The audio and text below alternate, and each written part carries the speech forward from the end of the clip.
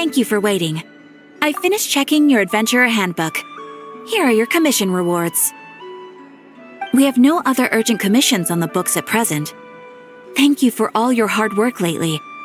Perhaps you two could consider taking a vacation. Amazing! Paimon never thought we'd end up having downtime in Nocturne. Things were pretty hectic when we first got here. Everywhere you looked, it was either the Wild Hunt causing chaos or the Vietsub stirring up trouble. It felt like this whole region was one giant slime in a barrel, ready to go boom at any moment. Sure have. Things were looking pretty dicey, but in the end, we managed to turn it around. Whoa! Paimon just got deja vu! Oh, that's right. It's because we've done this like a million times now. Ah, yes. Are you two aware that the Moon Prayer Night is soon to take place? Oh, yeah! Mama told us that was coming up soon. Wait, why do you mention it, though? Do people in Nasha Town celebrate it, too? Paimon thought it was just for moon goddess worshippers. You're partially right. Most people in Nasha Town just see the festival as an opportunity to do business. They do not concern themselves with the religious element. The festival was first celebrated by the Frost Moon Scions. On this day, they would wear moon prayer blossoms and celebrate the birth of the moon goddess through song and dance. They would also prepare food and handicrafts and give them as gifts to others. Over time, it became Nocturne's most lively festival. Oh, sounds like fun!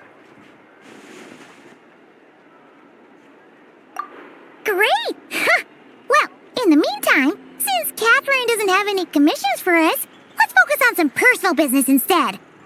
When we first got here, you mentioned that this was where your spaceship landed? We didn't get to follow up on it at the time because we got wrapped up in that whole rare situation, but now we can finally start investigating it properly. Well, there's a saying Paimon's heard around these parts, which goes, if you lift up a rock, you'll find something you weren't looking for. By that logic, you'll never find what you're looking for while you're searching, but the moment you stop looking, it'll jump right out at you. Could be worth a try though, right? Anyway, Paimon suggests we focus on other stuff we want to do for now, and just keep an ear out for spaceship-related intel as we go.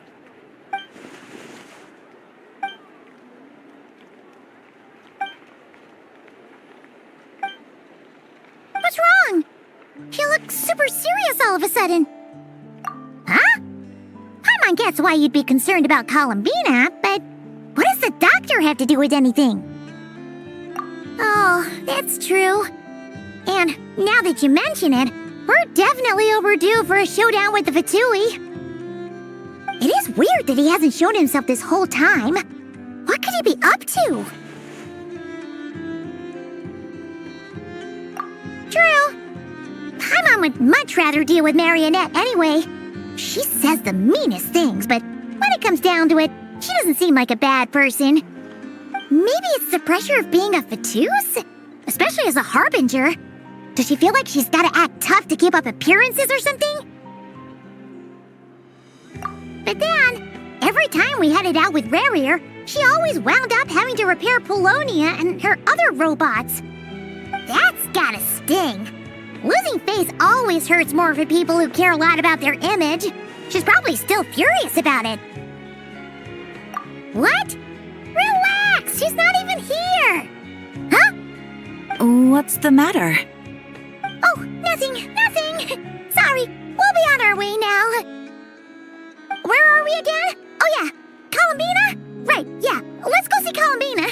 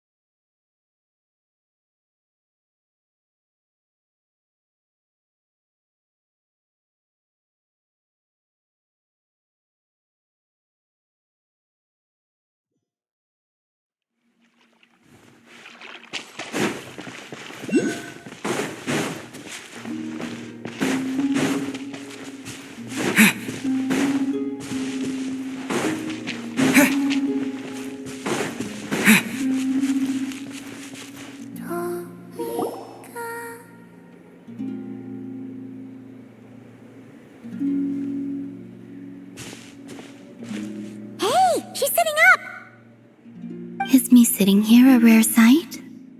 No, we just thought you'd be resting. Perhaps I would have been, were it not for the sudden arrival of some unexpected guests. Not that I consider it a disturbance. After all, you are the only ones who are free to enter. Would it not be a little unfriendly of me to lie down while we speak? I didn't realize you put so much thought into little things like that.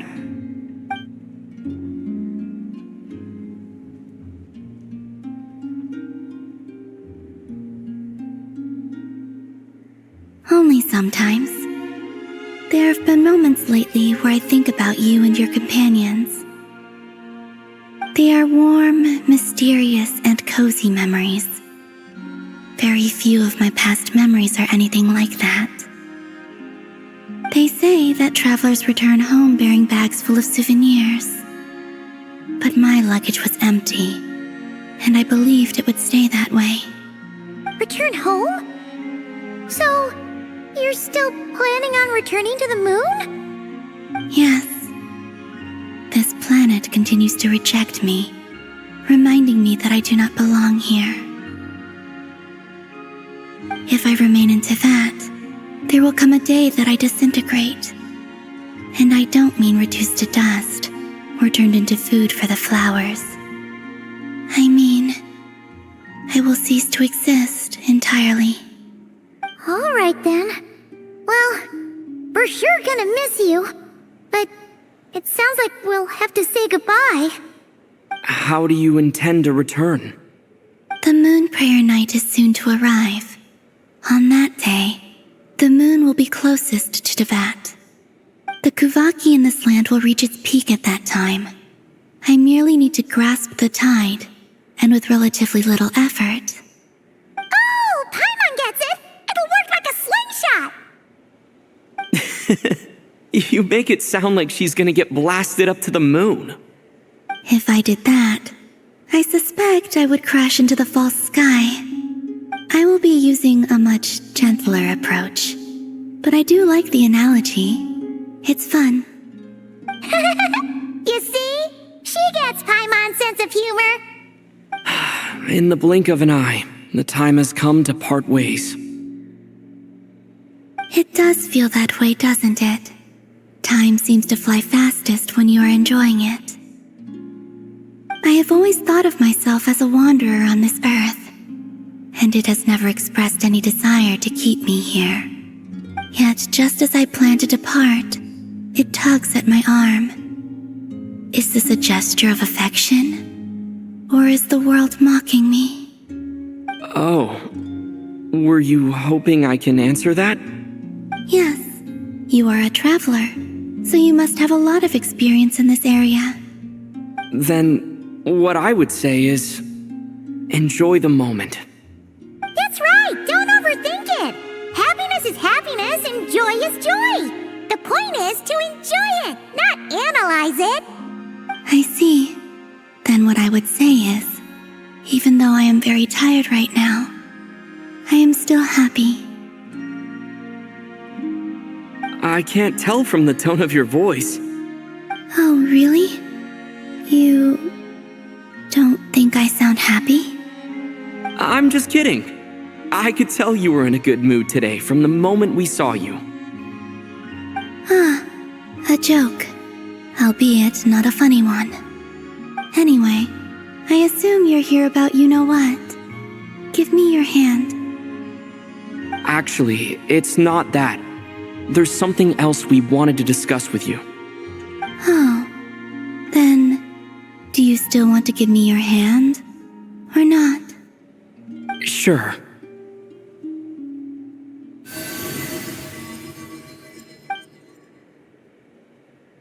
Thank you.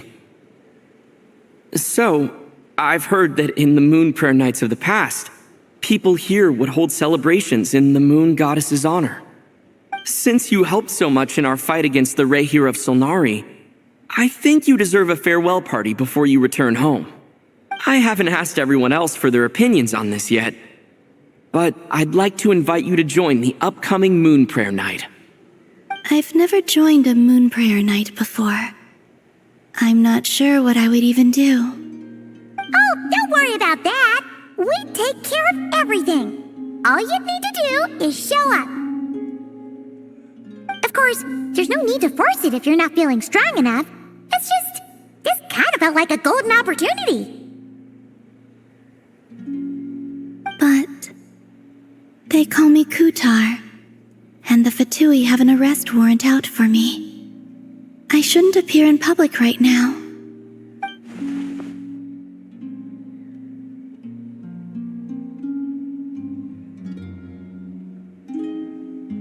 I'll make it work.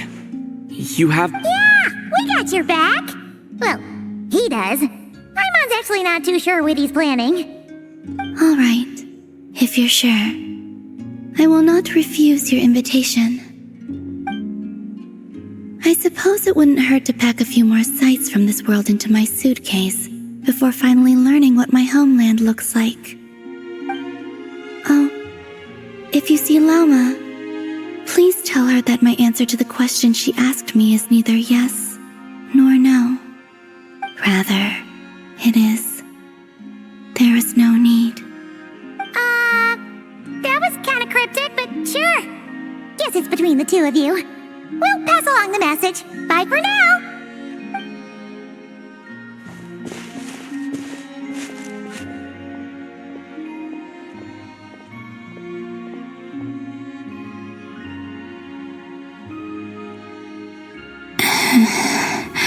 And also, I do not know.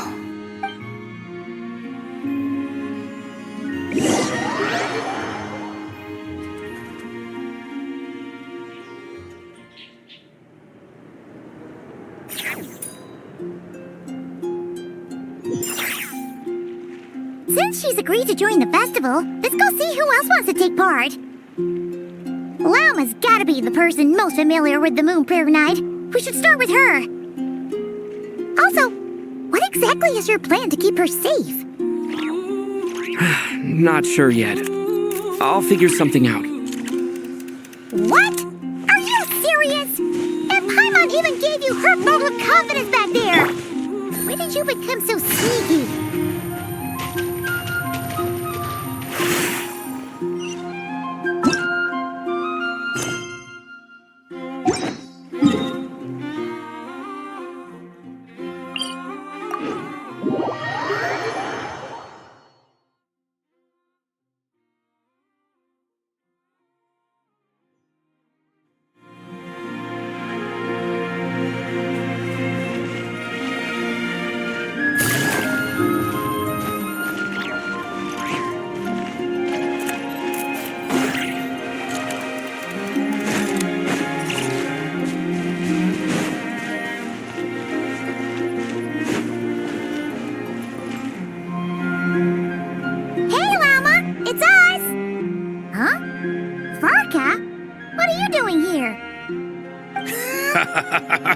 Beats me. I had a bit too much to drink last night, and when I woke up, I was on Hisi Island. Mr. Varka is helping to oversee Nasha Town's preparations for Moon Prayer Night. He is here to go over some details regarding the decorations and custom cloth designs. Right, yeah, that too. What do you mean, that too?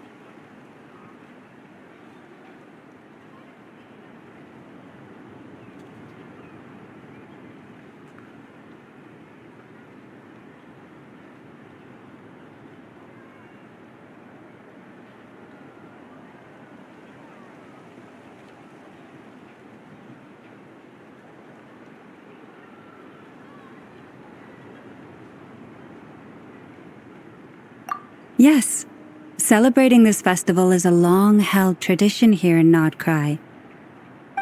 On this day, the crescent moon at the top branches of the verdant crest turns into a full moon, and the moon prayer blossoms bloom with a special radiance. Our people take these to be blessed omens.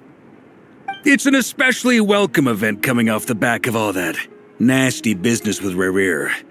Everyone got put through the ringer recently, and now they're looking to turn their fortunes around. The big shots in town all agree that a big, lively celebration is just what we need to rebuild people's faith in this place. No wonder Cat's Catherine said that people weren't so bothered about the religious element. That's right. It's become more of a local custom by this point. The celebrations have little to do with whether the religious stories behind this event are true or not. Even the Frost Moon Scions are eagerly awaiting the coming of Moon Prayer Night, despite now knowing that their past beliefs were founded on a falsehood. That's fair. It's a bit like the Lantern Ride in Liyue. It's a chance for people to enjoy themselves, not debate the existence of the Adepti. Oh, one other thing. We just went to see Columbina. We went ahead and invited her to take part in the festival this time. Hope it's okay. Wait, so... you mean she agreed to it? Huh. That's quite a surprise. Then, I suppose that she intends to return to the moon on that day. Oh, yeah! It's kind of a complicated process, but basically, it's like a slingshot. I understand. In truth, I had a feeling that she might make such a decision. Well, if Kuthar has decided to participate in the festival, we should prepare accordingly. Yeah, exactly.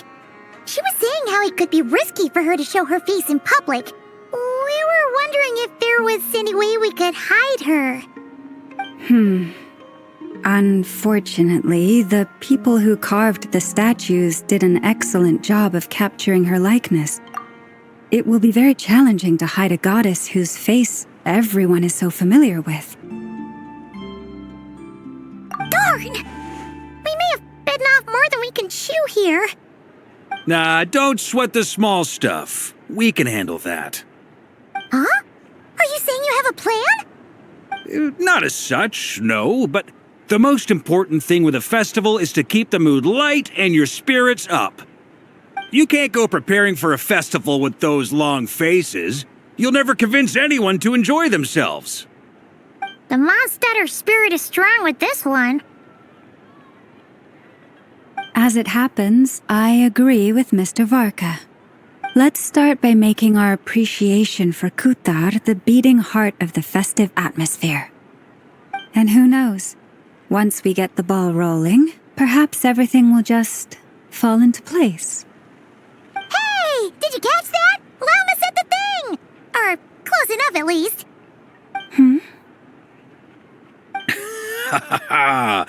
I'm looking forward to the Moon Prayer Night already. We have a festival in Mondstadt called Windbloom, and you can always tell which couples are celebrating it for their first time by the smiles on their faces. Big, beaming smiles like their whole face is glowing. And I have a feeling we'll get to see that same smile on the Moon Goddess's face at this festival. Not quite the same, surely. Anyway, I'll take care of business in the city, but I'll have to leave the decor up to you and the Frost Moon Scions. No one else can capture that traditional aesthetic quite like you guys. But lastly, there's the final key element that brings the festival to life: companionship.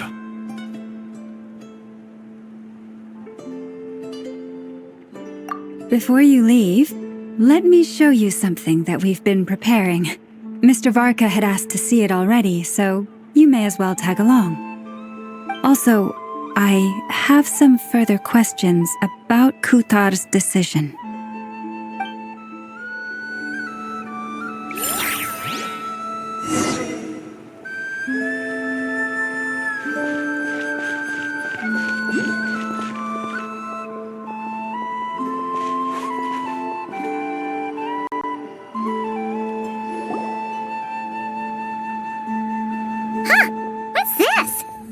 Look like they're having fun. I believe so. Kuhenki seem very skilled at playing drums like these, although I'm not sure where they learned it from. Maybe it's an innate talent? In their eyes, they're probably just playing with toys.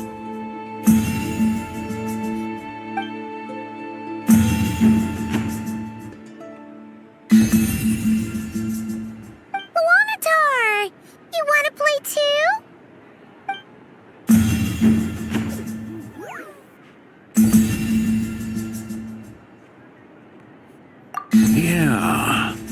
she looks more confused than anything. Maybe we can teach her next time if we get the chance.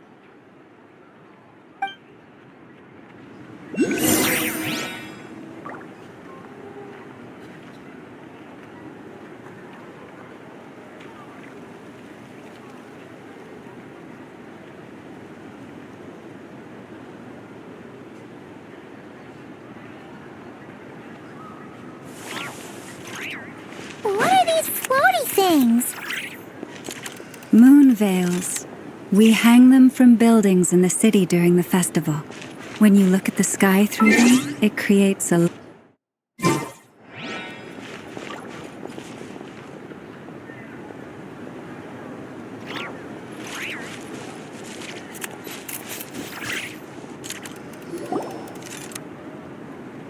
Everyone seems hard at work. They're preparing items for Moon Prayer Night. For instance, the sculpture being made over here, Mr. Varka and I were just finalizing the details of where it will be placed. Ah, there she is. I didn't know the finished article would be so large.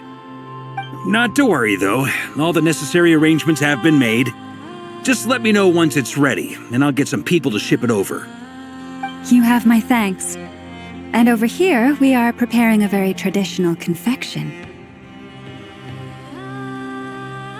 Oh, look at all these colors! It looks great! Can Paimon try one? Of course. I have a feeling you'll like it a lot. You bet! Sweets and treats are Paimon's favorite! If you included those in the Feast of the Moon, I bet Paimon would have joined the Frost Moon Scions by now. There will also be verdant crests like this present in Nasha Town during the festival. The timing of Moon Prayer Night is not completely set in advance. We make a rough estimate, then observe the changes in the verdant crests and moon prayer blossoms to guide us. As such, the wait itself is a fun feature of this particular festival.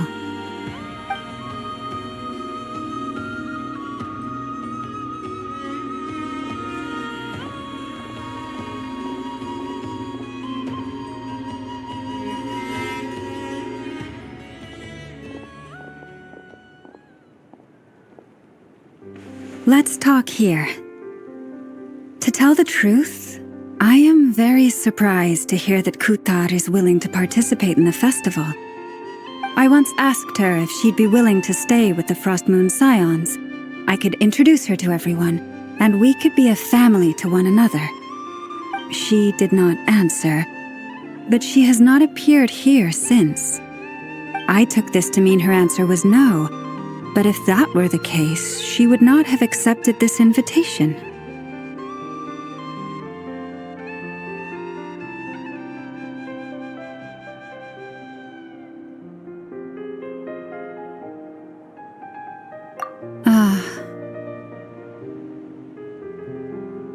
I see. Maybe she is right. Maybe the Frost Moon Scions of today no longer need a moon goddess. But my wish was not for her to come here and be worshipped as a deity. I simply wanted to offer her a place to stay. I'm sure she believes that showing herself here might invite Fatui intervention, and as such she does not wish to cause us trouble. But what really pains me about all this is that this is her birthplace. She ought to belong here, yet no one has been able to grant her shelter. I think I'm qualified to weigh in here. When someone's about to depart on a long trip, what they need is blessings, not burdens.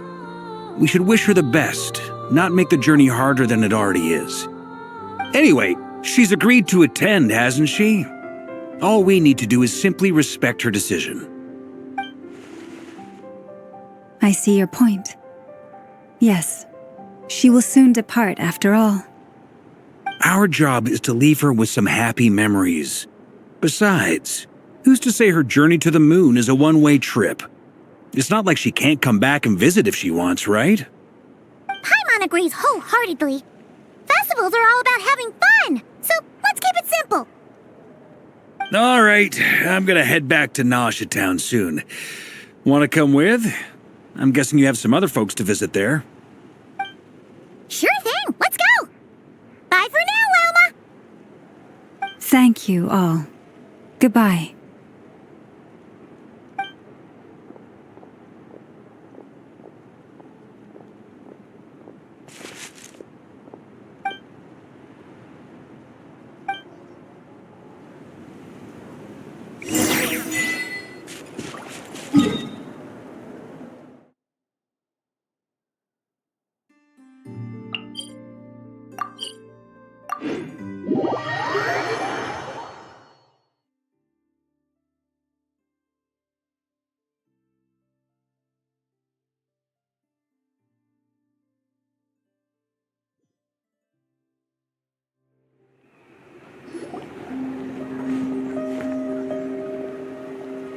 Huh? Hey, over there! It's Durin and Albedo with Flints! What could they be chatting about? Your guess is as good as mine. Ah, Grand Master, and the Traveler and Paimon. Hello there. It's been a while.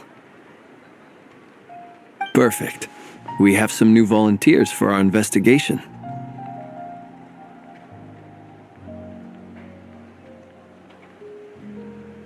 Wait, let me guess. The righteous Lightkeepers are finally ready to hunt down the Abyssal Dragon? Yes, that too. Yeah, right! Oh, wait! Why does everyone keep saying that too?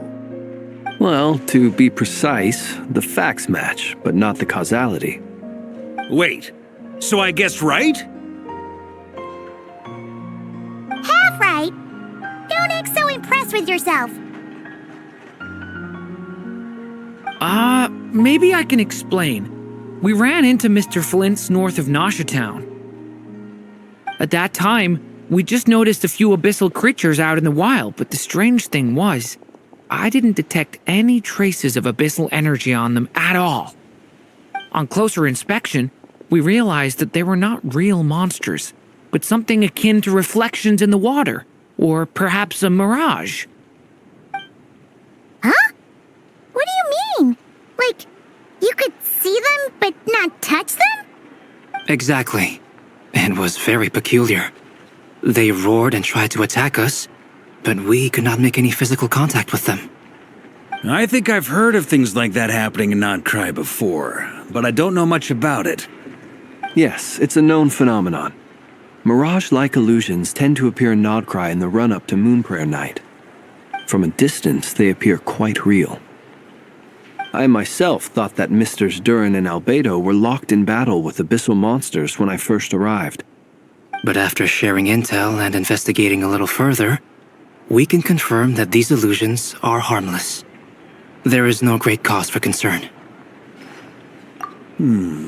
All the Mirage stories I've heard are either animals, rocks, or small houses. Abyssal monsters, though? That's a first. It's a first for me, too. So I'm planning to look into it further just to be on the safe side. I intend to inspect a few more locations. What about you two? Any plans? Alice contacted me a few days ago. She'd like me and Durin to assist her with an experiment. But we lost contact shortly after receiving the message. I'm sure that comes as no surprise to anyone familiar with her. We don't know when the wind will blow, yet when the wind blows, we will know. That, in a nutshell, describes how Alice operates. Yeah, that tracks. Okay. Well, I suggest we investigate this Mirage business in the meantime. It's piqued my curiosity, and I'm pretty sure I know someone who will already be 10 steps ahead of us. Well said. Right? Whatever's happening in Nocturne, she always seems to be the first one to know. Let's go see what she knows. We can invite her and her staff to the festival while we're at it.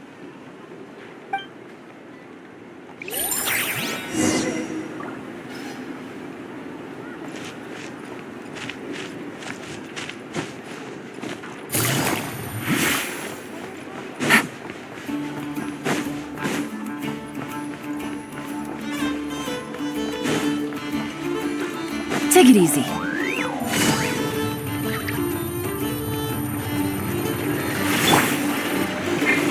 Into the shadows.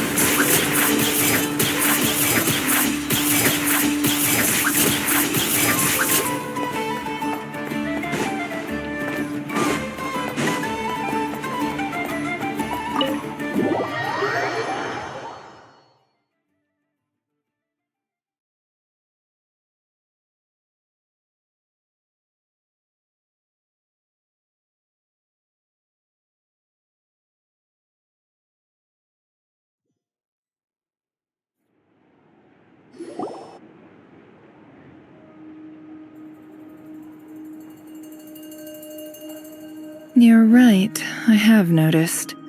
There's certainly something a little fishy about this situation. Only a little, though. Records indicate that this phenomenon can occur in the days before and following Moon Prayer Night. That said, it has always been a rare sight in the past. The odds of encountering these phantoms are similar to looking up in the night sky, happening to see a shooting star, and managing to make a wish before it disappears. But this time, either everyone's getting lucky, or they're appearing far more frequently than usual. Yehoda's out gathering intel as we speak. In the meantime, let me check off some points of interest. First, the Abyss.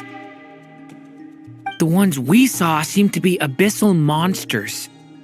Indeed. But we have identified one location where many more of them have made an appearance. And not just monsters, but human phantoms, too. Given the scale and nature of the phantoms, it's almost as if someone's last memories are coming to life. Or perhaps the memories of multiple people. Oh. So you mean the phantom monsters are hunting down the phantom humans? Exactly. The phantoms can interact with each other, but we have no means of intervening. In addition, some of the human phantoms would seem to be from the very distant past. This is clear both from the clothing they wear and the stories they tell. They claim to be from Hyperborea, a name which I've heard from Lauma before. If this is true, it means they must be from 6,000 years ago. Did Paimon hear that right? 6,000 years? It sounds like this merits further exploration. That'd be a big help. I'll leave it with you, Albedo. My knowledge of ancient history is non-existent. I used to doze off every time the pre-Knights Favonius era came up in class. It's quite a miracle that you were able to understand these phantoms' speech, given how long ago they lived. I suppose you're right. But I'll leave the archaeologists to ruminate over that conundrum. As an intelligence broker, my sole interest is in the value of the information I gather. Which, in this case, hopefully means earning myself some good favor with our dear Lady Moonchanter. So calculating. Whew, this intel broker logic always catches Paimon by surprise.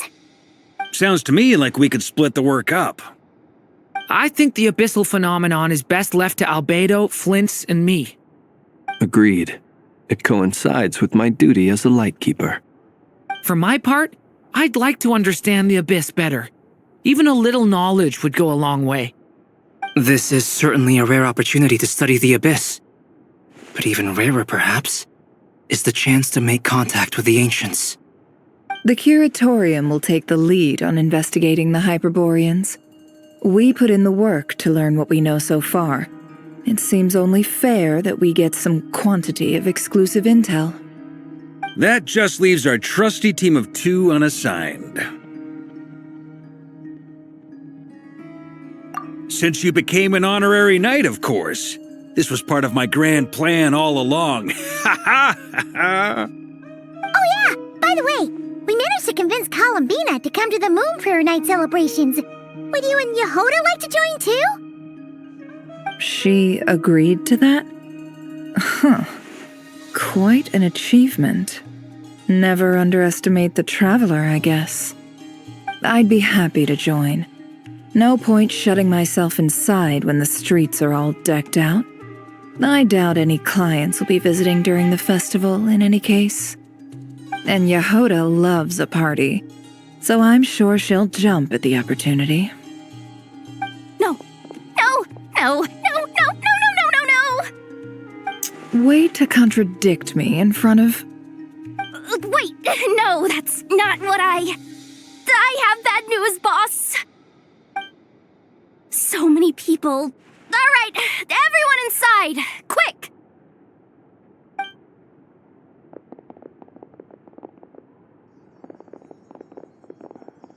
This is gonna sound crazy, but hear me out. I saw one of those phantoms at Star Sand Shoal, and it was some sort of flying ship. Like a spaceship? That's gotta be the one you came to Tibet in.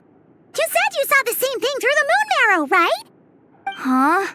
You already know about it? Ugh, I thought I was gonna blow people's minds. Wait, back up. You came here in a spaceship? Now my mind is blown! What's it like on the inside? Was it like flying through space? I want to know everything! Yep, exactly. Huge discovery. You're the best. Second best intel broker in the world. After your boss, of course. Wow. Really? Well, I don't know if I'm all that, but... I guess that decides where we're heading next. Come on, don't look at me like that. I know the spaceship doesn't have anything to do with me, but you don't want to leave me as the only one twiddling my thumbs, do you? Please? Fair enough. You can tag along. In that case, let's meet back here to discuss our findings once we're done. I wish everyone a productive investigation. You too.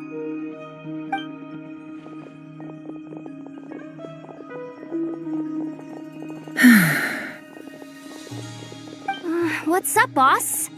Aren't we gonna head out? Tell me, Yehoda, when did the curatorium start giving out intel for free? Oh, sorry, boss.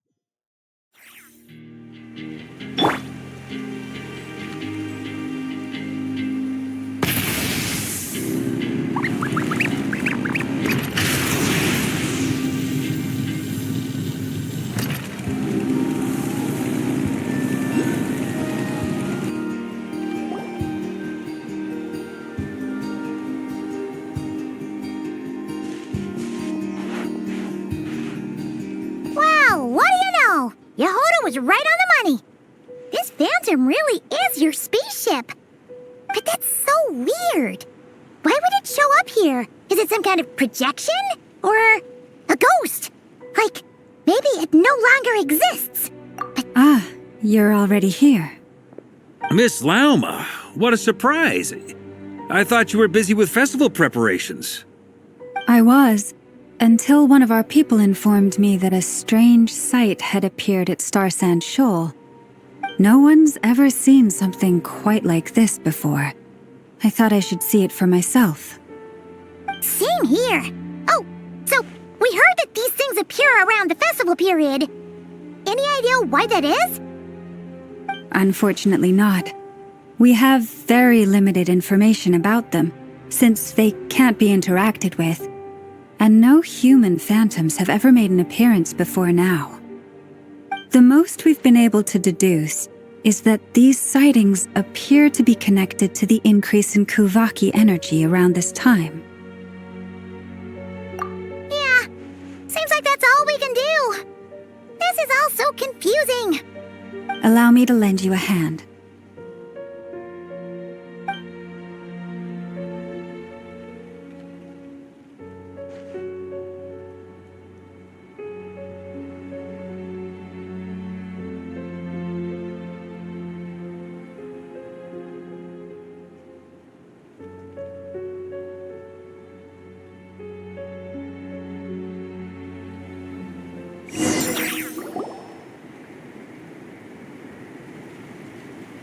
Everyone, our friend here should be able to provide us with some information.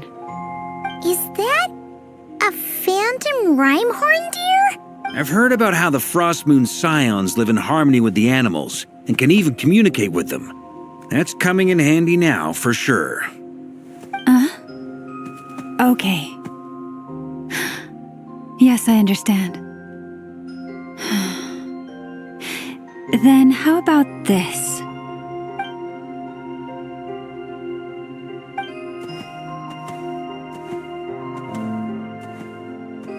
Oh, it's leaving. It appears to share our curiosity about this giant spaceship, so I asked it if it wouldn't mind investigating along with some friends. In return, I told it about some nearby spots where the wild fruit grows abundantly. We may live in a different era from these phantoms, but I trust that the terrain, climate, and ecology here are more resistant to the effects of time than some things are. Let's give them a moment and hope for the best.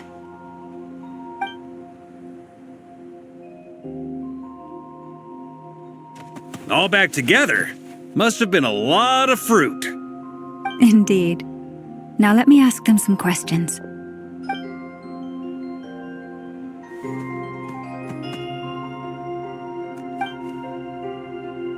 It did find a lot of wild fruit, enough for them to feast for a long while. This puffin circled in the air several times, but didn't spot anything out of the ordinary. Certainly nothing to do with the spaceship. Huh. Well, it definitely makes sense to get a bird's eye view. Indeed. Other than that, I was also thinking that the world these phantoms see is also different from ours. Oh, I get what you mean. The wild fruit exist in both times and spaces, but there might also be things that only exist in that space-time, which we can't see. Good point. Great thinking, Lauma. Blunthorn rhinos can use Kuvaki to shift great rocks, but this one says it couldn't get that ship to budge by even an inch. The sniffer mole tried too, but despite being a skilled digger, it could not get through. They say that the spaceship looks robust and undamaged. It seems completely impervious to any and all attacks. Whatever lies within is well defended from harm. So, just like us humans, there was nothing they could do about this spaceship either. Yes, still, they deserve our thanks. We are grateful for all your efforts, dear friends. Now go, and enjoy your feast. I've noticed some other human phantoms gathered nearby. Come on, let's go talk to them.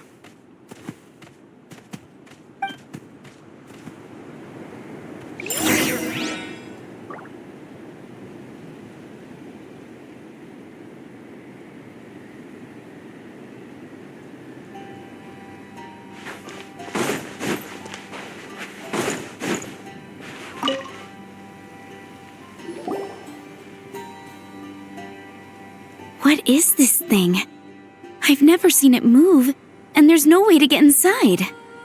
Goodness knows. My grandpa says it's been sitting here at least since his grandpa was still alive. What about his grandpa? Did he say anything to your grandpa's grandpa about it? Huh? I don't know. In all likelihood, it was here back then too. Hard to imagine something this huge could move. far as they're concerned, this ship's been around a long time.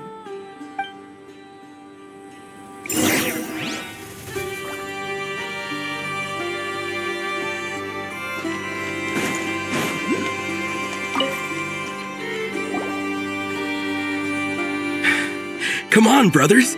If we can get even a small chunk off of this thing, it's gotta be worth a fortune. Today is the day we strike it rich. Huh? You mean Paimon? Yes, brother, I shall join you. Let's make our fortune. We should go with them. What the? This thing is crazy tough. I can't even scratch it. What's it made of? Sorry, brother. Looks like we'll have to seek our fortunes elsewhere. Enjoying yourself? I was just seeing if I could influence this phantom's perception by playing. But nope, no dice.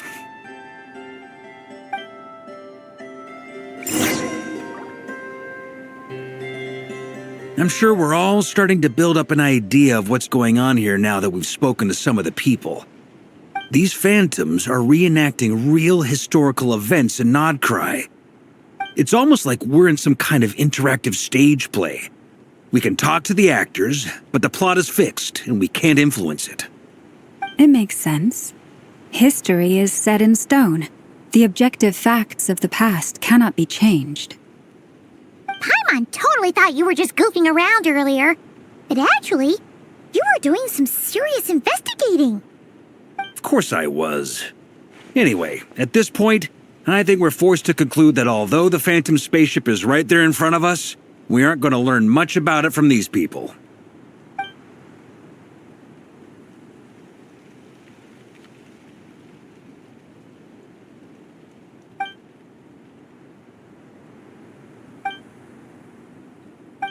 Don't be discouraged.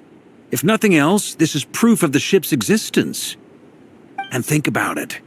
So many people tried to hack their way inside, but no one could get the door open. It's made of very tough material. To me, that says that we'll either find the ship itself or the story behind it. It's just a matter of time.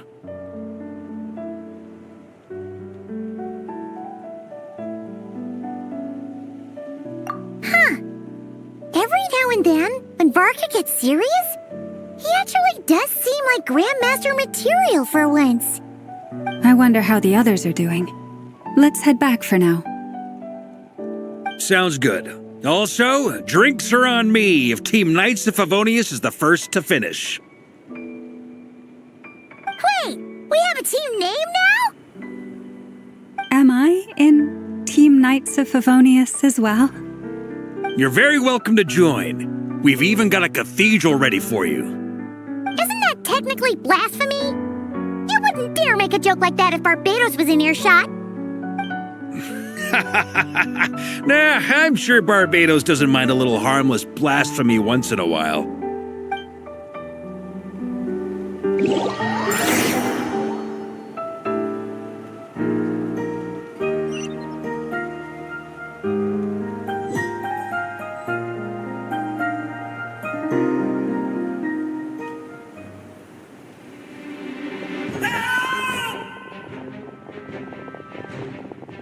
Oh, no! Get away! Oh.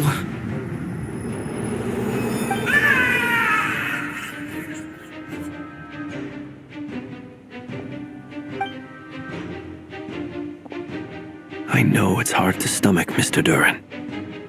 But as I'm sure you've noticed, there is nothing we can do to intervene in that which unfolds before us. But we have to at least try. And try you have. But are you aware of how many unsuccessful attempts you've made now? I wasn't keeping count. I'm afraid this is the 39th failure so far. Or the 5th if we're only counting this particular victim. There are no indications that these phantoms may be altered in any way. You seem to have calmed down a little. I'll make us a fire. You should rest and have some water. Feeling any better now, Mr. Duran? ask a few questions? Be my guest.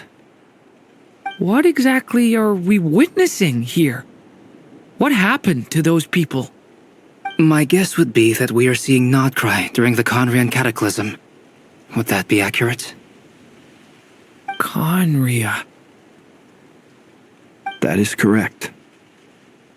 As you know, once the Abyss senses even the tiniest crack, it floods in and spreads like wildfire. There was a time in the distant past when it permeated all of Nodcry, causing immeasurable harm. The people paid a terrible price to heal this land. Then, 500 years ago, the whole of Teyvat suffered an abyssal disaster. Once more, Nodcry was dealt a devastating blow. I see.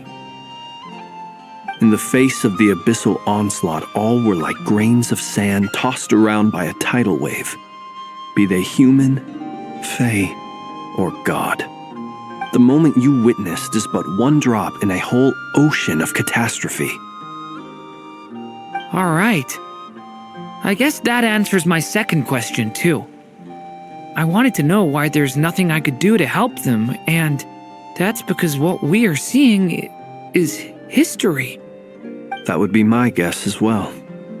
As I understand it, history and fate are not all that dissimilar. The latter may be unseen to us, but both are immutable. Yes. Fate was determined long, long ago. I still have a couple of other questions for you, Mr. Flint's. You mentioned more than one abyssal disaster that has struck this land in the past. How can you be sure that what we're seeing is from the Conrian incident? And also, how are you able to stay so calm when you're talking about these events? From everything I know about you, you're not cold or ruthless, and you're not indifferent to the suffering of others.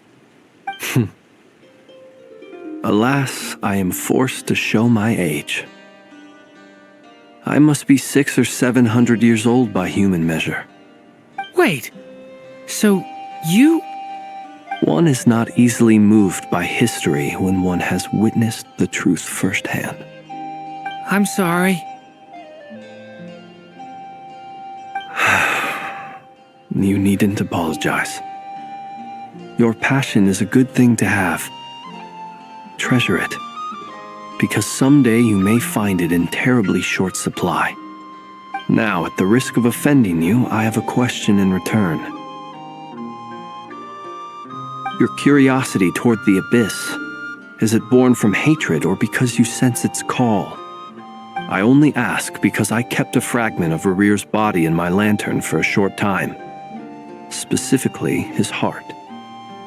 So I know what a burden it can be to carry the Abyss with you. And I hear its power growling from somewhere within you. In my eyes, your mere existence is a miracle. My honest answer is... I don't know. I don't think I have the confidence to say for certain. What I will say is the Abyss is not the only issue that haunts me. Even before I became who I am today, the question dogged me constantly. Should I even exist at all? My doubts remain unresolved. But when we fought Rarir, something became a little clearer to me. Sometimes it is the darkness within us that allows us to achieve the impossible. I certainly got the sense from your 39 attempts that you were trying to achieve the impossible. It sounds like you've resolved to see the truth for yourself. Absolutely. In that sense, he and I are quite similar. Then I wish you every success. I look forward to the day of your transcension. Well, if everyone's caught their breath, I suppose we should head back. Oh, and one last thing. I'd appreciate if you kept our discussion about history a secret.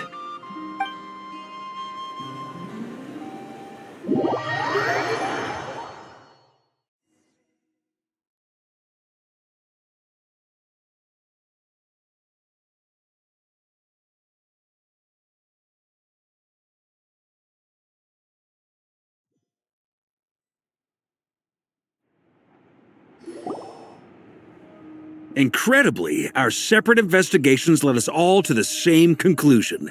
Hooray for consensus! Yeah, but we barely learned anything, though. I totally thought this would be the mother lode. Talking with the ancients? I mean, come on! But nope, all we got was useless snippets of conversation. And all this stuff about moons and hyperopia. What a load of baloney. Seems like people back then had a few screws loose. I understand your frustration. We found the same issue. Each phantom only showed a very brief moment in time. There isn't much value to be found in these miscellaneous fragments of a civilization's history, no matter how glorious it may have been. If there's a silver lining, it's that these phantoms are harmless to the present reality. They shouldn't get in the way of the festivities. Paimon agrees. And not just because it's the first thing she understood in this whole conversation. You look disappointed, Nefer. Is something the matter? What do you think? We all worked our tails off, but the only one to gain anything from it was you, Lady Moonjanter. Well, please do share the Hyperborean records with me. I will gladly inscribe them in our people's documents. Oh, duh! Yeah! That was it! Hyperborea! I'm serious. Only an expert in the Frostmoon Scions and their history can turn these records into valuable research material. The alternative is to let them gather dust on the Curatorium's storage shelves until the pages turn yellow. Nefer, you're wise enough to know that cooperating and sharing the profits is the best course of action here. Well, that goes without saying. Sure, let's do that. Huh? But didn't you say we aren't supposed to give out intel for free? Sorry. Shutting up. Now is not a good time to push Nefer's buttons. Anyway, back to Moon Prayer Night. I'm thinking that we should prepare something a little special, aside from the usual decorations and so on. You mean a parting gift? Can't go wrong with food. Although, does food go bad on the moon? Perhaps a lantern would be a better choice. It might be dark up there. It could prove difficult to light a lantern on the moon. Magical stones might serve that purpose better. What about a clockwork mecha model from Fontaine? I've got a whole bunch at home. I use them for fighting practice in my free time. None of these sound like things she would be even remotely interested in. But we don't interact with her enough to know what she likes. Yeah. It would really save us the guesswork if someone could find out what she's into. Wait, what the? Traveler? They're all looking at you. Great! Haha, problem solved. Now, I need to stop by Dory's. Gonna need her help sourcing a bunch of stuff for the festival. Then let's leave it there for now. We all have our own business to attend to. Traveler, if you find out what Kutar likes, let us know right away.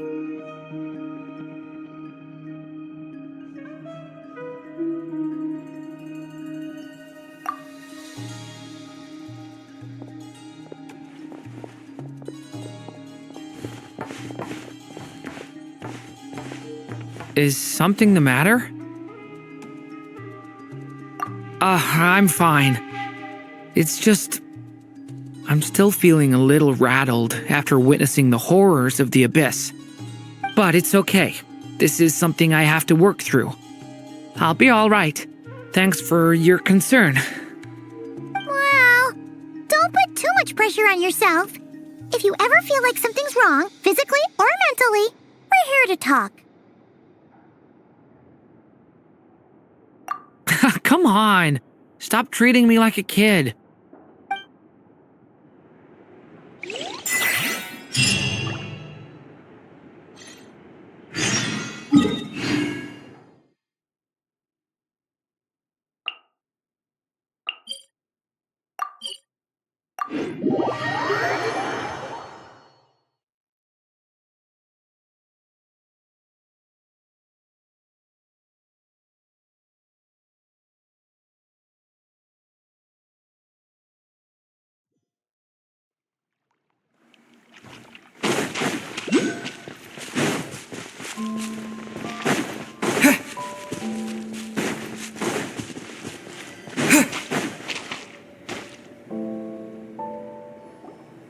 Columbina, we're back!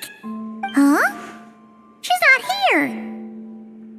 Weren't there a few Kuhenki here last time, too? Where did they all go? Walkies? For Kuhenki? You're not pets, you know. Oh, well. Looks like we just came at a bad time. Let's try again tomorrow. There's still a few days until Moon Prayer Night, so we're in no rush. Besides, she needs time to rest anyway.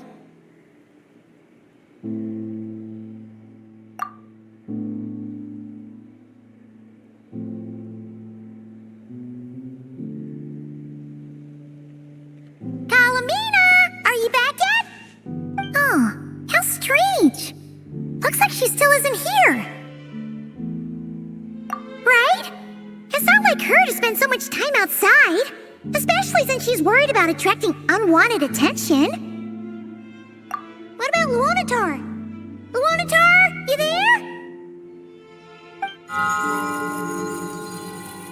Hey!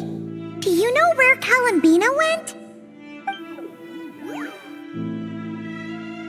Sorry, didn't understand. But if you know where she is, could you take us to her?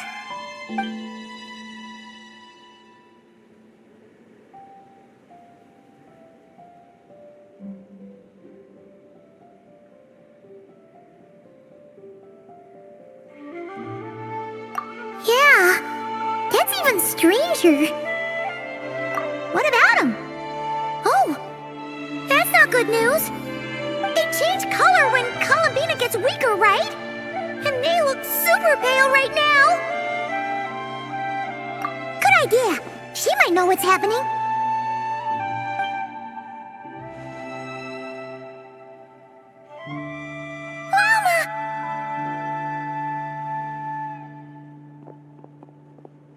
Ah, it's you. How is Kutar? Is she okay? No, she hasn't. I came here to check on her after I noticed the flowers had changed color. Based on past precedent, she must be very weak right now.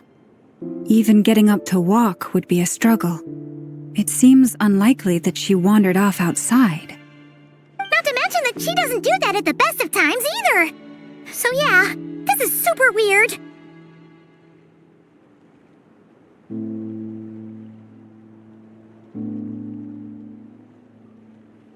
No. Very few people are in the know about Kutar's whereabouts.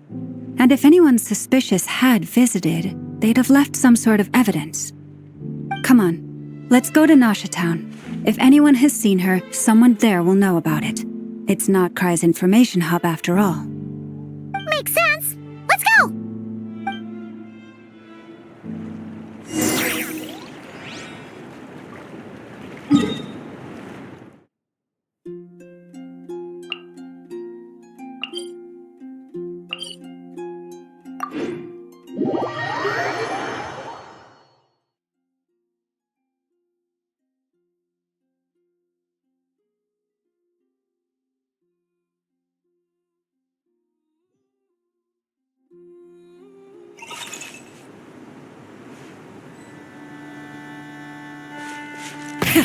Rev the engines!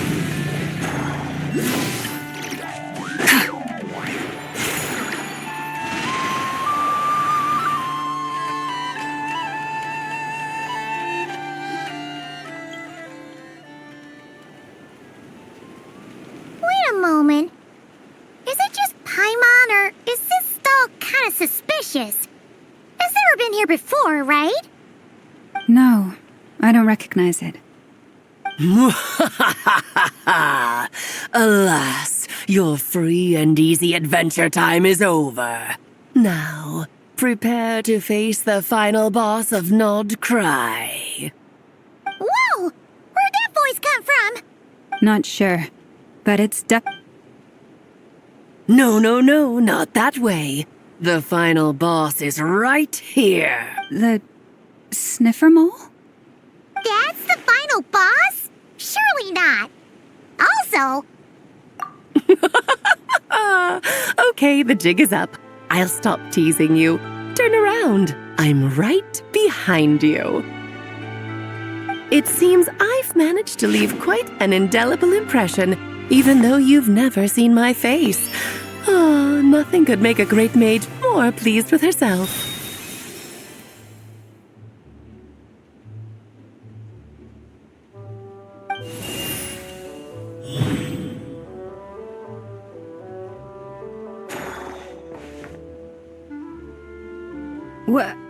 What is going on? I've heard that all the big shots in Tevat have long, wordy titles that stun people speechless when they make their entrance. Unfortunately, none of them are affiliated with the Hexen Circle, and we ourselves keep a very low profile.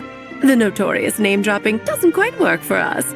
Still, so that didn't stop me from coming up with a title anyway. Alice!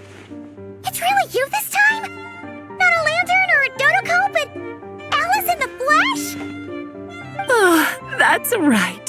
So, what do you think? How does it feel to finally meet me? You look like... What is that supposed to mean, I'm the mother of Klee, Tevat's #1 cutie. How old could I possibly be? So she's a friend of yours? Kind of. This is actually the first time we've seen her in person. I see. Madam Mage, that was, quite a powerful entrance. I certainly won't be forgetting it anytime soon. It's okay, Lauma, don't force it. Paimon will do the honors. This is Alice from the Hexen Circle. She's a friend of ours. And of Arcus, too. That's right. She's a good person, just kinda... unpredictable. Well, what is the human heart if not unpredictable? If we could not do as we please, how would we differ from machines? I am Lauma, Moon Chanter of the Frost Moon Scions. It is a pleasure to meet you. Oh, I know. Before you got here, I spent a good, 15 minutes getting up to speed on Nodcry's present situation. In other words, I've read the whole in the last episode part, so we can skip the pleasantries. Fair enough. Well, Miss Alice, I can already tell that you have quite a unique personality. You'll get used to it. Paimon sure is. So anyway, what are you doing in Nocturne, Alice? Oh, I thought I told you already. This time, I'm the final boss. And what a formidable foe I shall be. Powerful, confident, decisive, and good luck finding my weak spot. You will never succeed. Oh, drat! My one weakness, and you found it in an instant. Fate has been dealt a devastating blow. Thus falls the great Dodo King. Why are you playing along with this nonsense? For funsies, of course. What's wrong, Paimon? Are you disappointed in me? Am I a gigantic letdown? No, it's just... you seem like a busy lady. And this is the one time you've shown up in person. Paimon figured it would be for something more high stakes than just goofing around. You're quite right. I'm here in Nocturne because something big happened. Something big enough it caught the attention of the Hexen Circle. It concerns the 3 moons, Tevat's borders, and of course, the moon goddess you are currently searching for. Kind of. Why don't we discuss this over a pot of tea? My main reason for coming on this trip to Tevat was, of course, to have some fun. But I do technically have a job to do as well, namely, maintaining the stability of Tevat's borders. I'll skip over the complicated parts, but to sum it up, abyssal energies are all that lie beyond Tevat's border. We'd find ourselves in a real pickle if they ever made it through. And the phantoms you've been seeing are a sign that the border has been disturbed.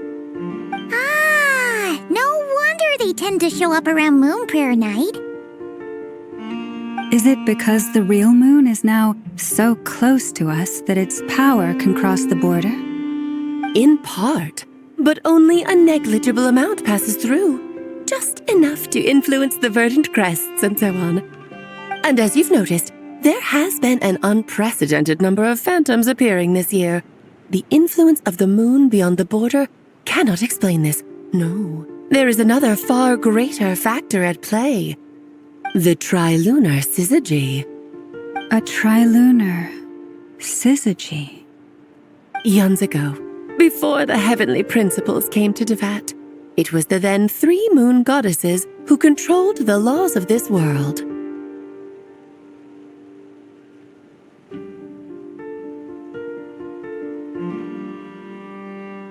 Oh, that's exactly it! The 3 goddesses split these powers amongst themselves, promising never to consolidate them into one singular body. This was meant to keep the world stable. But, fast-forwarding to the present, the eternal moon's marrow is with you, while the iridescent moon's marrow, which should never have appeared in this world, has been retrieved. Add that to the presence of a moon goddess in the flesh and... the power of all 3 moons is gathered here in Nocturne. There hasn't been an event like this since the War of Funerary Flame. And it's having a noticeable effect on Tevat's borders.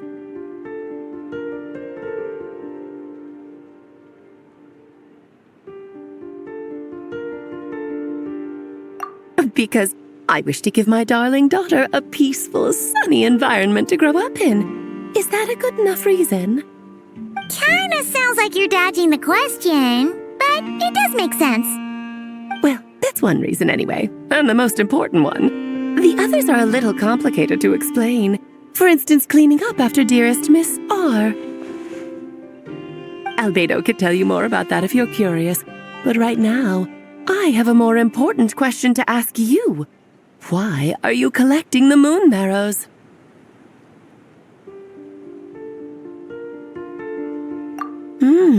I see. Nicole told me about that legend once. Nicole? You mean meet Anne? Oh, so you remember.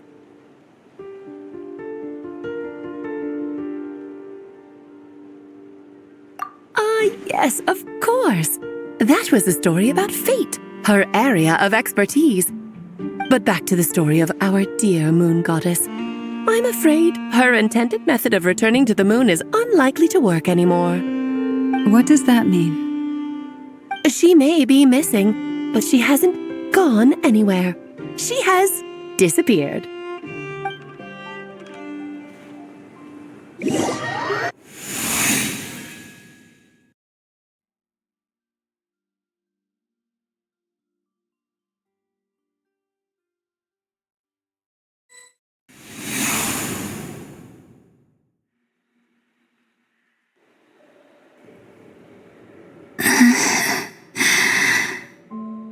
My body is so heavy. Wait, no. It's my mind that's heavy. My arms and legs are as light as a feather. What's happening to me? I feel drowsy, like I've been asleep for too long. Is it daytime or nighttime? Is the moon out? I think I'll go for a walk.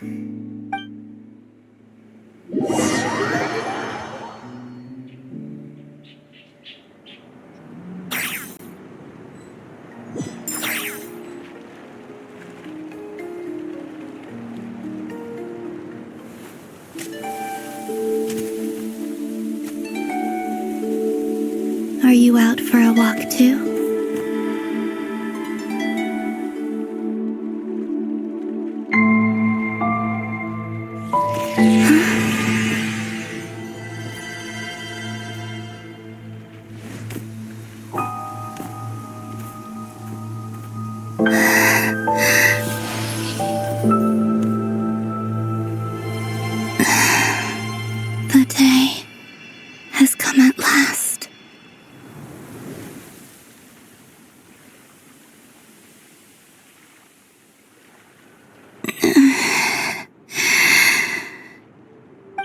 grown so weak that I can't even sustain my physical form. But Moon Prayer Night is nearly here. I was so close to returning home. Death is near. Is this how it ends for me? Will I return to the moon after I disappear? Or... I don't want it to end like this. So far, at least, I still exist. Even if not physically, I can still feel. But as my power wanes, I'm sure that too will fade. I suppose I might take one final look at this world. The world where I was born.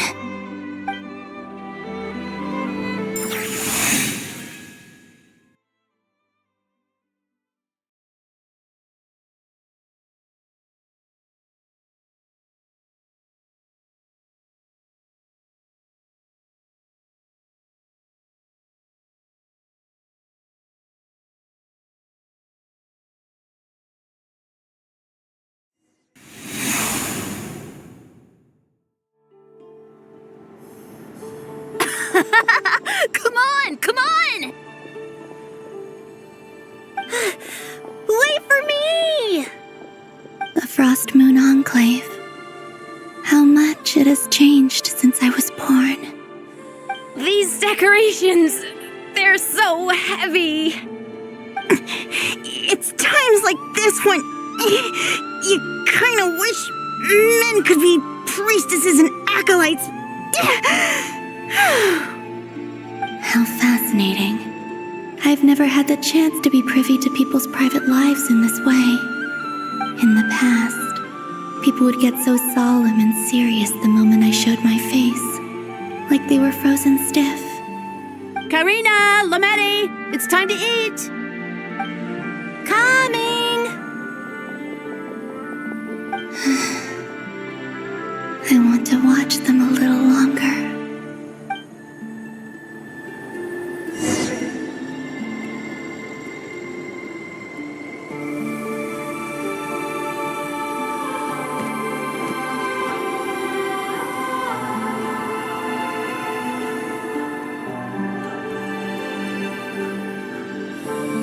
So just fill these balloons with air, right? Yep. Try a couple now to test things out. The rest can wait till Moon Prayer Night. Think fast. Breda! Teasing an acolyte of the Frost Moon Scions? Surely that's a punishable offense. Take this!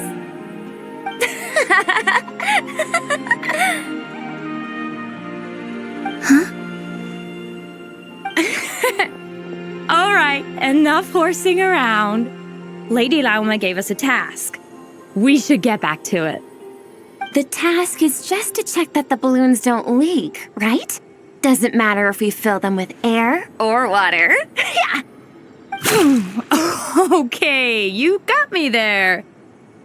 And you got me there. But still, we can't use all the balloons before the festival even starts. We won't use all of them. And as long as Lady Lauma's trusted acolyte doesn't snitch, this can stay as a little secret between friends. A couple more can't do any harm, right? Oh, you menace. Then, think fast! Is pumping a balloon full of water really so much fun?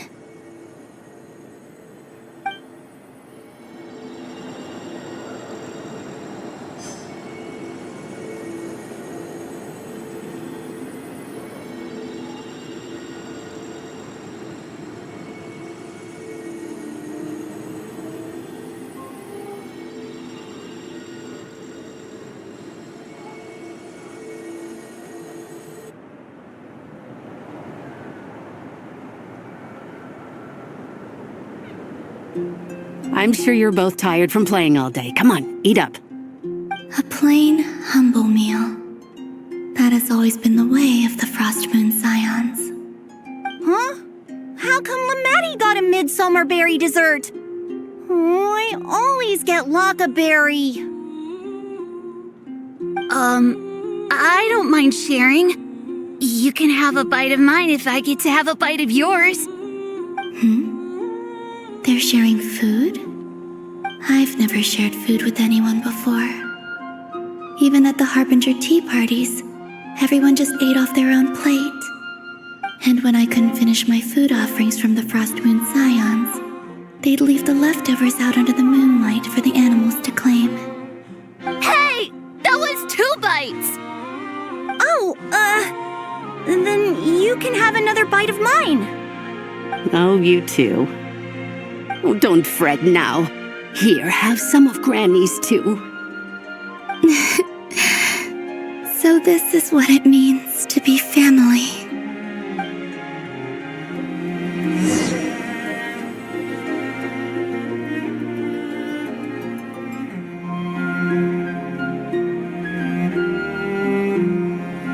I'm seeing so much that I'd never usually get to see. They'd never act like this when I was around. It's nice, being able to just watch people in peace in these final moments. What a rare opportunity. I think I'll go take a look around Nasha Town, too. Maybe the Traveler will be there.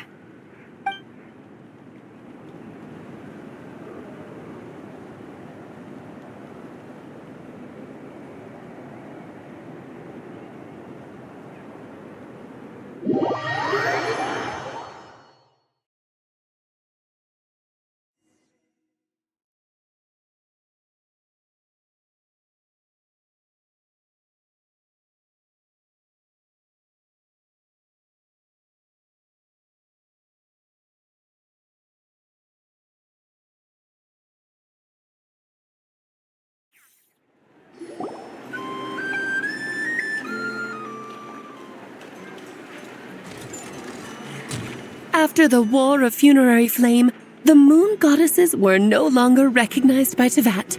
They lost the whole foundation for their existence. That's why the moon goddess's strength is fading. She cannot withstand the world's rejection of her.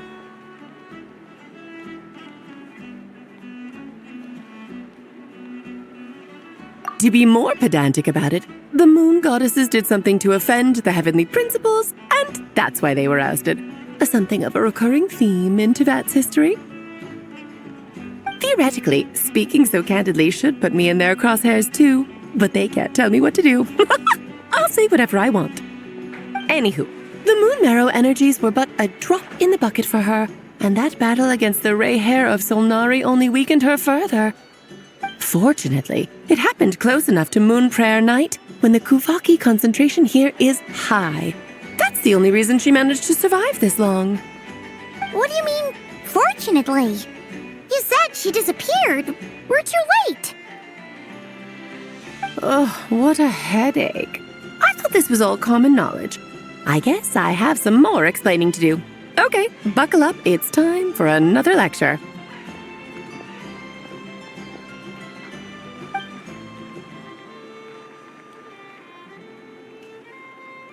Now, I said earlier that the moon goddesses lost the foundation for their existence. The reason for that has to do with the natural order. Basically, the rationale for their existence in Teyvat was lost. The same logic applies to the present moon goddess too. Consider her existence so far. Her comrades in the Fatui called her Damselette. And she was worshipped as Kutar by the Frost Moon Scions. But these connections have now been severed, whether by her hand or yours. So, the rationale that once sustained her existence is now gone. Wait, we did that to her? Oh, well, strictly speaking, yes. But let's not start pointing fingers, shall we? I'll only end up as the big bad villain, and that's not the kind of final boss I want to be. Of course I do. I'm only the greatest mage in the whole entire world. Now, if you wish to find your moon goddess, there are two problems we need to solve. Firstly, we'll need to strengthen the connection between her and Tevat, at least enough to sustain her until Moon Prayer Night. Strengthen her connection. But does that mean I'll have to rally all the Frost Moon faithful behind this? I'm afraid a bygone faith and a former home won't be of any help to her now. Do you know her name? Her name? Yes. Names are very important things. A name is a fundamental concept that anchors one's entire existence. Then your first job is to find it. As a moon goddess, I'm sure she must have a name she identifies with. Neither Columbina nor Kutar is her true name, and she's never really accepted either of them. So, finding out her real name is enough to sustain her existence? Yes, I know it sounds like a small step, but every journey begins that way. So for now, that's all we need to focus on. The second problem is with her plan to use the moon marrows to return to the moon. Unfortunately, piercing through the false sky will take an enormous amount of power. Given her current condition, she won't be able to provide anywhere near enough power, even if she recovers her physical form. But no need to fret. Nicole's the expert in this field, and I'm sure she'll figure something out. Wait, Mage N is going to help us out too? That means we've got 2 Hexacircle mages on the case. This is turning into a pretty big deal. Actually, this is more of a side quest for me. Like you said, I'm a busy lady, so I can't stay for too long. I'll have to return to Tevat's border soon.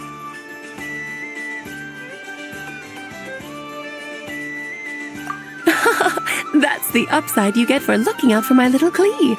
Hopefully that will incentivize you to carry on keeping her company in the future. Anyway, jokes aside, you'd better get moving. It will take quite a miracle for the moon goddess's consciousness to hold out till Moon Prayer Night. Oh, I suppose I might as well tell you where Nicole is before I leave. Off you go now. Time to meet your new friend. Oh, yes, and a little suggestion. Don't forget to mind your heads. What? I wonder how Duran's doing. I should really go see him before I head back. You really are super busy. I most certainly am. There's so many children I have to keep tabs on just in Mondstadt. Duran, Albedo, Venti, Varka.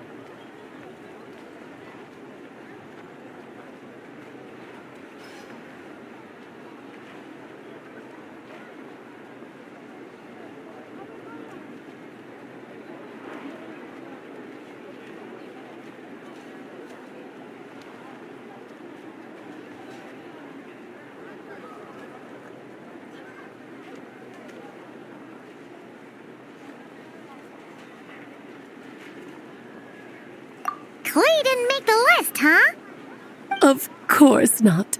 Klee is my pride and joy. I have no qualms about her, because she's the best child in the whole wide world. Yeah. Klee's a little angel. I'm glad you agree. Well, all the best. See you when I see you.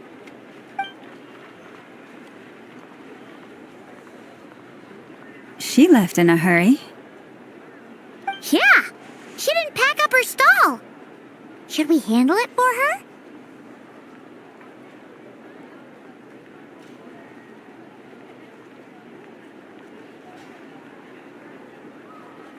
I must say, I'm now very curious about her daughter. Klee, wasn't it? What's she like? That's a long story. Come on, we'll fill you in as we go.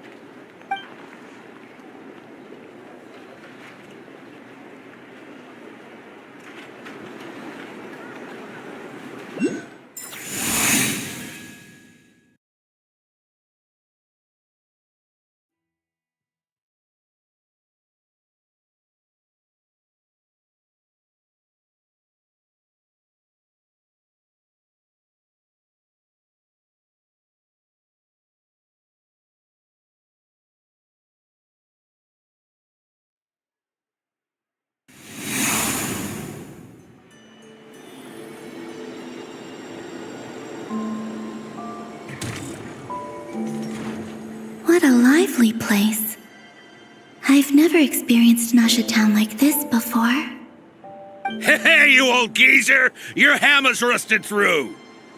Who are you calling old geezer? Are they quarreling? I'm looking right at him! You've really gone downhill since giving your daughter free rein in the workshop. Can you even swing a hammer anymore? It shouldn't take you days just to fix a single chair! You might as well use that hammer to massage my back for all the good it's doing. Don't run your mouth, or you'll get a back massage that'll put you in bed for the rest of your life. Look, the materials haven't arrived yet, all right? You know how busy it gets in the days before Moon Prayer Night. I'll bet you send all the materials to your little princess. Blood's always thicker than water, huh? All right, you've made your point, Uncle Koski. As soon as the materials arrive, fixing your chair will be the #1 priority. And Dad, if you've got time to chat, why don't you lend me a hand, See? Lolka knows what the score is.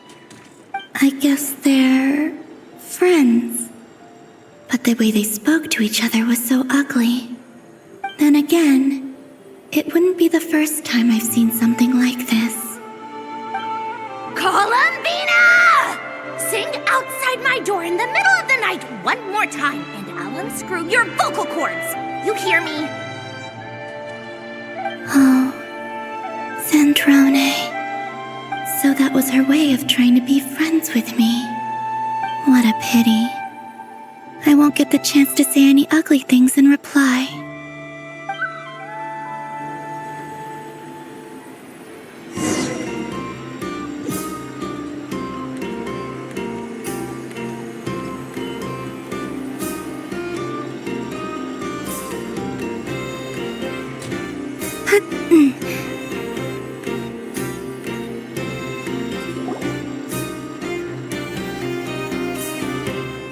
Hey, have you decided what to give her for Moon Prayer Night?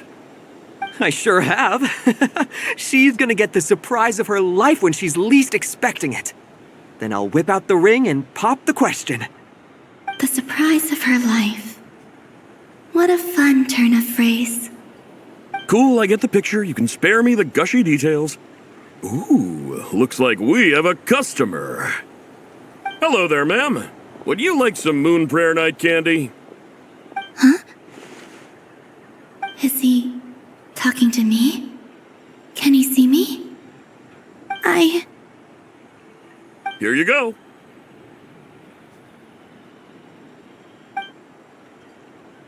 Oh.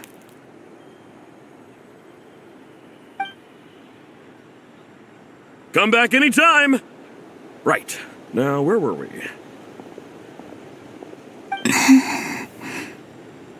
I don't know why, but I still held out hope.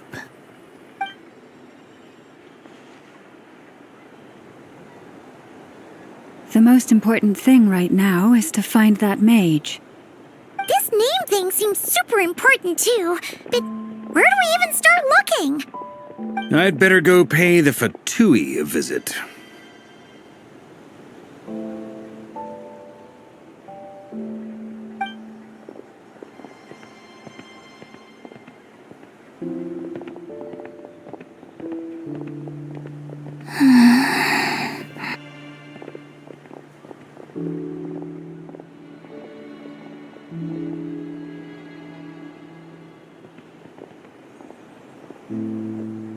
Columbina?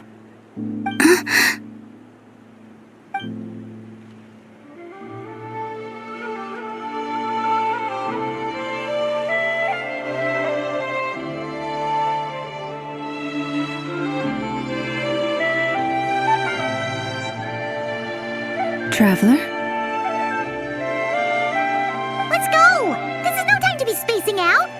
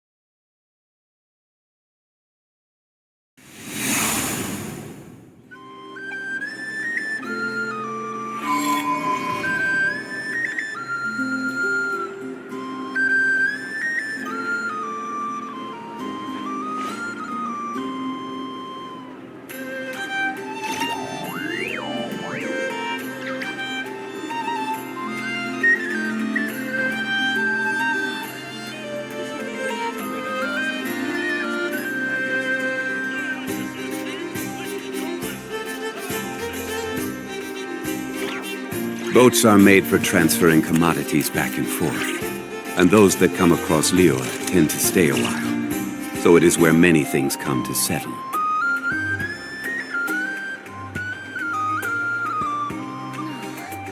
Osmanthus wine tastes the same as I remember.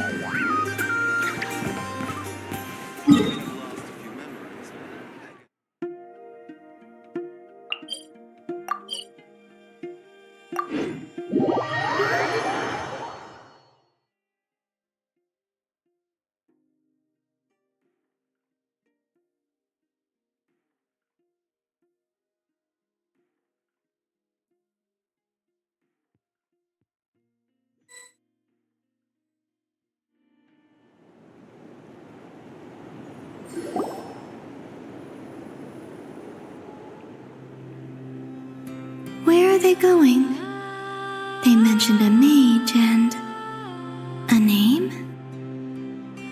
So, Mr. Varka, are you acquainted with this Nicole? Or should I call her Mage N? Not really. We've never met, though she has come up in conversation. From what I've gathered, Alice kinda took Nicole under her wing. Taught her how to speak in a more ladylike fashion, that kind of thing. Huh. Hard to imagine Alice as an etiquette coach. Yeah, Alice is a larger-than-life personality, I'll give you that. But then again, that's why she's able to draw such an eclectic mix of people into her inner circle. If I remember correctly, being an interesting person is actually one of her main entry requirements.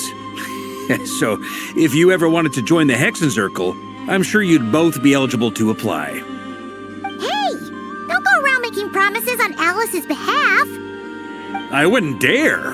I'm just trying to paint a picture of the Hexenzirkel for you. Okay, sure. Anyway, since none of us have ever met Nicole, how are we supposed to find her?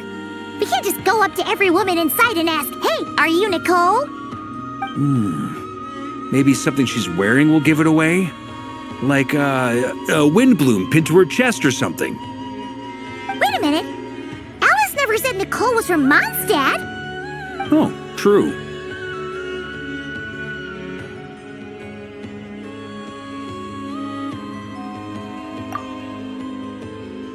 That would be...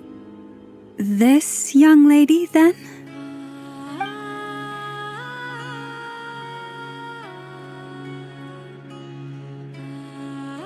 Hey there! Sorry to disturb you, but... are you Miss Nicole? Varka, Knight of Boreas of the Knights of Favonius. Alice might have mentioned me before. Have we got the wrong person? Sorry. Well, this is awkward.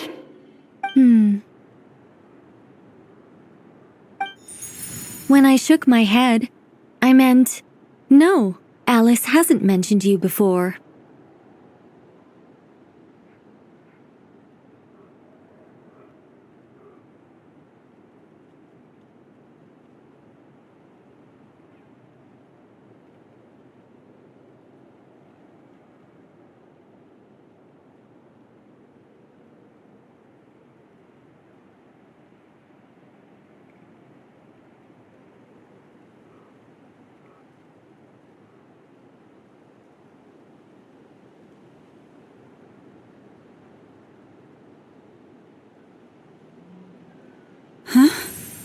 Where is this voice coming from? My apologies. For certain reasons, I am unable to speak. This is the only way I can communicate with you. It might take some getting used to, but I hope you can understand. Hey, it's fine. I'm more shocked by the fact that Alice never speaks about me. I mean... As for you two, we have crossed paths twice before, but it is nonetheless a pleasure to finally meet you. It's really you! Thanks for all your guidance in the past! You're quite welcome. This time, things are different. We have reached the unwritten pages of the story. You might say that we stand at the crossroads of fate.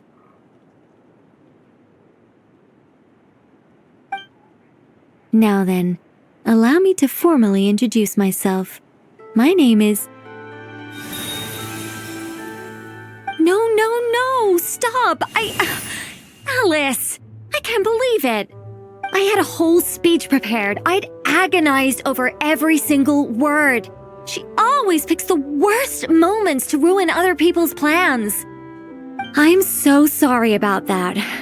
Alice took the liberty of devising some bespoke self-introduction magic for each member of the Hexen Circle. But I could have sworn I deleted all of the triggering conditions for it. How did it bypass everything? Oh gosh, this is so embarrassing. This is a very different side of Nicole than what we're used to. Is she not used to face-to-face interactions? Don't worry about it. We've seen that introduction magic once already, so it wasn't too much of a shock. Please go on, Miss Nicole. We'd love to hear what you have to say, or, well, communicate. Huh? Are they talking to this lady? But... Will you all promise to forget that horrendously embarrassing introduction? Sorry? Embarrassing? When?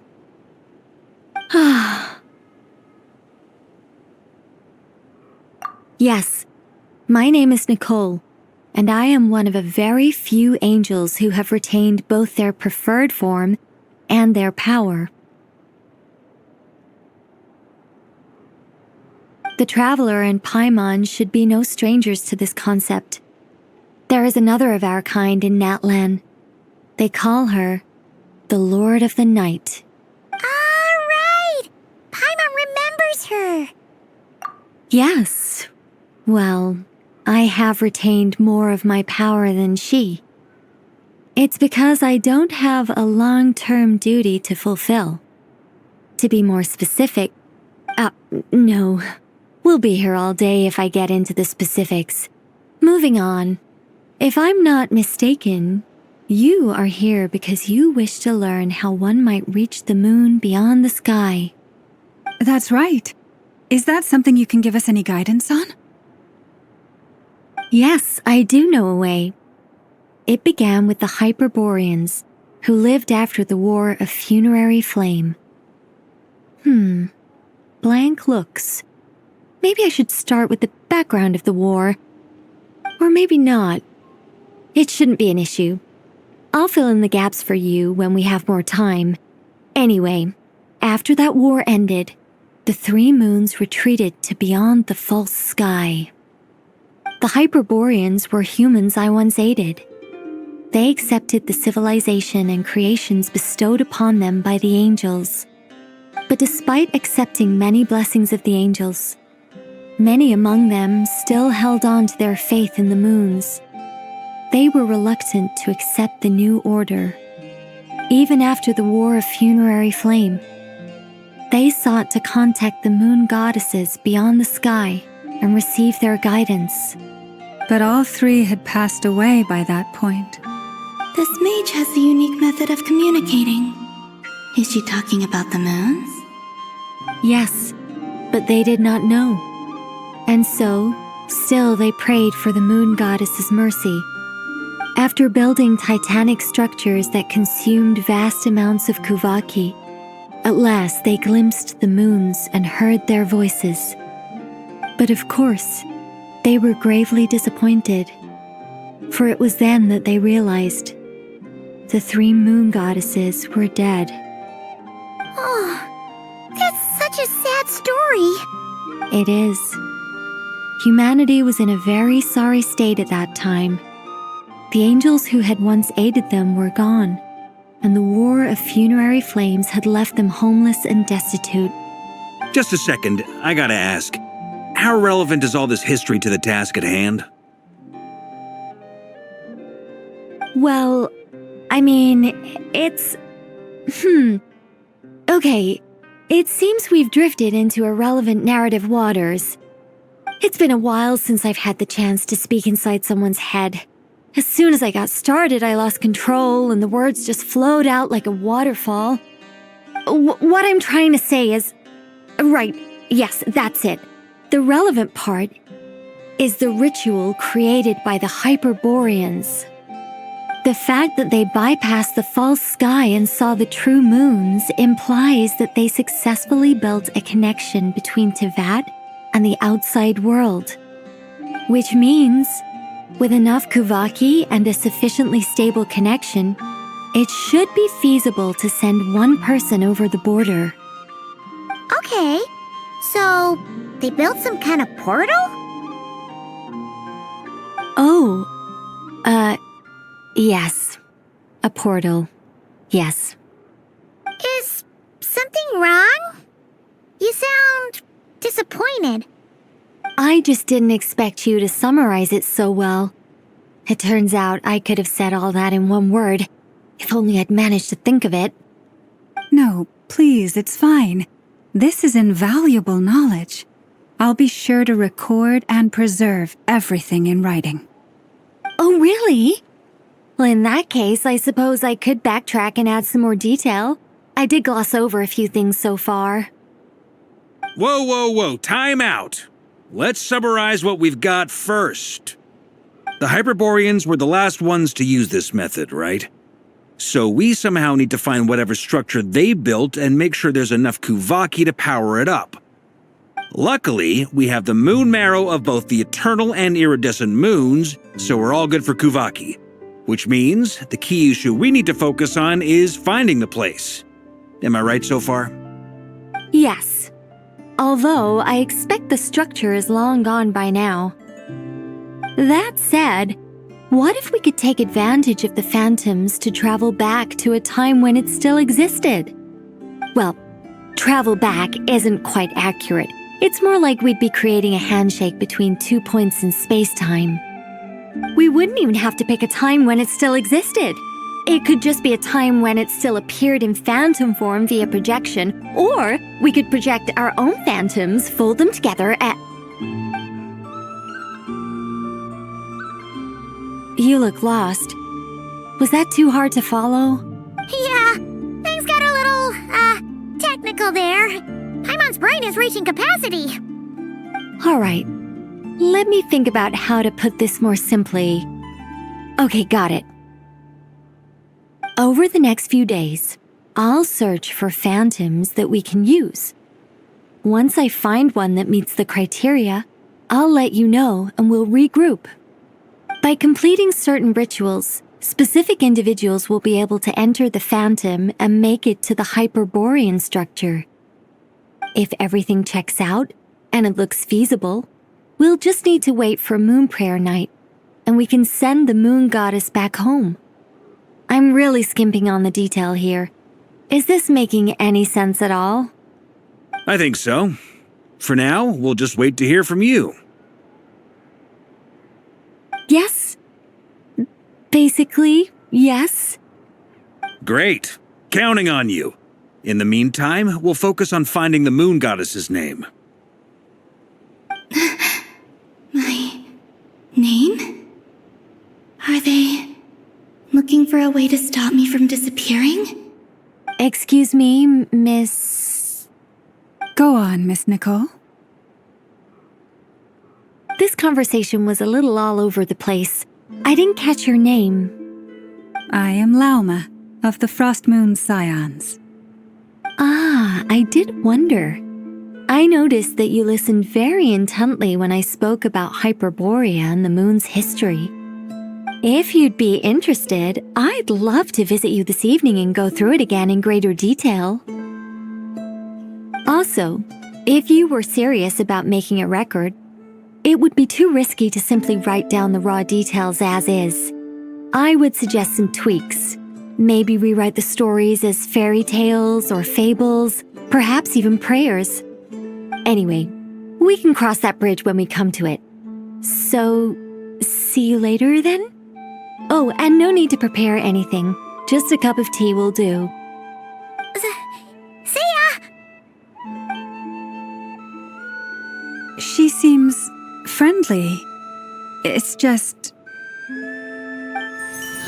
It's so nice to find someone who's actually willing to listen.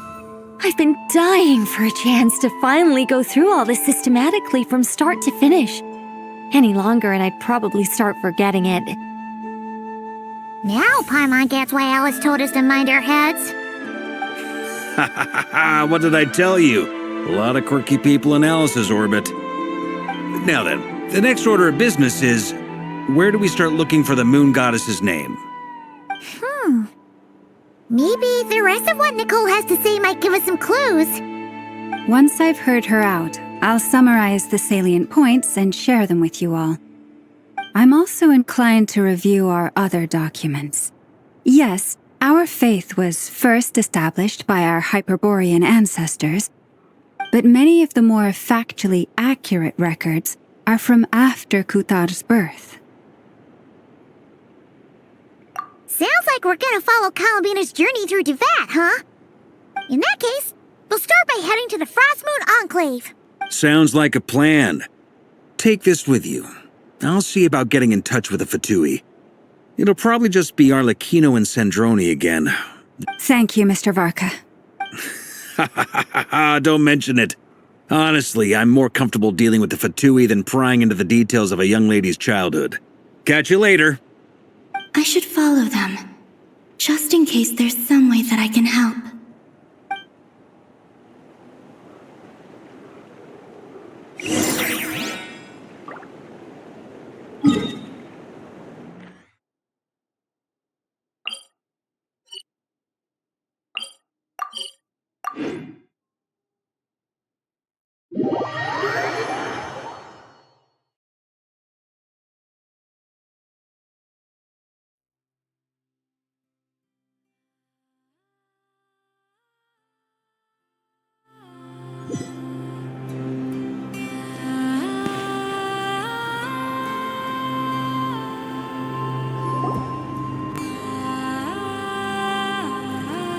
A while ago, I took the time to organize all documents in our possession that pertain to Kutar. What you see here is the material I consider reliable.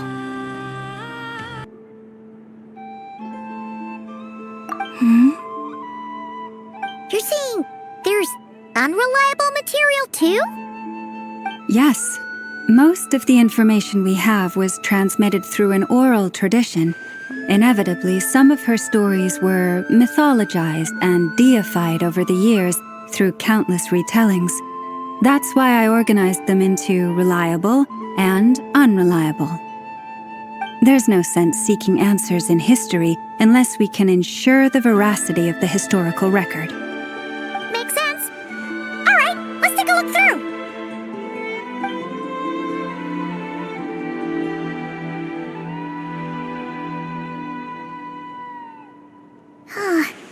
Almost all these records refer to Kutar instead of Columbina.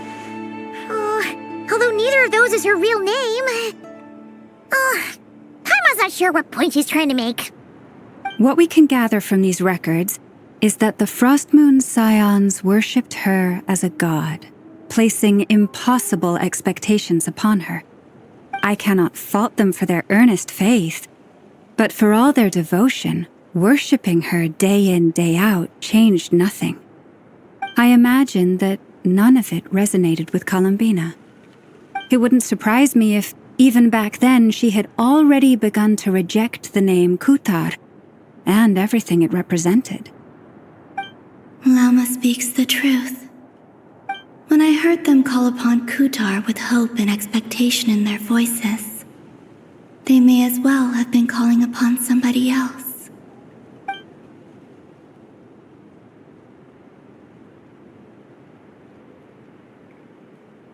Well, that's a bit complicated.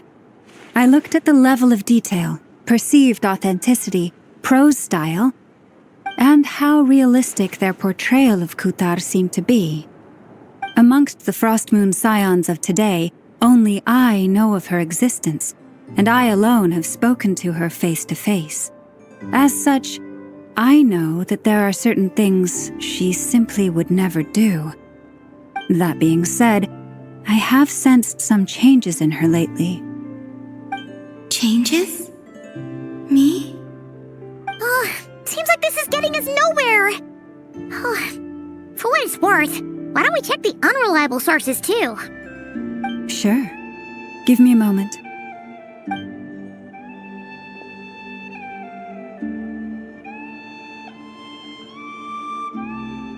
Exerting but a fraction of her divine might, Kutar sheared a great mass from the snow-capped mountain and cast it into the sea, upon whose surface shone the mirror image of the moon.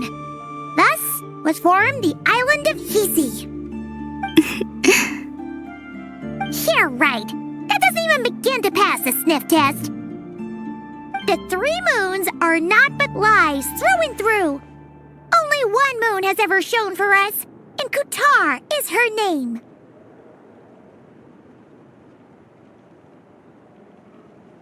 The vast majority of ancient texts are filled with fanciful tales like these. I trust you understand my criteria a little better now. Kutar did not speak, merely gazing into the distance in silence. And where her gaze landed, this was her prophecy. Clearly, whoever wrote this text never even met Kutar. Otherwise, they'd know that her eyes are always closed. What about you, Traveler? What are you reading?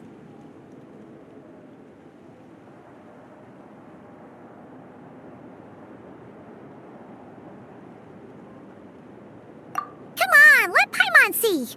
The child wished to build a wooden nest with which to shield a fledgling bird from the cold. But being so young and lacking in strength, the child could not snap the branches from the trees. Kutar was passing by. Upon seeing the child, she summoned forth the Kuhenki, who built a beautiful nest for the child. I remember that. Not knowing the meaning of Kutar's divine intervention, the child dared not to respond, and thus ran home to call their parents. But Kutar was gone. The moon chanter declared the event a miracle and took the nest as a relic, placing it on high for all to see. The child was named as one favored by the goddess and was greatly respected amongst the people. Yet, no further miracles were bestowed, and this matter was forgotten in but a few years. Any thoughts after reading that? Yeah, Columbina probably just wanted to join the kid in making nests. I'd originally considered this a fabrication, because Kutar did not perform any similar actions in subsequent records. But now that I think about it, it does seem like something Columbina would do. It's just that... She didn't know how other people would interpret her actions. She was probably worried about making things difficult for people. So, she gradually stopped joining in. Yes. Oh, that's so sad.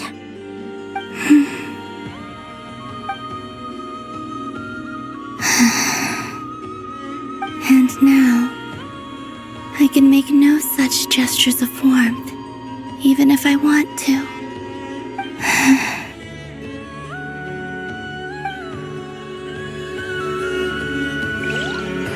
Still no name. That's a bit of a shame. But we did learn some interesting stories. That's gotta count for something.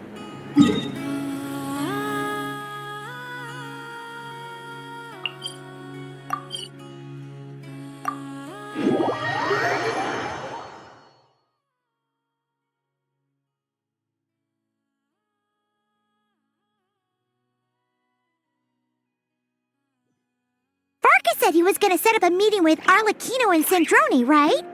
Let's go back to Nasha Town and see how he's doing.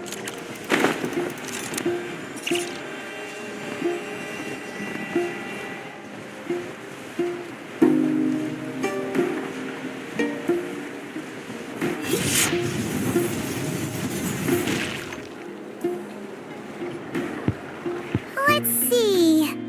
There's Varka. Oh, and it's Durin and Albedo, too!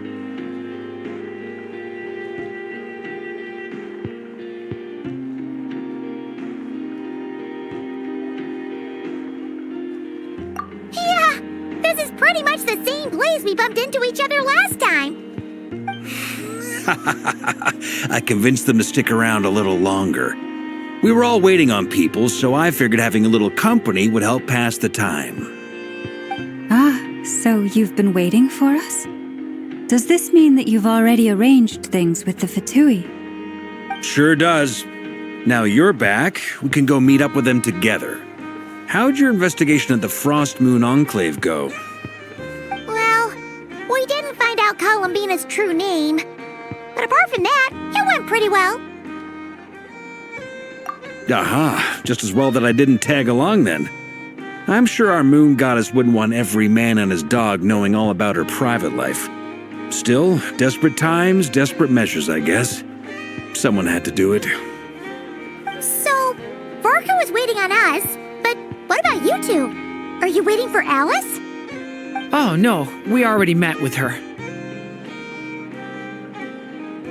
We discussed that experiment I mentioned to you last time. Oh, and she also handed me this communication device.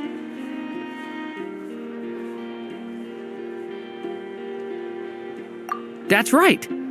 I understand she informed you about the relationship between the phantom phenomena and Tevat's borders, yes?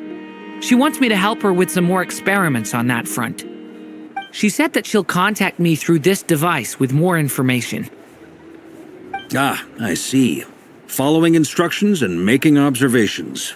Pretty common research method. Takes me right back to Albedo's lab. Wait, then who exactly are you meeting? Someone you know. Albedo's met him too.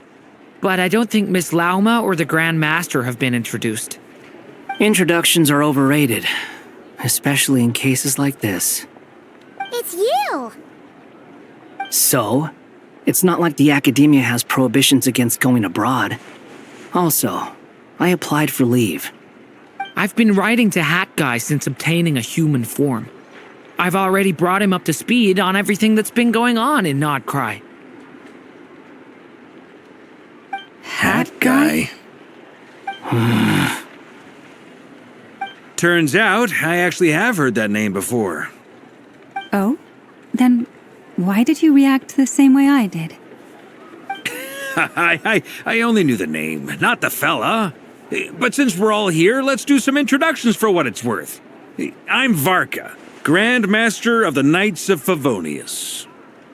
Lauma, Moon Chanter of the Frost Moon Scions. And I'm a Driosh from the Vahumana Darshan of the Sumero Academia. Hat Guy. Good to see you again, Mr. Guy.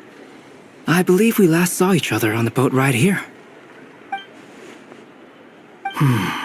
Mind you, the only reason I came here is because there's someone I want to look into. Who's that? The Doctor, also known as Dottore, second of the Fatui Harbingers. From the tone of your voice, it sounds like there's bad blood between you. I was reviewing our archives and noticed that a lot of information about him was missing. Left a bad taste in my mouth. That's all there is to it. Dottore, or Zondique, as he was then known, once studied at the Academia, but he got kicked out before he could graduate.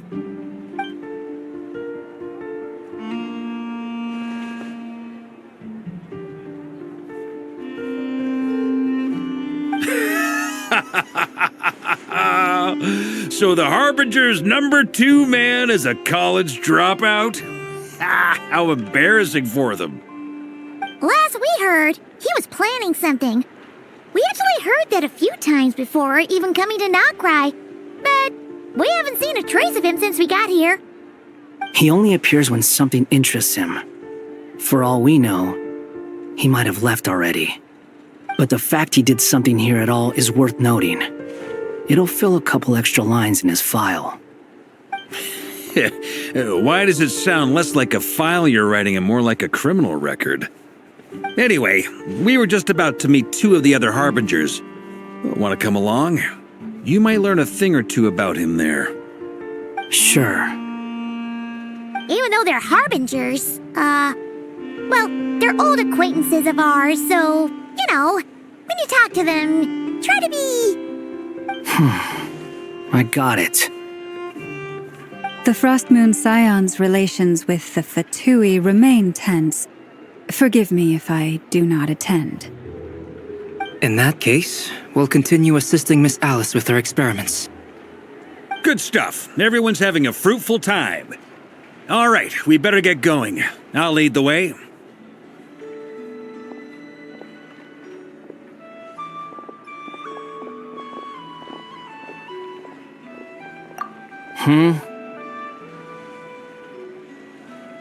Well, yeah, that's obviously part of it. But I'm not the only one who has a score to settle with him. Neither you, nor Lesser Lord Kusanali, nor I want to see him meddling with things again. What's the hurry? Don't worry. Pigeons always know which way home is.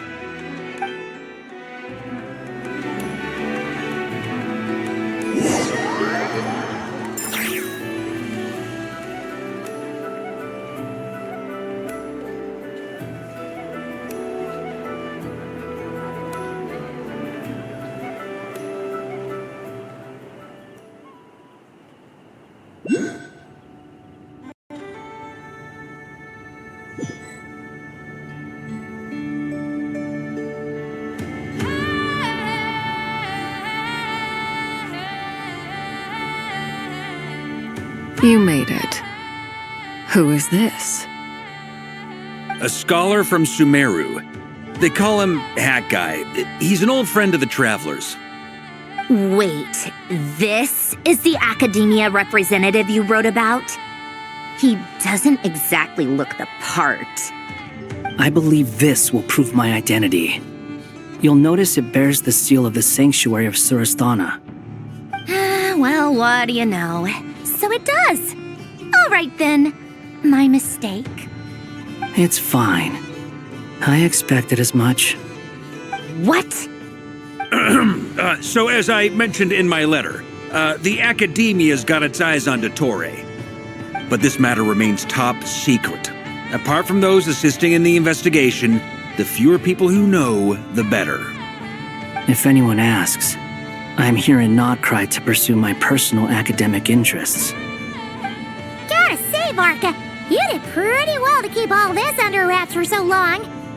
Sounds like you got in touch with the Academia about this way back. You flatter me. Where do I even start? Remember that time we fought Rerir at Star Sand Shoal? He sure let me have it then, didn't he? I'll bet Dottore had that all sketched out, with me as his convenient little pawn. He could not care less about us if he tried, but hey! The feeling's mutual. Does Dottore really strike you as the sort who values his relationships with his colleagues? Fair point. Definitely not. Which is why I always keep my guard up whenever he starts making suspicious moves. To that extent, our motivations align. On top of which, I consider you trustworthy people. Now, back on topic. In the wake of the Reikir of Solnari episode, Sandrone and I grew suspicious about Dottore's complete inaction during the entire affair. So we tried to find out what he'd been up to, but unfortunately to no avail. He never lets anyone in on his plans. The more he cares about something, the more secretive he gets. Indeed. Perhaps he believes that by keeping a low profile, he can avoid trouble. But that trick isn't going to work on his colleagues. Yeah, I mean, he's been researching the ancient moon's remnants, and he's been trying to get his paws on the moon marrows. Only an idiot would believe he doesn't have something more planned. With this in mind, I returned to Snezhnaya and relayed my thoughts to Her Majesty the Tsaritsa, entreating her to have him recalled. That's pretty direct. Did the Tsaritsa agree? Yes. I made it abundantly clear that the Fatui's business in Nocturne is almost concluded, and we do not need 3 harbingers in this territory. Her Majesty concurred. Accordingly, Dottore has returned at her orders. I imagine he is continuing with experiments. which no one besides he would ever have any interest in. Common sense might mean nothing to him, but he's not stupid. He knows that no good can come from opposing the Tsaritsa. Smarts alone won't get him all the way. He needs the Rooster's resources and Regrator's Mora, both of which the Tsaritsa can strip from him by waggling a finger. But doesn't he have a track record of publicly following orders while going against them in private? He probably has it down to a fine art by now. Wouldn't put it past him. We worked together on a research project once. Only briefly, but it was enough to show me that we're fundamentally different people. He has no interest in doing things methodically, stage by stage. His thoughts jump all over the place, and the moment his curiosity is satisfied, or he gets the results he wants, he disappears. The only similarity we share is that, once we set our minds on doing something, we will see it done, whatever it takes. Oh, we definitely saw some of that in your battle with Rerir. You got so competitive. Ugh, do not remind me. Then I believe we all concur. Dottore will not simply give up. Fantastic. Now this is turning into a whole day of unpleasant memories. Ugh. Are you talking about the moon marrow stuff? He also strikes me as the kind of person to disregard experimental regulations, ruin all the equipment, and go way over budget. Then leave the first person he can find to deal with the fallout. Exactly. This one time, he was running some high-temperature experiment and the substance exploded. But does he care? No. He orders his subordinates to open the device so he can observe the results, which causes the gas inside to leak out. That gas was poisonous! If I hadn't been there, who knows how many people might have died. And after all that, he left while I was still cleaning up after his mess. What a waste of time, he said. Waste of time? The nerve! He wasted my time! You've been bottling that up for a while, huh?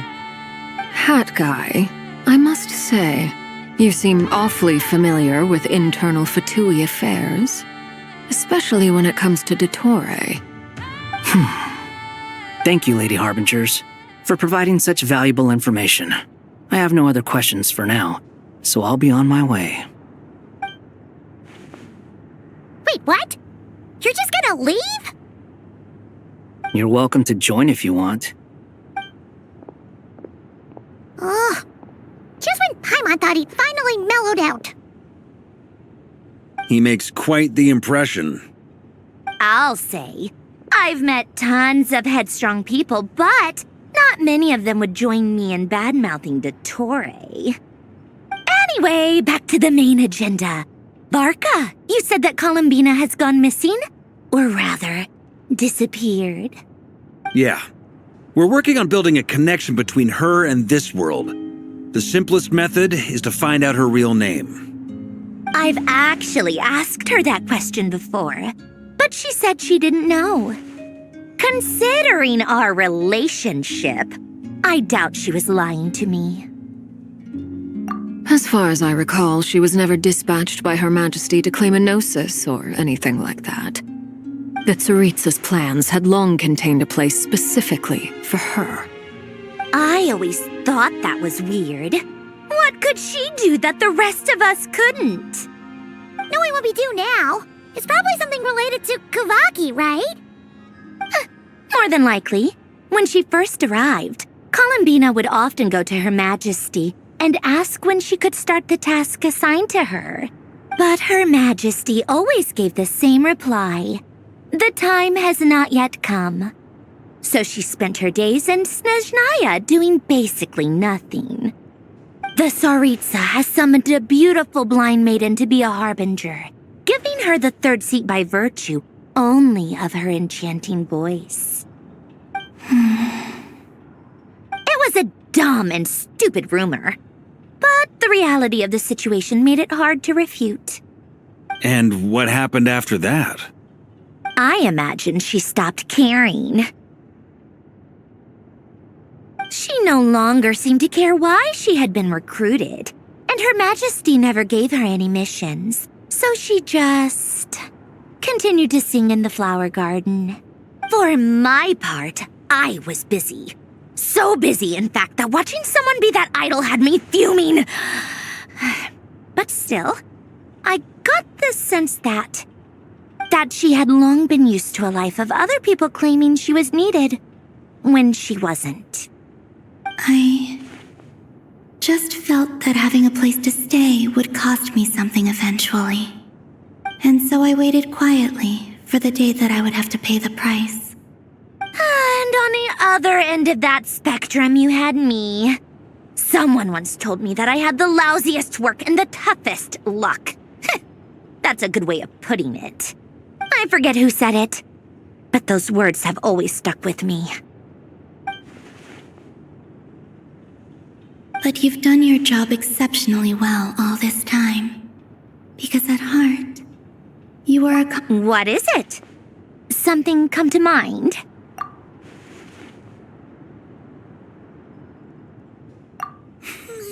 That makes sense.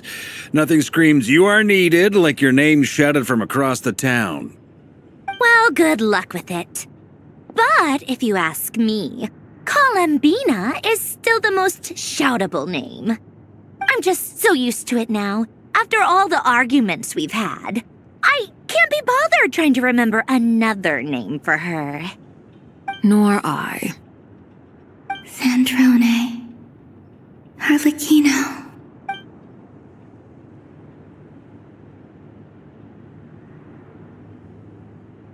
Huh! It's a Sealy!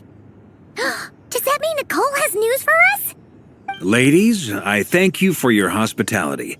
If the chance ever comes up, I definitely owe you both a drink sometime. I'm sure it will. You can make your own way out. Heck, you've been here enough times, you probably know your way around better than I do. Okay, time to do what adventurers do best. Follow that Sealy!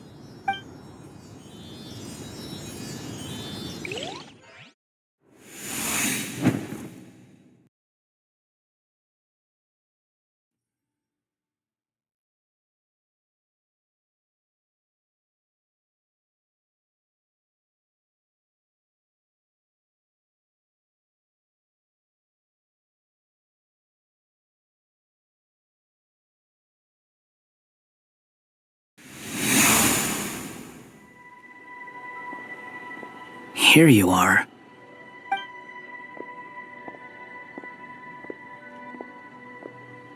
Oh, hat guy. How come you're back so soon? Did things go all right with the Fatui? Fine. Dotori's been summoned home by the Tsaritsa. Couldn't get much more than that. How about you? Any progress with the investigation? Unfortunately not. We've tried everything. Different phantoms, different locations, different points in history. But the results are the same each time. Abyssal monsters roaming the land. People crying out in despair, with no hope of being rescued. Every time I see it, I can't help but think, is this what it was like in Mondstadt when Dragonspine Durin attacked? And if I fail in the task I've been given, will I create yet another tragedy? That's just meaningless speculation. When we encountered similar phenomena previously, I tried to interfere with those illusions, using sounds and lights to guide them. However, we could not change their fates. At most, we were able to extend their existences. The events of the past are like fate that has been written into Irminsul. There isn't a living thing in Teyvat that can escape its past. But Miss Alice instructed us to try to find ways to change the outcome that these phantoms face. It's an impossible task. Can't you just refuse? Since she asked us to do this, I feel like it can't truly be impossible. Or if it is, well, mages can make the impossible possible. I could not have been born as Durin otherwise. But you also said that your past 39 attempts were fruitless. That's true. But you're still going. Yes. After this many futile attempts, surely you realize that you're not doing this because you still believe what some mage told you. It's because you want her hypothesis to come true. It's something you wish for deep inside. So, think for yourself about what you want to do. As long as you don't believe it's futile, it isn't. Yeah. Previous experience indicates that we cannot touch the phantoms, which limits the effectiveness of our interventions. If we want to clear this hurdle, we need to break this rule somehow. Same thought here. Following the same rules means repeating the same failures. Reducing ourselves to mere playthings of fate. So you mean we need to figure out a way to make contact with them despite knowing that we can't? Yes, and I suspect that's something only you are capable of. Everything in Tevat is logged in Irminsul, but the withering that once occurred in Sumeru was a sign that the Great World Tree was being corrupted. This corruption allowed things that should not have existed in Tevat to appear. This is tantamount to rewriting reality to an extent. You're saying abyssal power might be able to affect those phantoms? No one's ever tried it before. If you're gonna try it, it'll take courage. And you have to be confident that you can control it. Is anyone there? Has anyone seen my daughter? She's missing. I have to find her. I hear someone inside. Spargana? Are you in there? If I can use my abyssal powers to warn him that there is danger here, maybe it'll change his decision. Maybe he'll stay away. Yes. The important thing is not the nature of the power, but rather how you use it. To intimidate and obstruct.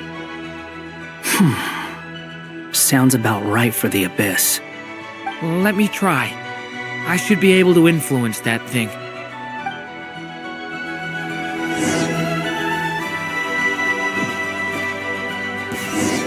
Have you seen a little girl? What? This isn't the time for that! Just run!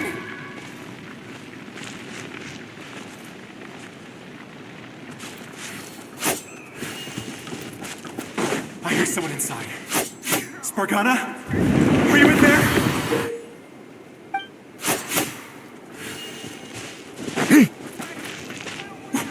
What is this? Looks dangerous. I should get out of here.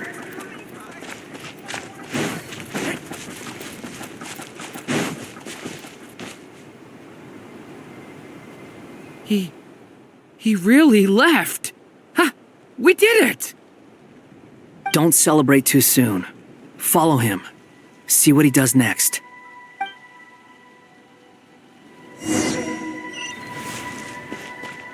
Monsters approaching from the front.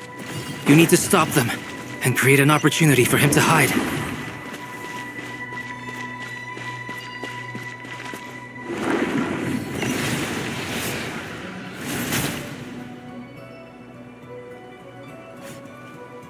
Help me!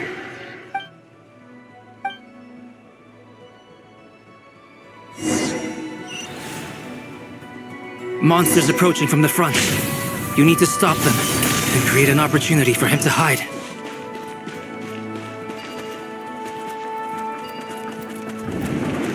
No! There's monsters ahead!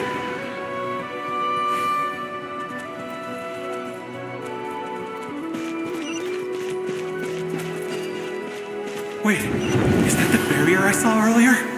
Why is it appearing now? It's as if someone's controlling it.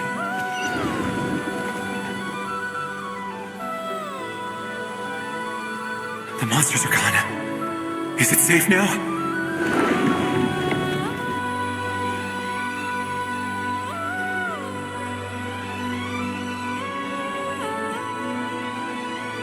The barrier's gone too. How odd. Anyway, I guess I'll keep going. Quickly, Let's keep up.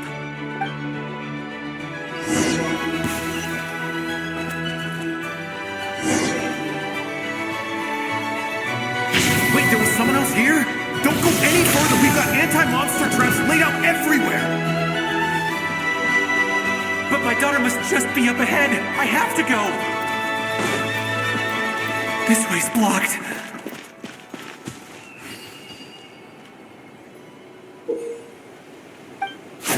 Despair?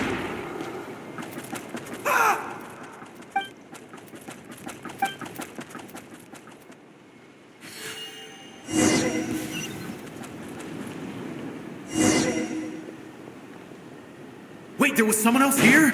Don't go any further. We've got anti-monster traps laid out everywhere. But my daughter must just be up ahead. I have to go.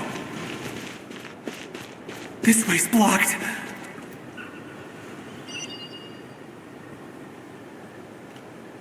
We might be able to use the explosives over there, but we need to take care not to hurt him.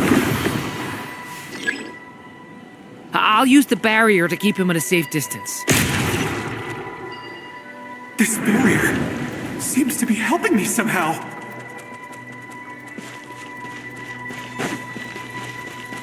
Hey, wake up! Oh, no good. Gotta keep moving ahead.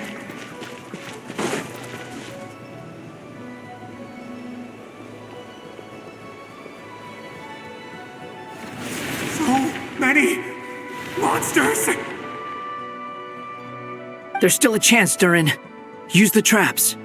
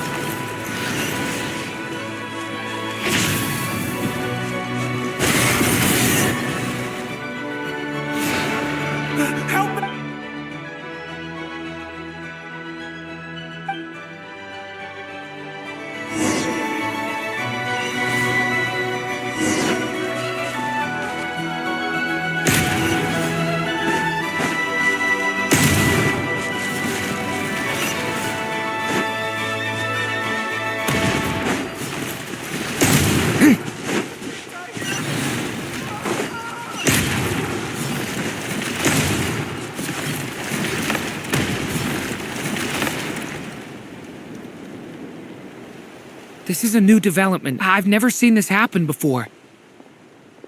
We might just be able to save this person.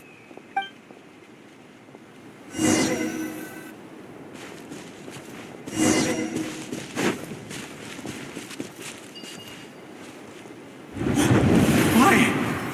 How will I know where Spargana's gone like this? You know what? I'll trust this strange barrier. It's gotten me this far after all.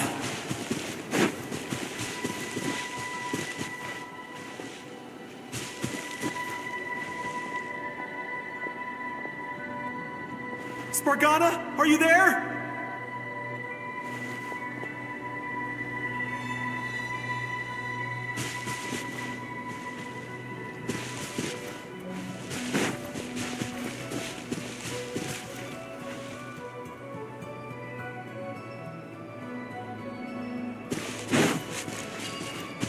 What? What's this? Hey! Let us out! Hey!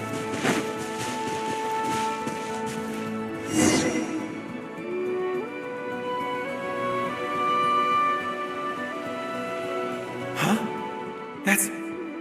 That looks like one of my daughter's books!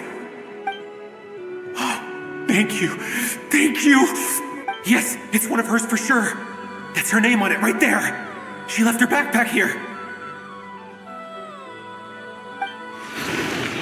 Durin, just like last time. Use the explosives.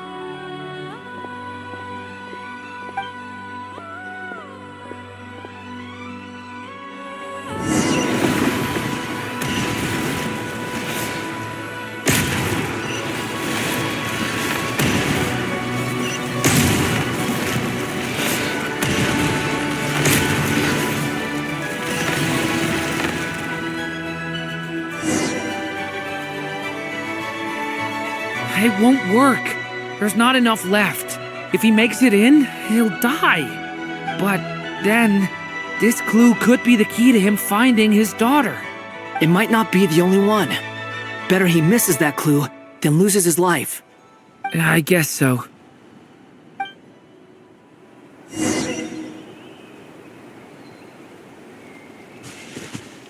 Stop him, Durin.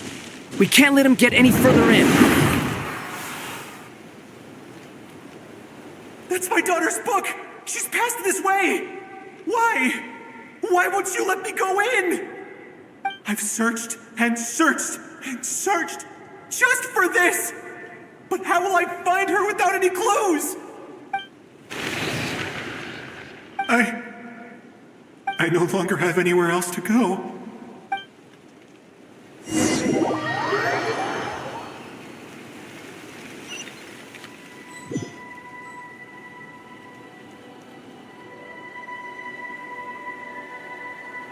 I'm sorry.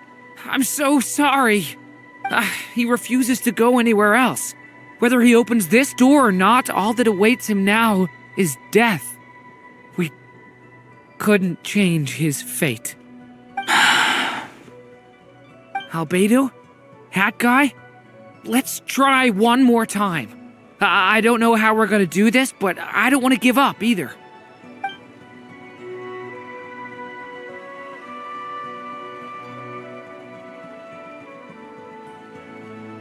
Why am I here?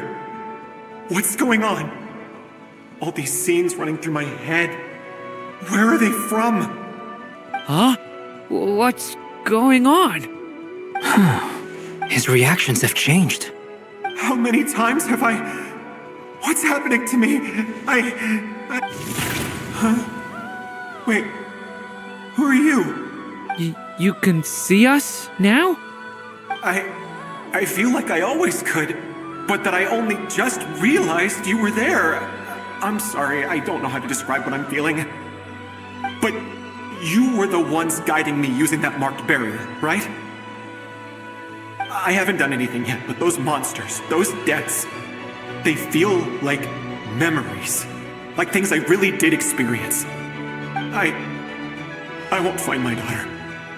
In fact, I'll ultimately die trying to find her. Isn't that right?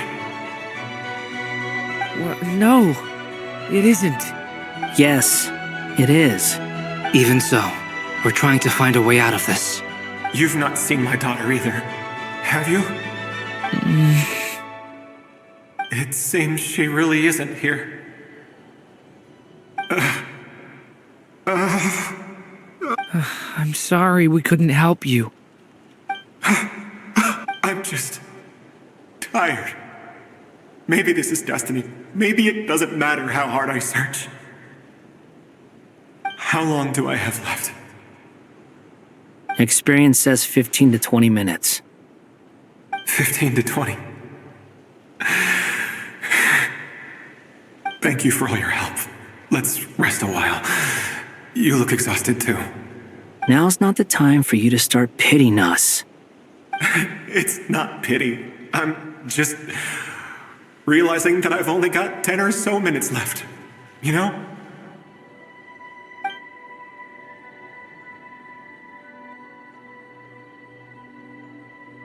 You say you're from Mondstadt, yes? A place with windmills, where people enjoy limitless freedom? And you're from Sumeru, where they've built an academy into a giant tree? Yes. It seems you've never heard of either place. Those names are unknown to me, I'm afraid, yes. Have you heard of Hyperborea? I have, but I heard that it was destroyed in the distant past. I see. That was where my ancestors once lived. What about Delphi Pytho? Was it later rebuilt? I've never heard that name. Then what about Sal Vindaknir? I have seen that name on stone tablets on Dragonspine. But I'm afraid the only things left of that place are its ruins. I see. Sure enough, there was no way to turn this around, huh? I'm sorry. I was the one who asked to chat, but it seems like we're too many ages apart. There's barely any common ground to start from. It's alright. We did hear something new, at least. From how you speak of your lives, things must be going alright for you, I guess. They are. Mondstadt is a place of freedom and happiness. There's a lot of good people in the church and the Knights of Favonius, and even outsiders find that it's an easy place to feel at home. We have festivals a few times a year. Everyone gets together to drink, sing, and be merry. Sumeru is a lot more uptight. Not really the kind of place where you can relax. It's a nation fraught with problems wherever you look. But if all you want in life is to seek knowledge, I guess it's pretty much paradise. That's wonderful. In other words, after this all-devouring black tide passed, humanity did not merely avoid extinction, but rose to build prosperous civilizations anew. I mean, I can see you all right now. That must mean the future isn't a total mess, right? That's true. Well, time's almost up. Let's part ways, I think. Might be best if you don't waste too much time on me. The chances are slim, I know, but I'd like to spend these last few minutes looking for Spargana. If things work out, I'd love to tell her about what I've heard. May we meet again. Well, or not, most probably. In that case, may your wishes come true.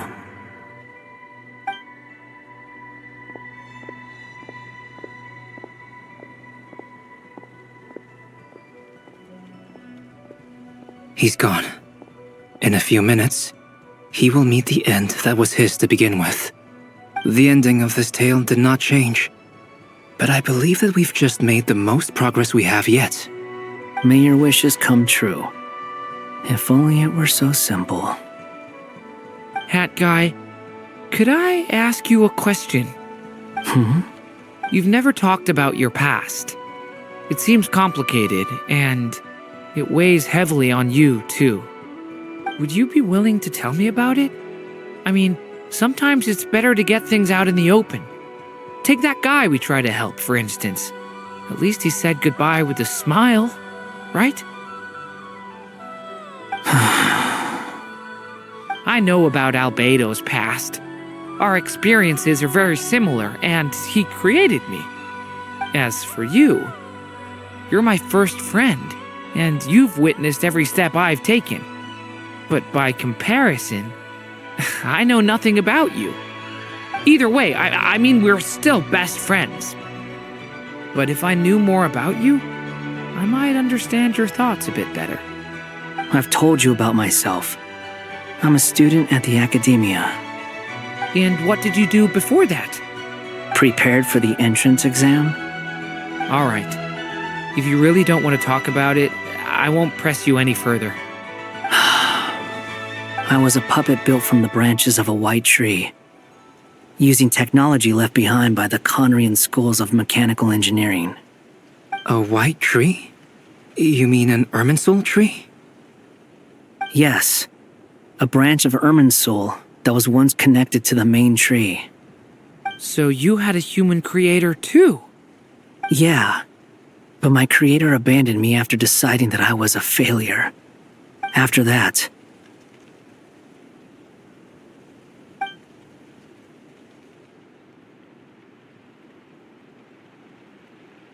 Durin, resisting the influence of the abyss, suppressing the urge to destroy, trying to do the right thing. None of these things are easy. But no matter how hard they are, trying to rewrite past wrongs is far harder. You asked me if you would create a new tragedy if you failed. I told you there was no point speculating about that. But the real answer is, yes, You absolutely will. That guy. But at least you've got people here to help steer you away from the wrong path. So, just keep aiming towards the light. I will. I promise. Alright, break time's over. Hello? Dirk? Hello, friends, it's me! What have you been up to, I'm detecting some unmistakable fluctuations here at the border. The amplitude isn't particularly high, but they're completely different signals from the ones before, and the scale is comparable to those I've detected previously. Alice, we were unable to save that person. However, he appears to have retained a portion of the memories gained through that cycle, and was able to hold a conversation with us. I see. Well, that is rather odd indeed. It definitely merits further attention. Could I trouble you to keep trying the same approach? I need to gather some more data. Counting on you. I should probably have Nicole come and check this out as well.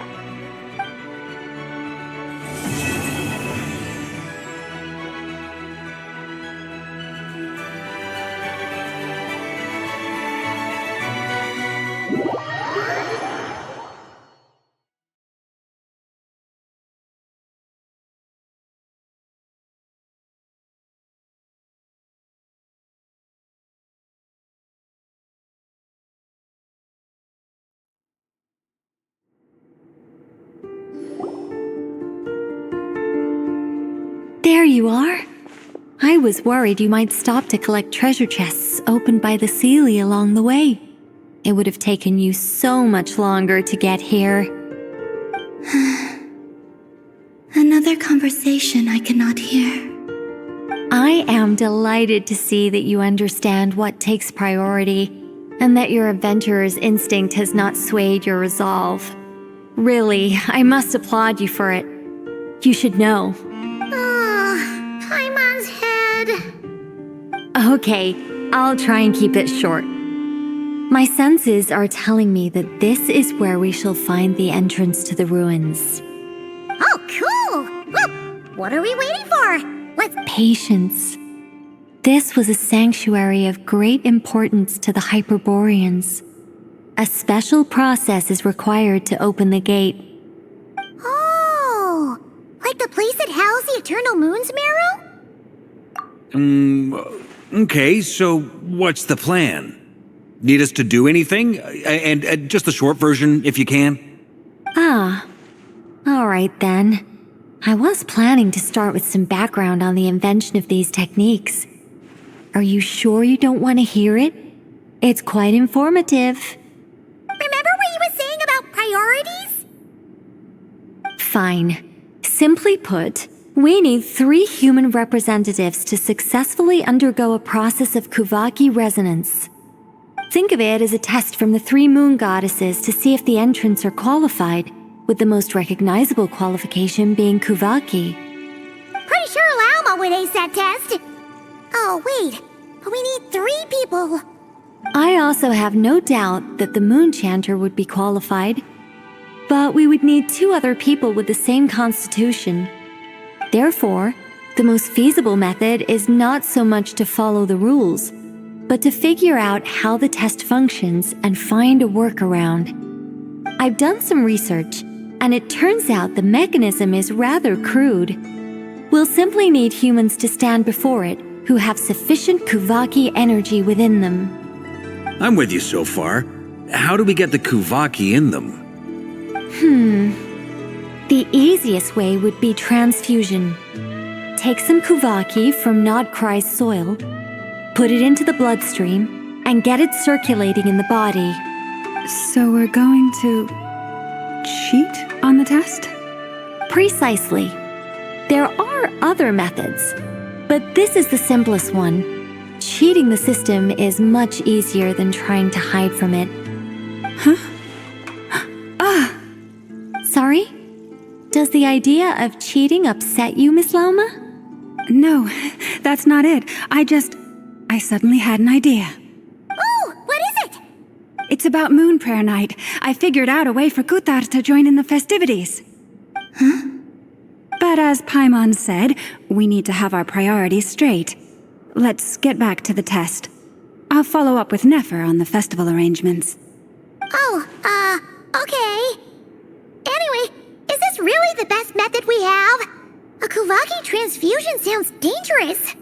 If you think that's dangerous, wait till you hear the other methods. I'd be more than happy to go through them if you'd like. There are several. No need, we're good. Let's go with this one. Very well. Kuvaki transfusion it is. Now, I should mention that the risks can be greater or lower depending on individual compatibility. It would be rash to simply infuse the Kuvaki and hope for the best. If the body rejects it, the reaction can be quite severe. The symptoms are similar to another condition that some people living here suffer from, known as congenital Kuvaki sensitivity. So, before we execute our plan, I will perform a simple test of my own to see who is compatible and who is not. Once that is done, we will have to complete the resonance process as rapidly as possible. The participants must remain stationary while the Kuvaki circulates and bonds with them, and they mustn't eat or drink anything. What? No eating or drinking? That's some hardcore fasting. They'll all be monks by the time they're through. 3 days. Oh, that's so long! And we still need to find 2 more people who are not just compatible, but also willing to volunteer. Fasting? What are they talking about? Really? Don't you want to think this through? Haha, count me in too. 3 days without food? I can handle that. Miss Nicole has made it clear that this is the easiest way. The way I see it, there's nothing else to discuss. It's time to step up. Yeah, you're right. In that case, Paimon volunteers to be captain of logistics. She'll keep the fires lit and grab some spare clothes to keep you comfortable. Then we'll start with you first, traveler. Please step forward.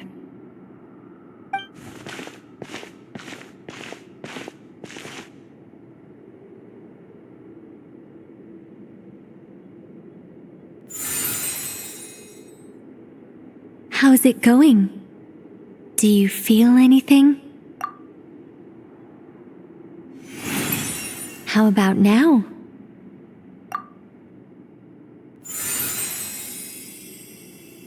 And now?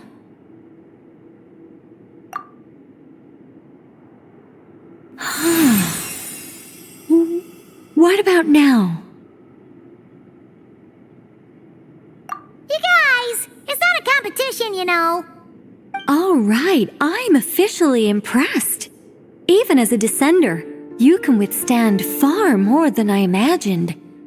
It's like I summoned a giant stone titan to arm wrestle you, and your arm hasn't even moved an inch.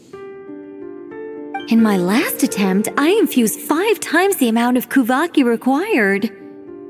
Yes, safe to say, compatibility won't be an issue for you. You're eligible to join. You're next, Mr. Varka. Sure, here goes nothing. All right, I'll start where we left off. 5 Whoa, whoa, whoa, hey, wait a minute. How's it going? No, not great. I kind of want to puke. Feels like I've been drinking too much. A few bottles of wine, then a big stein of Dark Horse, with some hard liquor from Liyue mixed in. You think this is funny? I just lost to a young lady in an arm wrestling contest. I'm never gonna live that down. My apologies. I'll lower the concentration and try again. Oh. How's it going now? I'm not as dizzy as last time, but I can still feel it pulsing around. In that case, you wouldn't be an ideal choice, Mr. Varka. Let's try someone else. Okay, let's go ask some of our other friends then.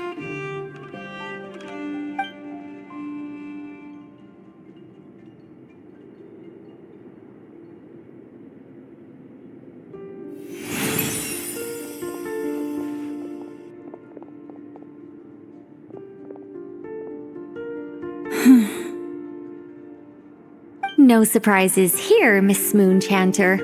You're perfectly compatible. You may join.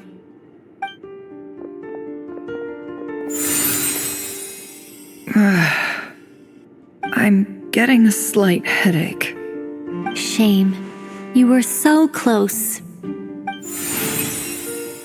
Whoa, I'm itching all over. Allergic reaction. We can't have that. Huh? Well, are you gonna start a what? The Hexenzirkel is an organization that cares for and protects children. We will not have them do dangerous things. Not even tests.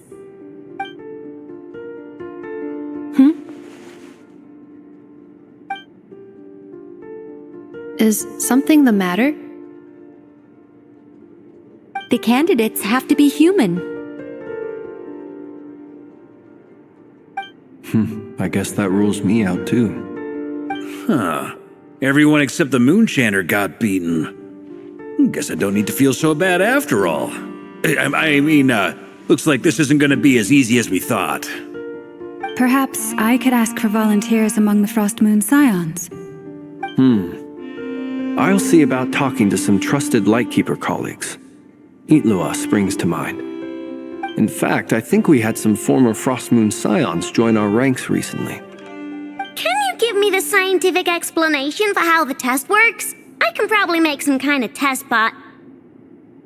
Then we can just zip through Nasha Town, going up to people and pressing a button to check their status. Wouldn't that be way easier? No. Wow! No elaboration for once.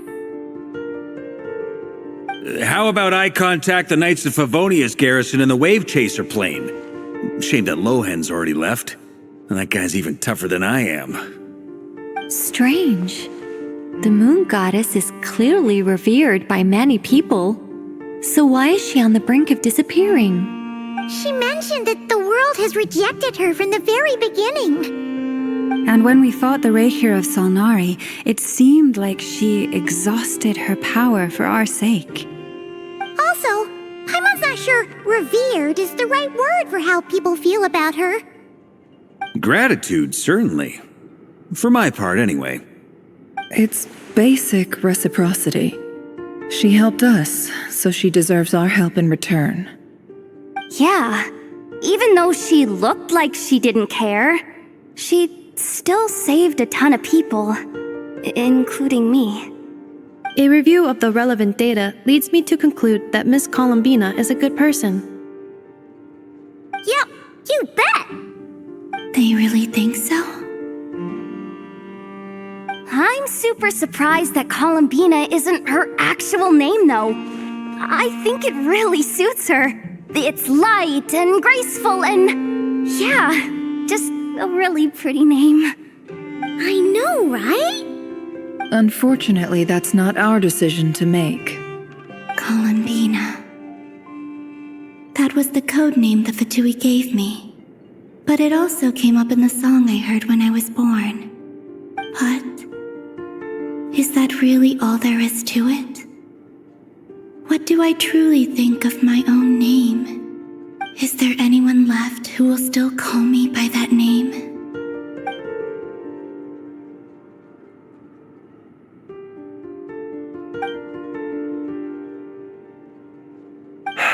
Moonprayer Night is getting closer by the day. We're running out of time. We need to look for other candidates. Then allow me to try. Huh? What are you doing here? You contacted your friends via the Adventurers Guild. Sandrone has been keeping an eye out for something like that. So since I have the ability to accommodate a moon marrow, I should prove to be a suitable candidate. Arlecchino. When can we begin? I see. We can begin right away.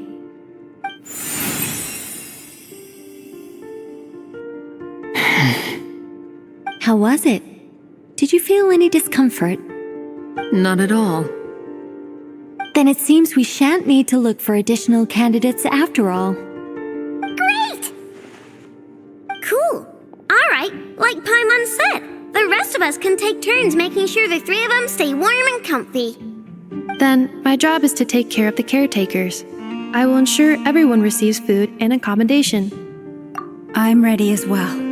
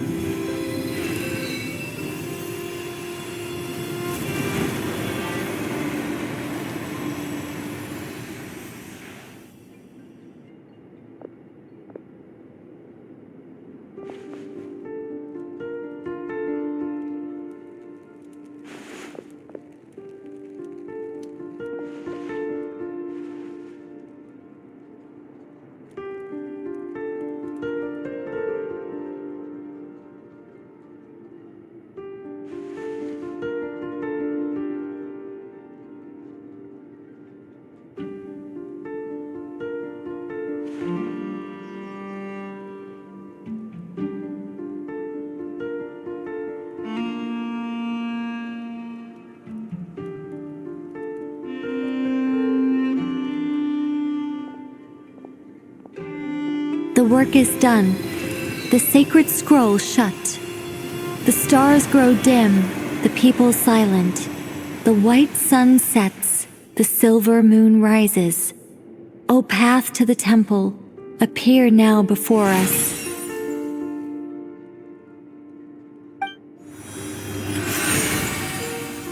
Wow!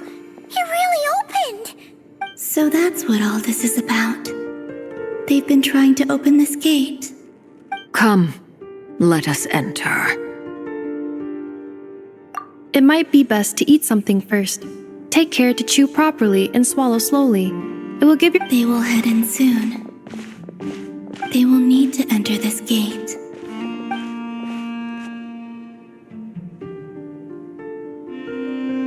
Huh? I cannot pass through. Is it because I have no physical body? It has been 3 days. My strength is all but completely faded. Can I really hold on until Moon Prayer Night?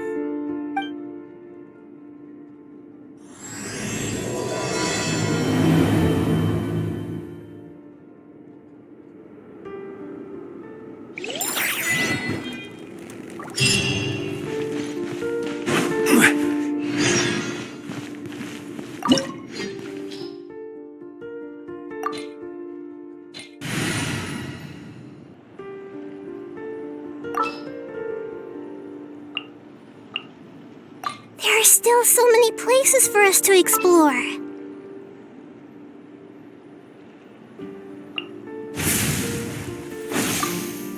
Ready to ride!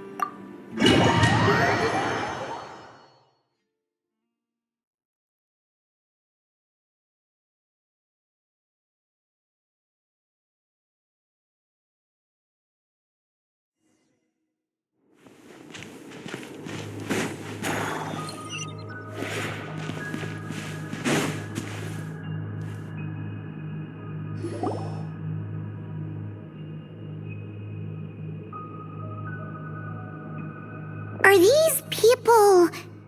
Judging by their clothes, they appear to be phantom Hyperboreans from the distant past. That could mean they have some clues about the moon goddess's name, right?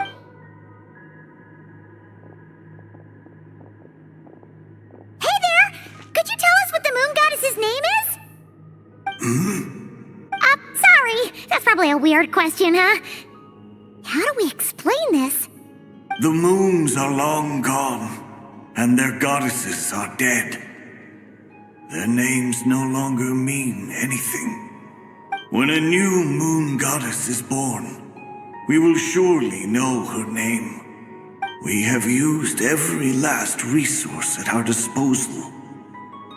All that remains is to wait, patiently and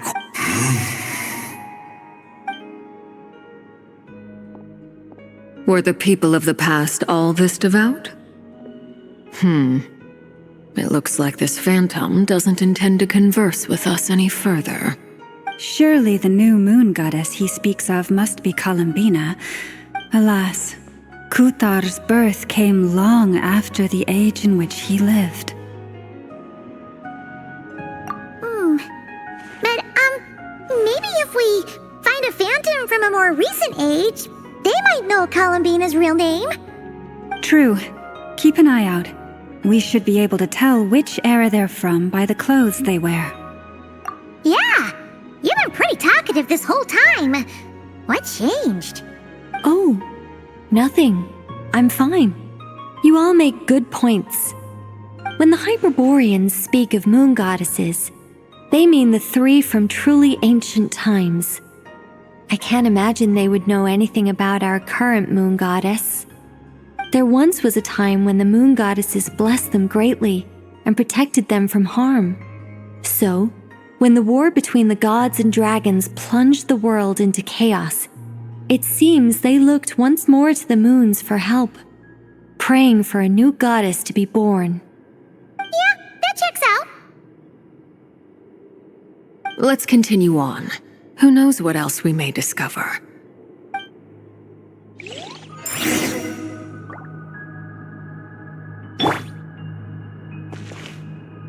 Full throttle! There's a door blocking this path. Not a problem. Try this.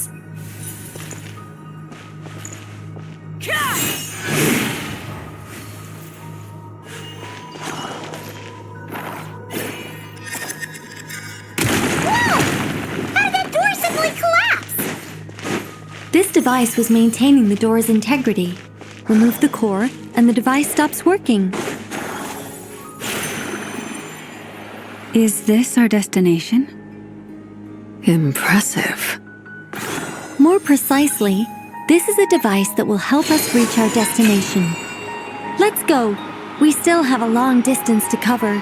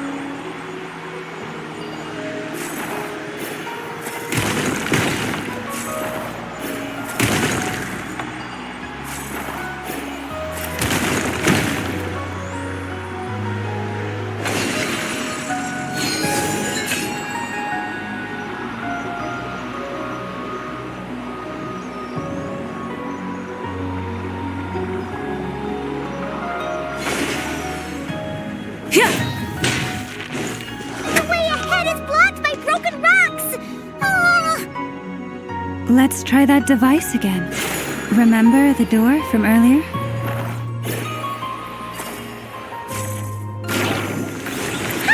So it works in reverse, too! The humans we see are all phantoms, but the monsters are real. What a fascinating place. There'll be plenty of time to admire it later. Light of the blazing sun! Try and stop me!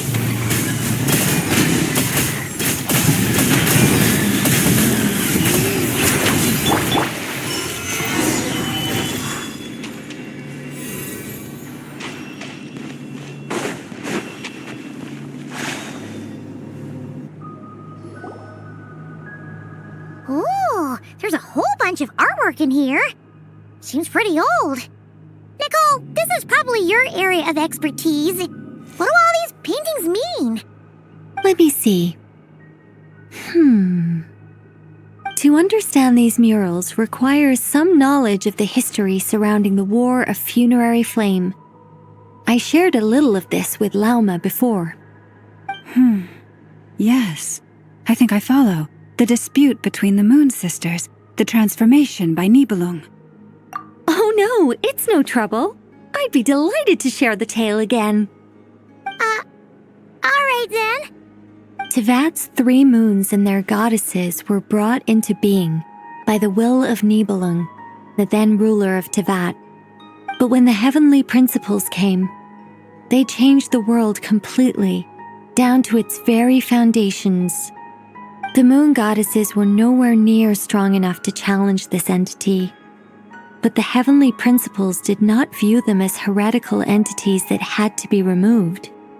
Essentially, the three moons existed to keep this planet alive and operational, which did not directly conflict with the heavenly principles' aims. Nevertheless, the inherent precariousness of this arrangement would soon be revealed. Nibelung returned. Yes. He did, and thus began the War of Funerary Flame, a battle for dominance between Nibelung and the heavenly principles. Discord would soon emerge between the three moon sisters. One would voice the opinion that they should follow Nibelung, for it was he who first hung the moons in the sky. Another would argue that taking sides in the conflict would only bring the world closer to ruin. There was no telling where it would lead, especially since their creator had returned bearing the perilous power of the abyss. Nibelung would eventually discover their disloyalty. He had all three imprisoned before transforming the moons into weapons with which to fight against the heavenly principles. What? Weapons? Yes, the very moons that had once defended the planet became instruments of death and destruction, striking terror into the hearts of all living things. And although the heavenly principles and the three moon sisters had once been at peace, it now seemed that the moons posed an unacceptable threat to Teyvat. It is possible that the heavenly principles did not know of the goddess's imprisonment. If so, the weaponization of the moons would surely have been viewed as an intentional breach of the peace agreement.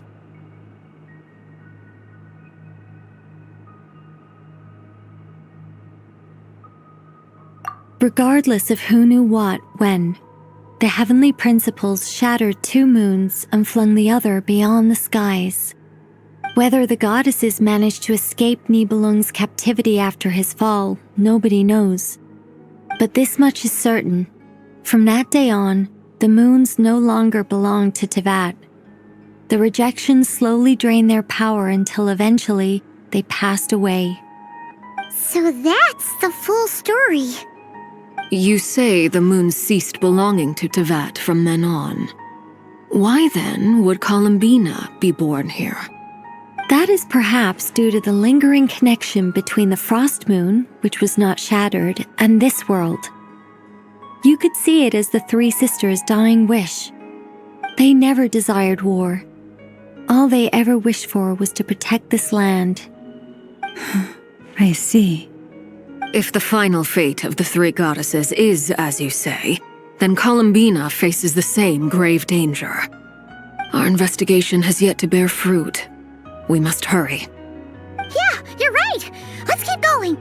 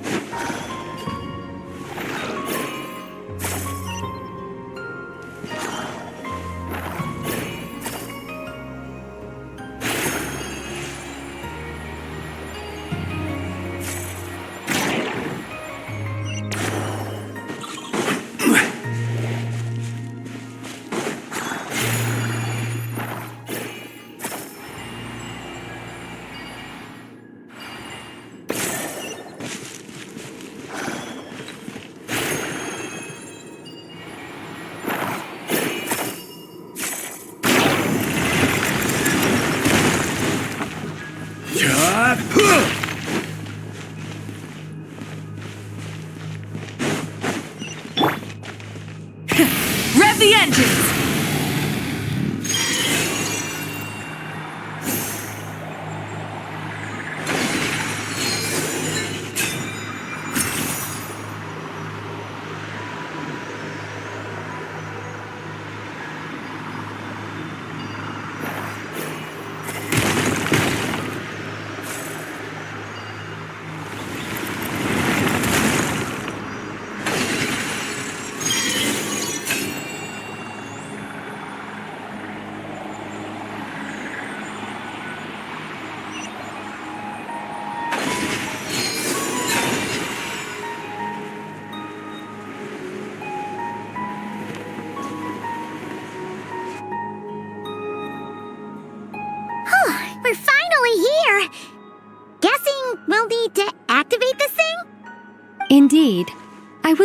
worried about that at first, but as we got closer, I sensed that the Kuvaki within it flows unimpeded. It should be functioning normally. The only issue is how to activate it. It's looking a little worse for wear. What about the cores from some of the other devices we've seen? Can we repair it using those? In all likelihood, yes. I imagine that would have been the Hyperborean's backup plan. Let's look for some cores.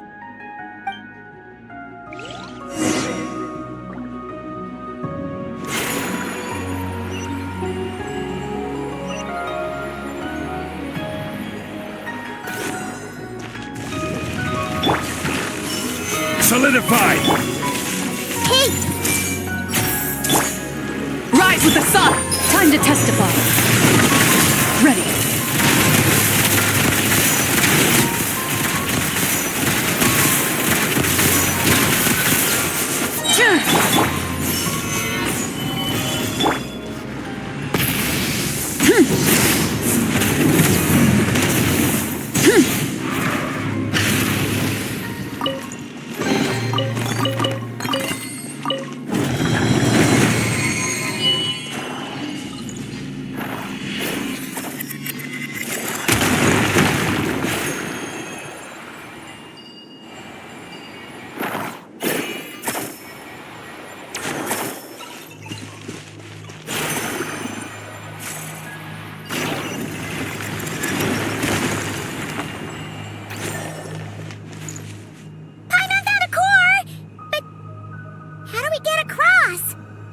Walk up, then jump down.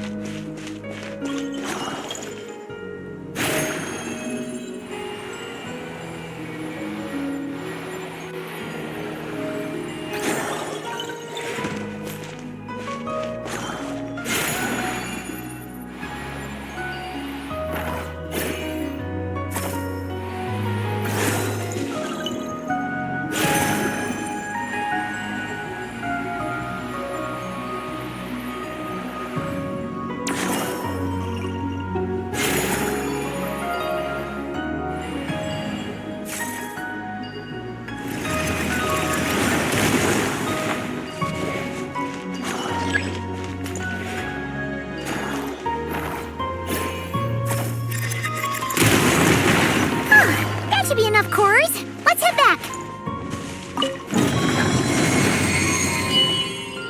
Full throttle!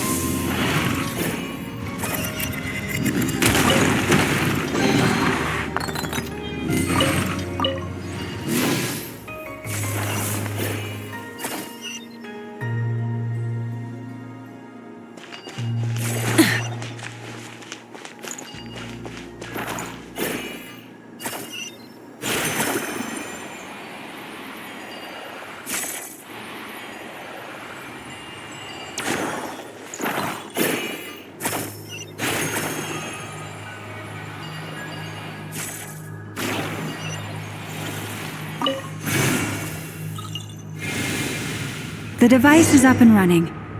It's hard to believe that the ancients were capable of constructing such things. Paimon sees our destination! It's right up ahead! Yes, let's go.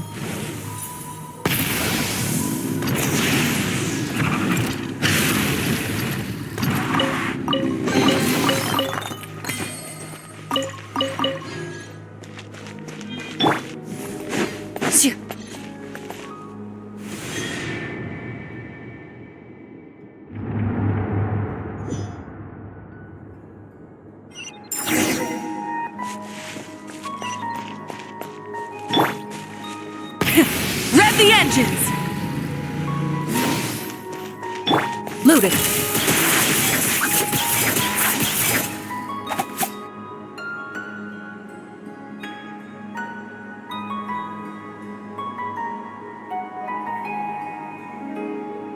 This is where the people of Hyperborea communicated with the moons. We need only place the moon marrow upon this platform on Moon Prayer Night, and we shall be able to open a portal to the moon and send our moon goddess back home. The assumption being, of course, that we can find her first.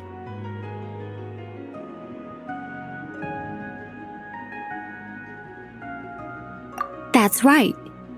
You want to know if it's safe there, don't you? And yet, she has no choice but to return. That's not the only issue here. This is the end of the line, right? Despite looking at historical artwork and talking to people from Hyperborean times, we're still no closer to learning Columbina's name.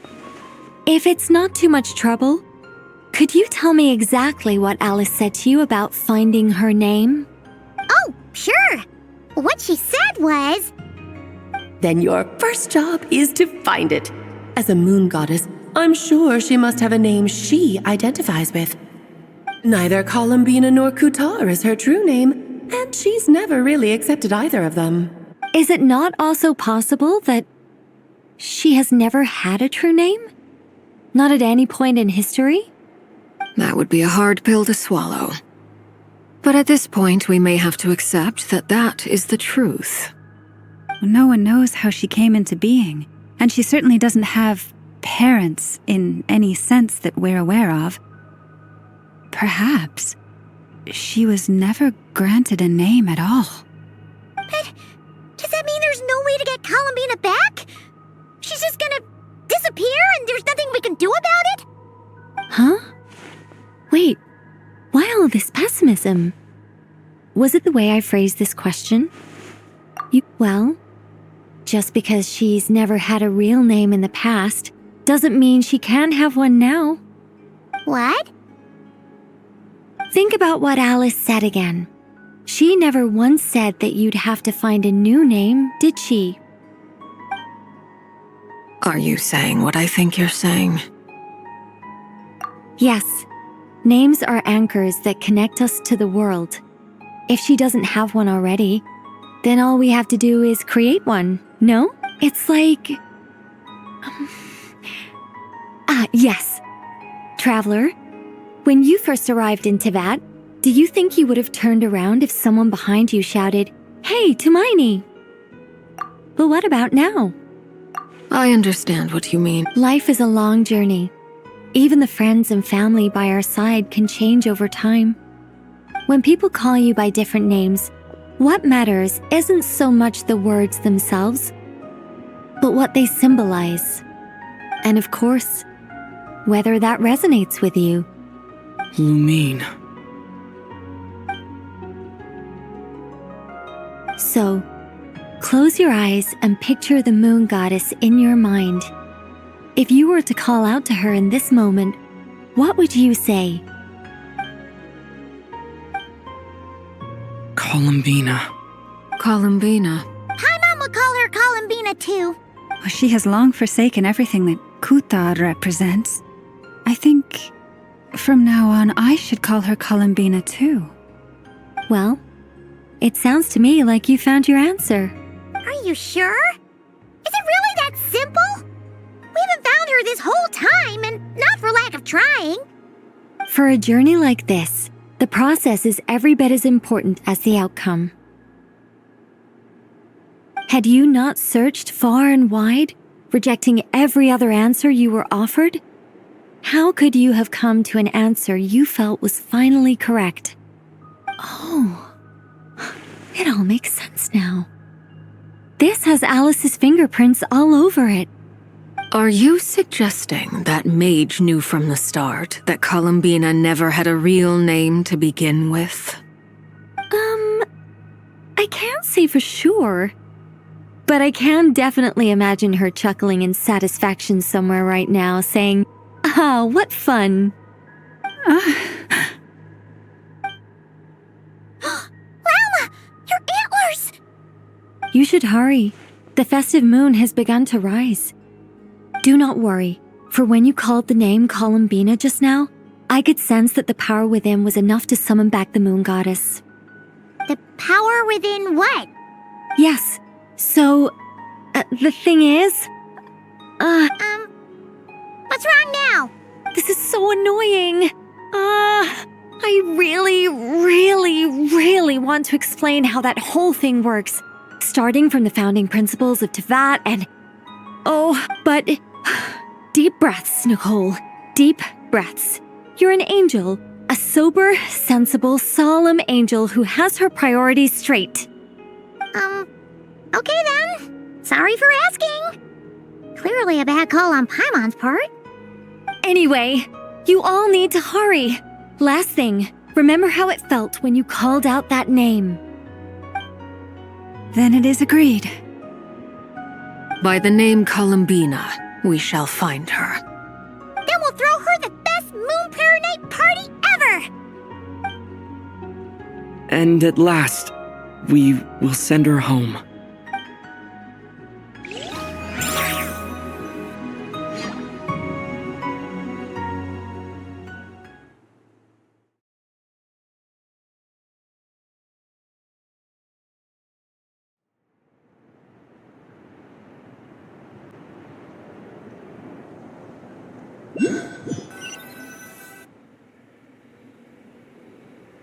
I can barely move anymore.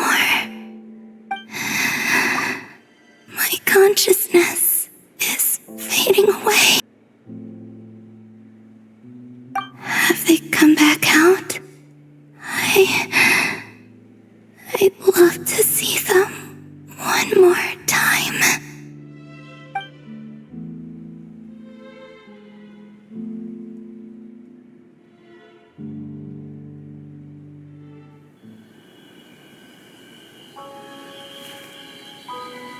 They didn't make it.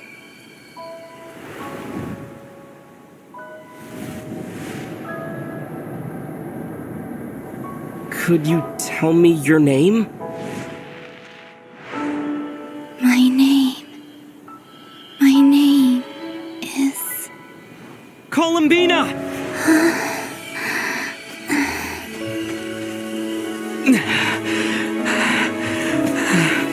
Columbina!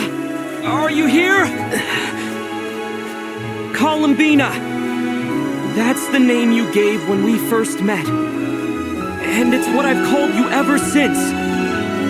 Columbina. It's a fine name. I have many fond memories of Columbina, and so do all of your friends.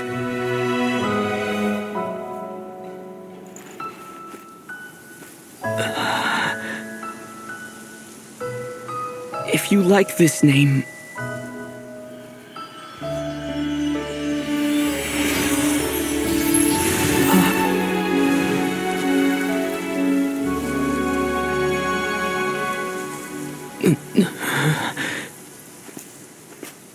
Looking for me?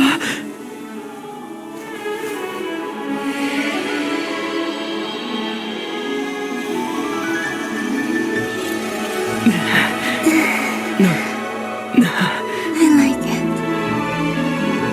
You can carry on using it. My name is Columbina Hyposelenia.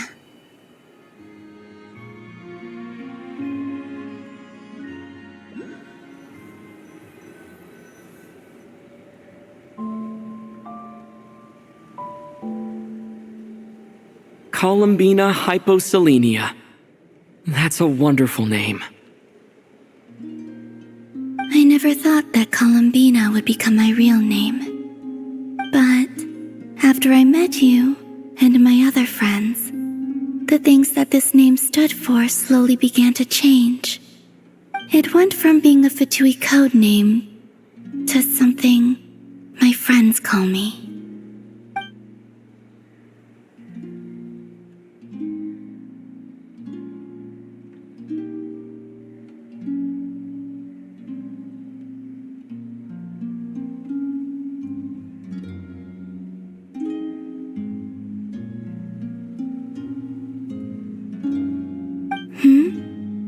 What is it? Why aren't you saying anything? I'm just so happy for you. Thank you. So, where's everyone else? We can go and meet them very soon. Everyone went to different places to try calling your name. Great. I'd like to thank them as well. Everyone's done so much for me. Searching for my name, entering those ancient ruins. Huh? Wait, so you were... Yes, I was there. Not physically, but my consciousness was still holding on. I followed you the whole way. Starting from when? You turned around and called out my name while you were in Nasha Town. Do you remember?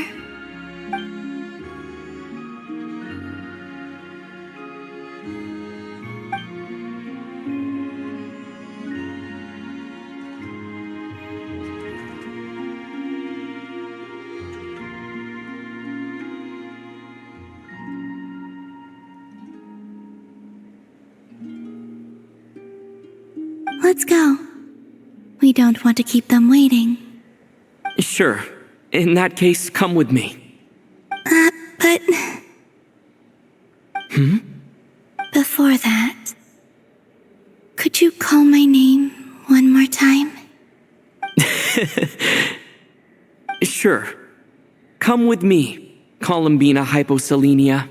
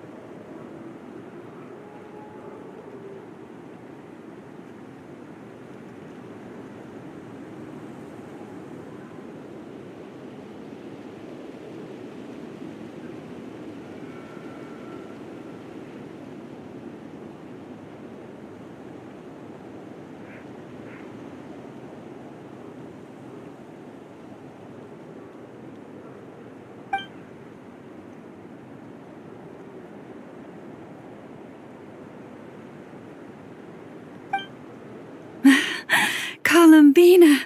Oh, this truly is wonderful. Llama, I can't breathe.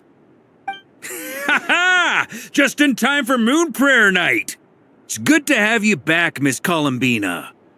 Yeah, we were worried sick. Thank you, my friends. With your help, I now have a name that belongs to me. Columbina Hyposelenia. Where's the second half from? You added it yourself? That's right. It means...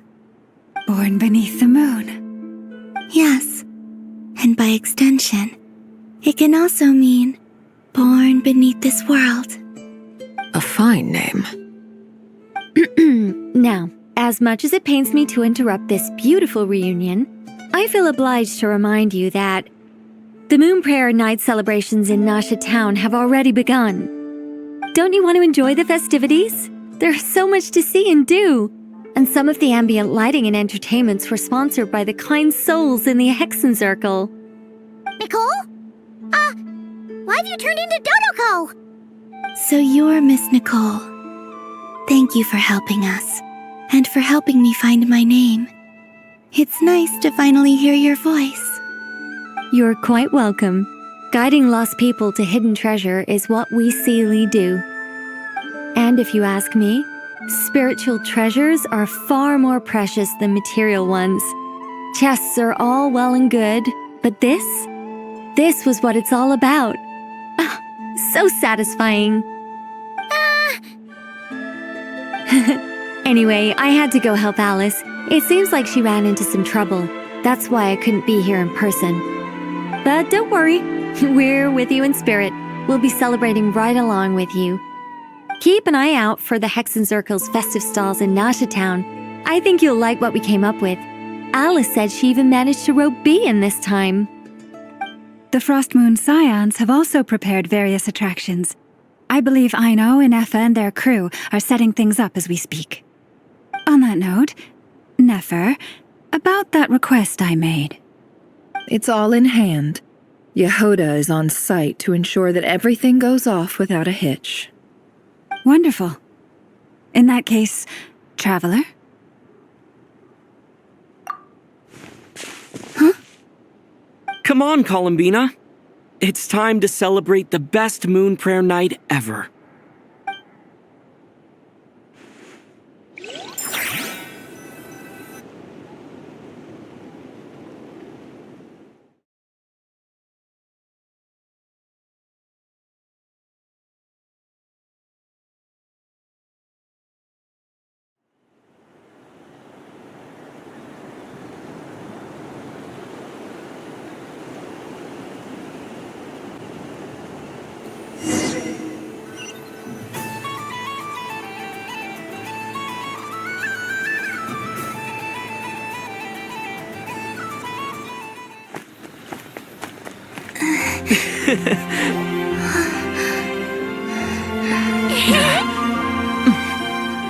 Hey, young lady. Would you like some Moon Prayer Night candy? Happy Moon Prayer Night. Oh, yeah. I almost forgot to say. Welcome home, Moon Goddess.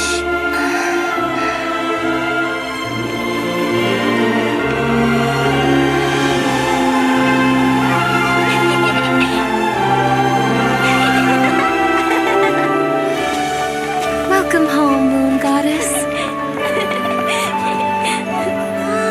Welcome home, Moon Goddess. Welcome home, Moon Goddess. Turning Nasha Town into her home is a festive gift. A rather brilliant idea. Perhaps this is what Nodcry, Columbina's home, should have been like all along.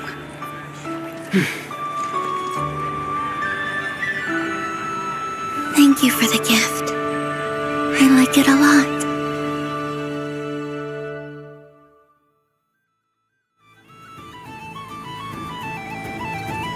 This feels like the surprise of my life. I do. I never imagined I'd ever get to enjoy Moon Prayer Night with everyone so freely. If you're happy, we're happy. Quite a strategy you came up with. Hide the tree in the forest.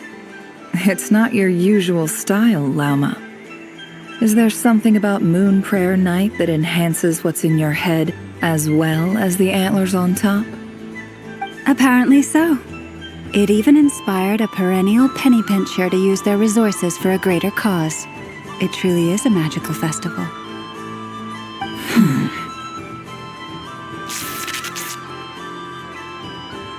I see it now. This bickering is actually a sign of a strong relationship. Huh?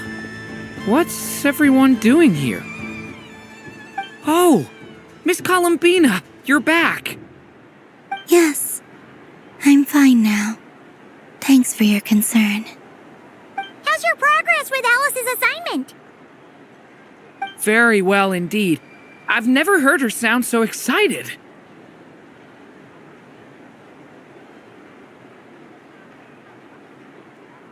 Not like this. This time, her excitement seems more serious. Seems like she's had a major breakthrough. She said she'll contact us once she knows more. In the meantime, we're free to relax and have some fun. Enjoy the time off while it lasts. I have a feeling that our next task won't be so simple.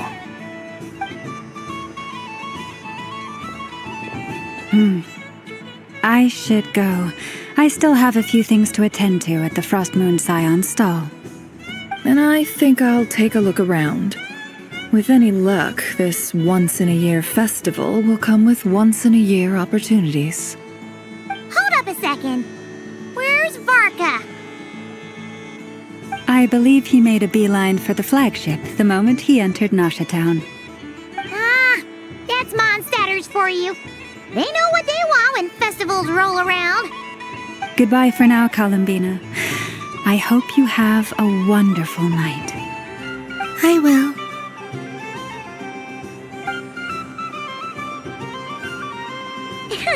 Well, in that case, don't just stand there. Get out there and have some fun. You'll definitely get a warm welcome at every stall. Oh, also, take this map with you. It's a guide to the festival.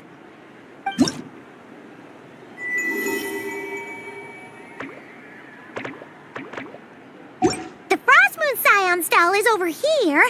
Lauma's invited a whole bunch of cute animals to celebrate too. Over there is the Hexencircle section. Alice seemed more excited than anyone about this festival, so she insisted on making it a grand affair. Oh, and then there's the Nasha Town local specialties, including... Actually, forget that. Better if you go check them out for yourself. Thank you. It looks like a lot of fun. You're not coming with me? We'll be around. But don't you want to browse by yourself for a bit first?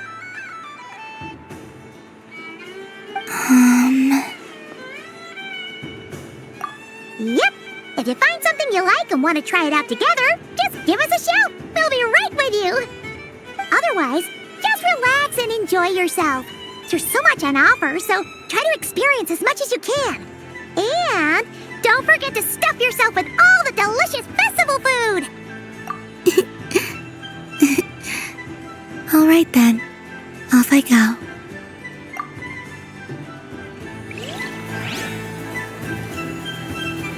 Where should I go first? This must be the mage's stop. So this is the Frost Moon Scion's area.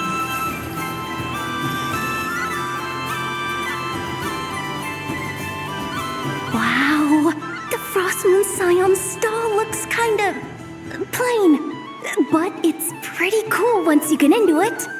I don't go to Hisi Island much, but it's got that, like, old world cultural feel.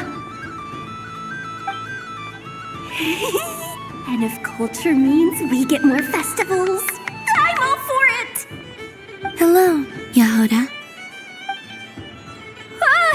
Columbine? Hello, Moon Goddess? That was too close. I almost gave the game away in front of the staff. Oh, wait. What's the deal with her shoes? They don't make a sound when she walks. I could do with a pair of those. Do you like balloons too? Balloons? Oh, you mean those? What's so fun about balloons? I'm not a kid anymore. They're probably more up Aino's alley. Yes. The animals seem very curious about these strange flying objects. I was drawn here by their voices. I recently learned a fun new game you can play with balloons, so I decided to come and give it a try. A new game?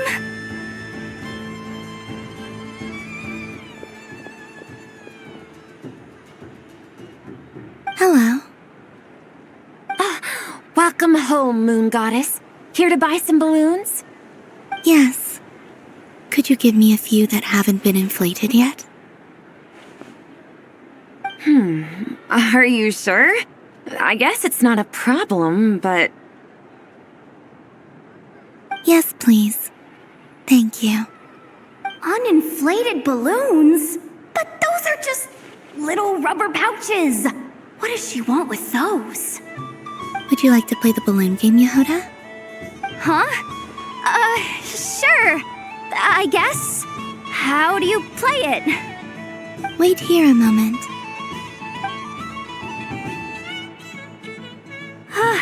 Oh. This is so weird. What have I got myself into now? I thought I saw Columbina nearby. Uh-oh! That's the fourth Harbinger! Although she's helped us out quite a bit, she's good people, right? Is she looking for Columbina? Oh, guess that's my ticket out of here. I'm not sure my heart can take being sandwiched between two Harbingers.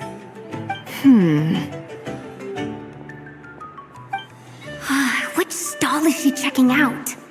Oh, it's that other Frost Moon Scions one. Try on the headgear, see what it's like having antlers or animal ears for a day.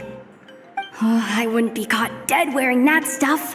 So embarrassing. I have enough gear to carry as it is. Wait, what? She put it on? How peculiar. This would take some getting used to. I wonder if this is what it's like for Lynette. It really suits you, ma'am. What is this? She was so intimidating a moment ago, but now, dang, she's really rocking those ears. How does she make them look so cool? I suppose I may as well keep them on for now. All part of the festive experience. She's coming this way. How do you do, Miss Yehuda? Oh, jeez. Don't talk to me while wearing that thing. Where am I supposed to look? Oh, hey there. I'm looking for Columbina. Have you seen her? She just... Huh?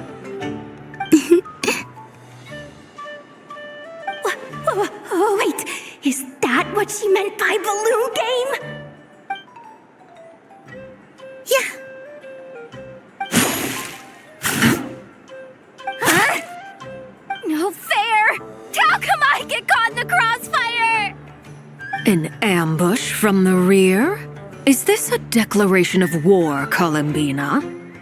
Would you like to play too, Arlecchino? Seriously? Are they gonna start some beef right here, right now? Gladly. That said, I believe there is another who would like to join. Boss Nev! Thank goodness! You've gotta get me out of here! Things are kicking off big time! Hello there. I'd like 10... no, make that 20 balloons, please. Uninflated. What? Miss Moon Goddess, I hope you're prepared to pay the price for assaulting my employee. Welcome to the game, Nefer. Just to be clear, let's keep this a fair fight, okay? No strange powers, please and thank you. Naturally. Don't just stand there, Yehuda. Aren't you going to team up with me? Huh? Do I have to? Of course. Don't forget, the Curatorium has a reputation to uphold. I knew something like this was gonna happen.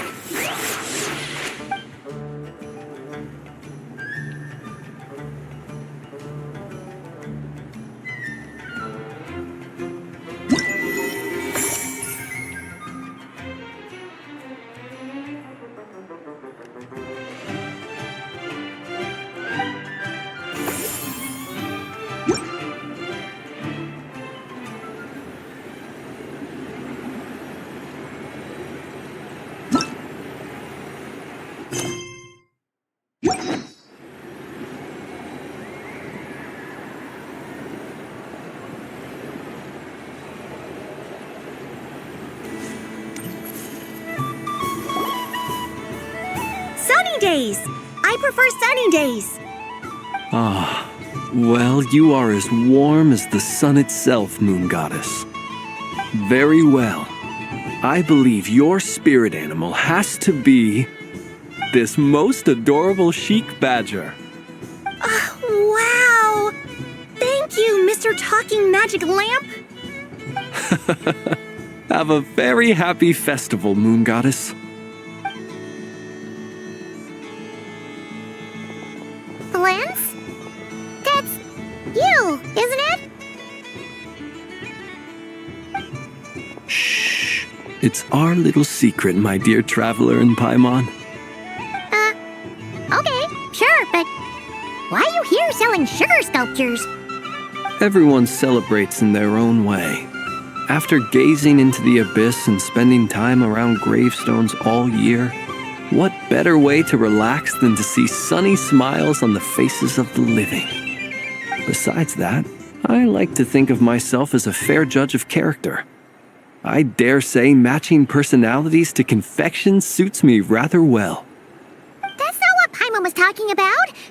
Aren't you afraid that your true identity might be exposed? Should I be? There is all manner of magic in the air this moon prayer night, thanks to the work of the great mages. I see Miss Columbina is hiding in plain sight. Why should I not do the same? Why miss this rare opportunity to enjoy a special evening in my true form? Fair enough. You got a point there. People who don't know you will probably think you're just a talking lantern. Well, now that we see eye to eye, what brings you here? Not a search for your spirit animal, I presume? Ah, well, actually... Here, see for yourself. Oh, this is... How wonderful. A beautiful idea. Yeah, we just met Varka, and he said that having everyone draw their own section was kind of boring. So, he did your bit for you. Ah, Varka. Ever the maverick. I see his artistic. In that case, I shall paint something on Mr. Albedo's behalf in a short while. What? Why not now? Ahem. Welcome home, Moon Goddess. Whew, that was close. Hello, Flint's. She recognized you right away! What keen eyes you have, Miss Columbina. Especially considering they are shut. I did not see you. Rather, I sensed you. I can sense the fluctuations in Kuvaki all around me. One would expect no less of the Moon Goddess. Might I interest you in some candy? Yes, please. Excellent. I shall make some for you right away. Something the matter, Miss Columbina? What about my spirit animal? All the other children carrying sugar sculptures are talking about it. Wait, is she taking the test seriously? Ah, my apologies. How could I neglect that? You are quite right, Miss Columbina. Every one of us has a magical creature living in their heart. Would you permit me to help you find yours? Yes, please. Do you prefer the day or the night? Night. Which of the 4 seasons is your favorite? Winter. Think of a perfect day. What is the weather like? Sunny, rainy, or perhaps cloudy? Rainy in the morning, sunny at night. What kind of answer is that? Forests, lakes, and open seas. Which do you prefer of these? I like them all. Imagine you opened your very own shop. What would you sell there? Moonlight, I think. Wow! Paimon would totally shop there. It wouldn't cost anything. You'd just need to visit. Aha! I believe I know what your spirit animal is. Here, for you. Oh, it's a kohenki! Indeed. A free-spirited being with a deep love for all things here in Nodcry, who selflessly lends her aid to as many people as she can reach. It is the perfect fit for you, Miss Columbina. Thank you.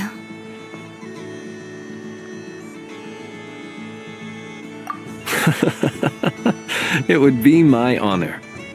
But you shall have to forgive me. We have known each other for quite some time. I doubt there is any answer I could give that would come as a surprise to you. So instead, would you accept this sugar sculpture as a token of our friendship? It's a lantern. Hey, why don't you two go enjoy your candy over there? Paimon wants to try out this spirit animal thing too. Right, Flint's? Come on, play ball. I get this drawing done. But I want to hear Paimon's answers. But it'll probably take ages. Paimon's a complex soul. And we don't want your candy to melt while you wait, huh? Oh. Okay then.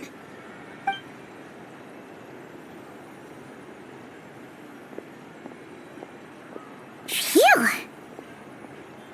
Nice excuse, Lady Paimon. That was some quick thinking. Yeah, no thanks to you. A little help next time?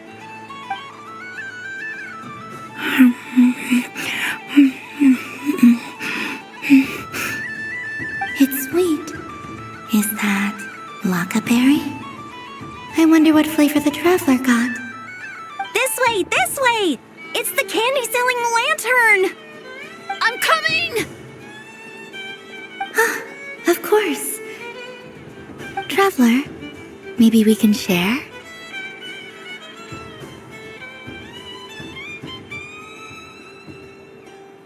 Yes. I found out recently that people share their food sometimes, so I'd like to try it. Or is that a no? Thank you.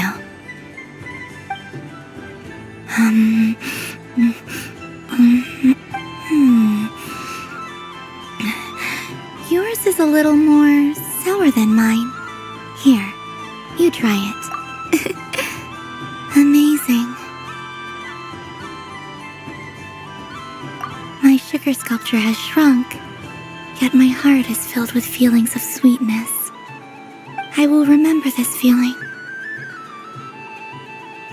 Sure.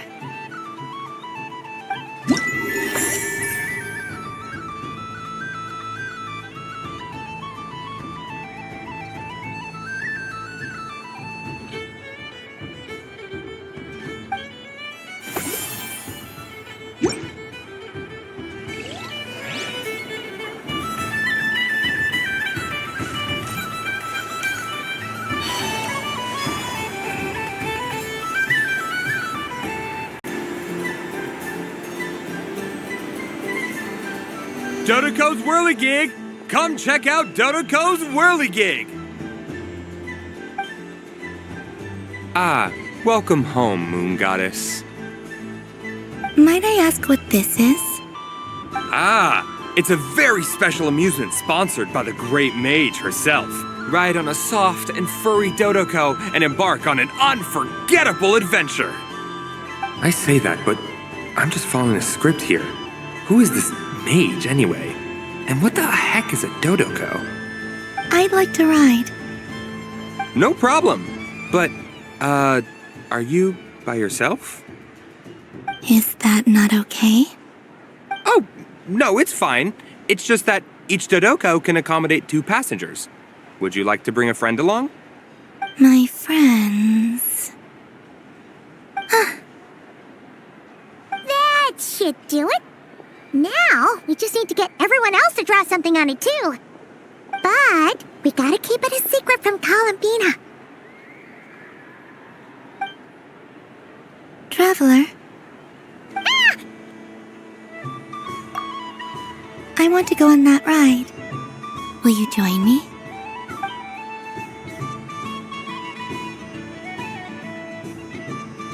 Let's go then.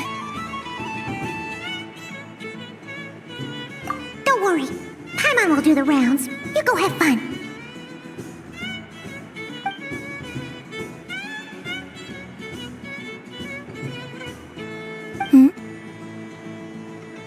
right. I think we have to wait in line over there. Please take your seats. For safety reasons, you mustn't try to leave the ride before it comes to a complete stop. All right, you're all set. I wish you both a wonderful journey.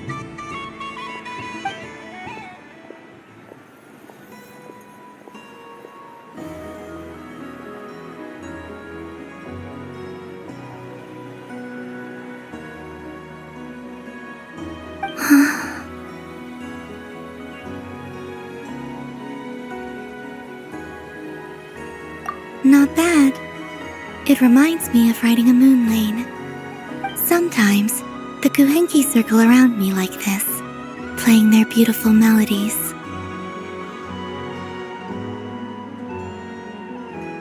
Yeah, I'm going to miss them.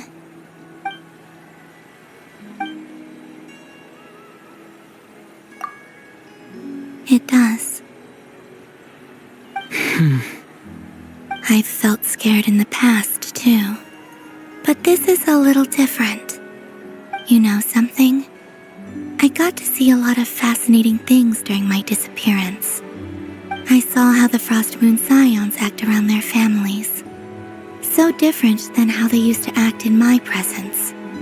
And I also saw how they interact with their friends. It made me curious at first. Why do people act so sincere when they're worshipping gods, but save their truest, warmest feelings for each other? Slowly, I came to realize that it's because they trust one another. They know, deep down, that they'll be accepted for who I know. I knew it the moment you started calling out my name. What I fear now is the end. I fear losing all this the very night I have gained it.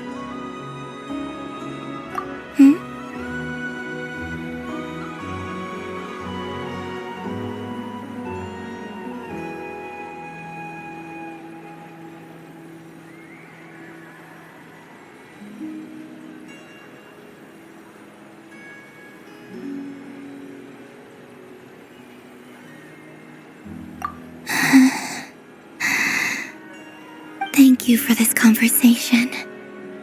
Thank you for listening to me. Don't worry.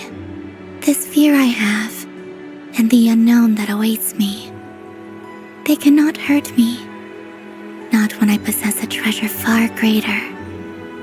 I just want you to remember this version of me, the real me, on this final night together. Dear passengers, Dodoko's awesome adventure has come to a close. Please leave in an orderly fashion, and we look forward to seeing you again in the future. Don't want the journey to end, huh? Don't worry, you two. There's always another adventure waiting just around the corner.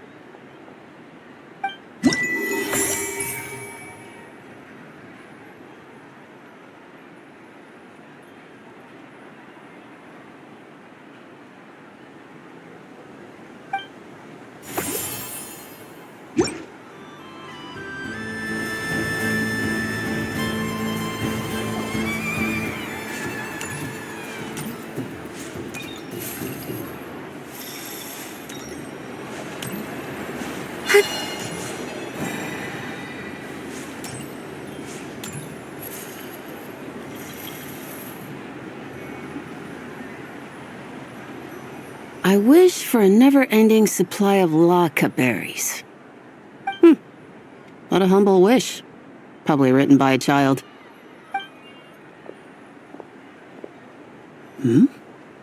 Is that Llama the Moon Chanter?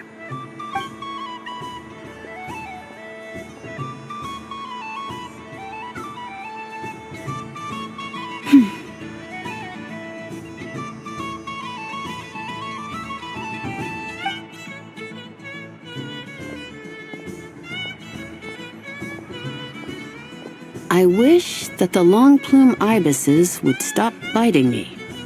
Oh dear, poor Llama. All right, I'll write that one down for you.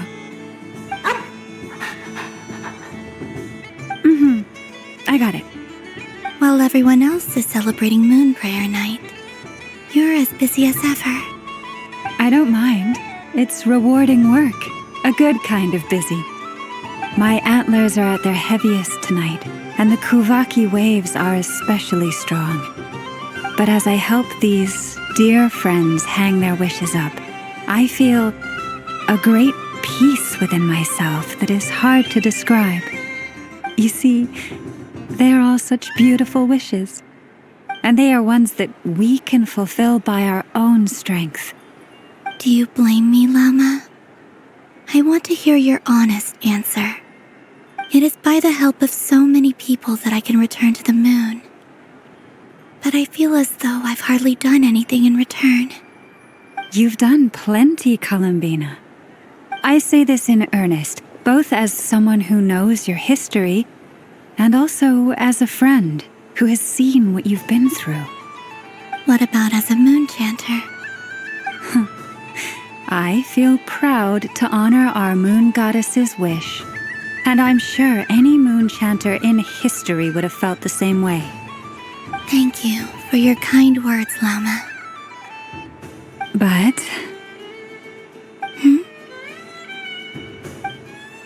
Since you asked for my honesty, I won't lie to you. My feelings are mixed right now. Besides pride, I also feel... I suppose it's a reluctance to let go. Once you return to the moon, we will be far apart and separated by a false sky. I'm sure those of us left behind will gaze up at that sky, yearning for the moon once in a while, just as you used to do. I will miss you, Lama. I will miss you all. I hope to stay in touch. I will try and find some way to send messages down from the moon. Perhaps you could use Kuvaki. I've heard Yehoda say that signals can be sent using long and short waves, or strong and weak lights.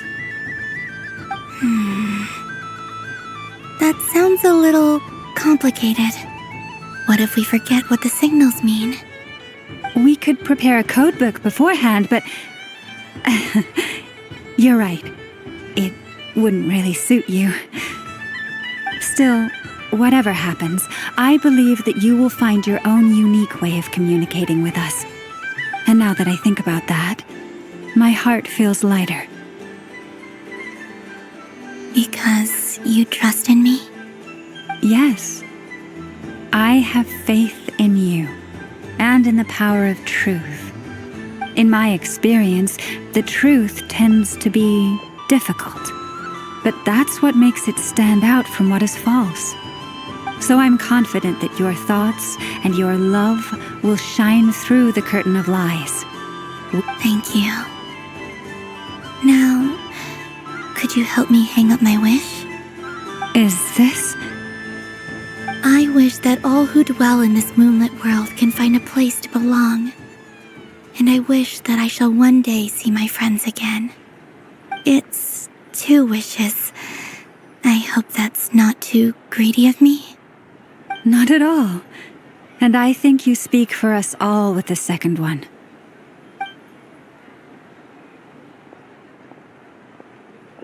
I shall continue to pray until the day that all of these wishes come true.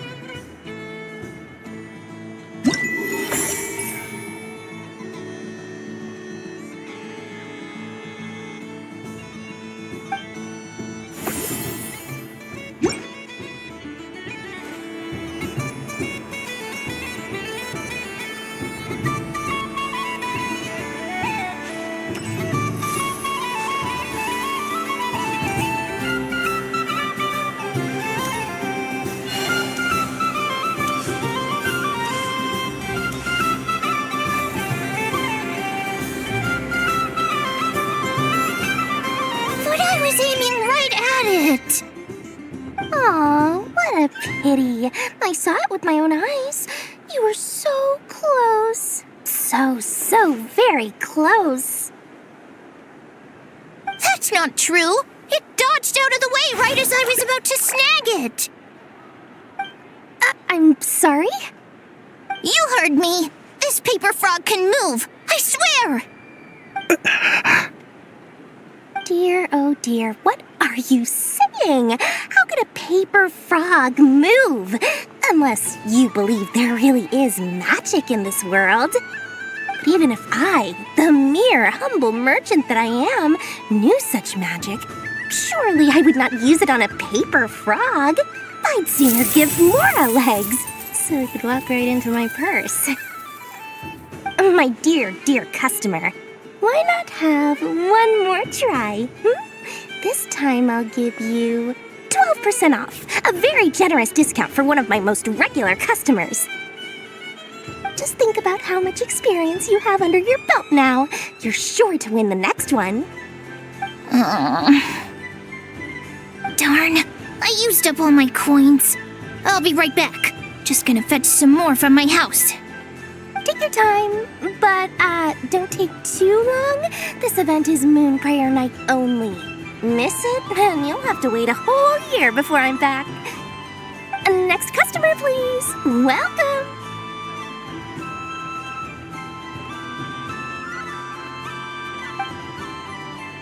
Hello. Whoa! What's this big one doing over here? How do I tell my employees not to go running around this time? Shooting them a glance won't work. I haven't known them long enough. Dory? Why, hello there, Miss Columbina. Would you like to play my ring toss game? The rules are very simple, and it's easy to get the hang of. How much for a round? Oh, first time's free. Not a single mora. After that, well, we can cross that bridge if and when we come to it. But with your sharp sharp skills, I'm sure you'll win all the prizes in one fell swoop. That was an obvious enough hint for them, right? Right?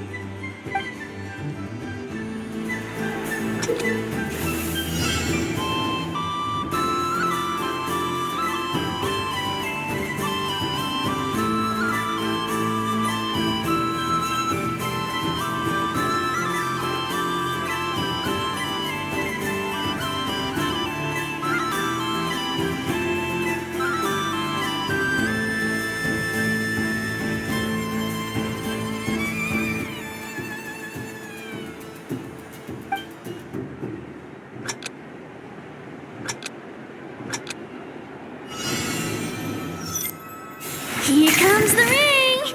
Oh, peanuts.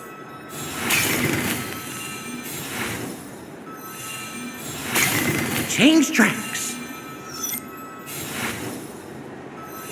Roselle, should we move or not? Just a tiny bit. All right, then Oh, sugar plums, not the clock hands. How do I move the legs again?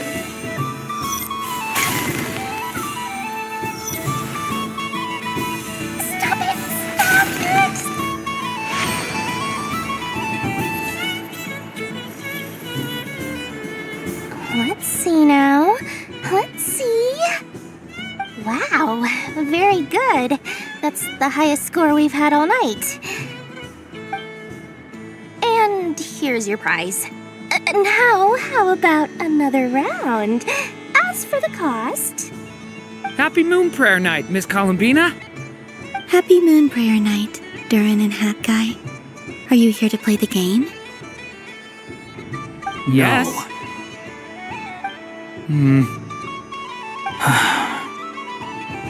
You said we were just coming here to say hello. I did, but then I recognized a few more people as I got closer. Do my eyes deceive me? Is that...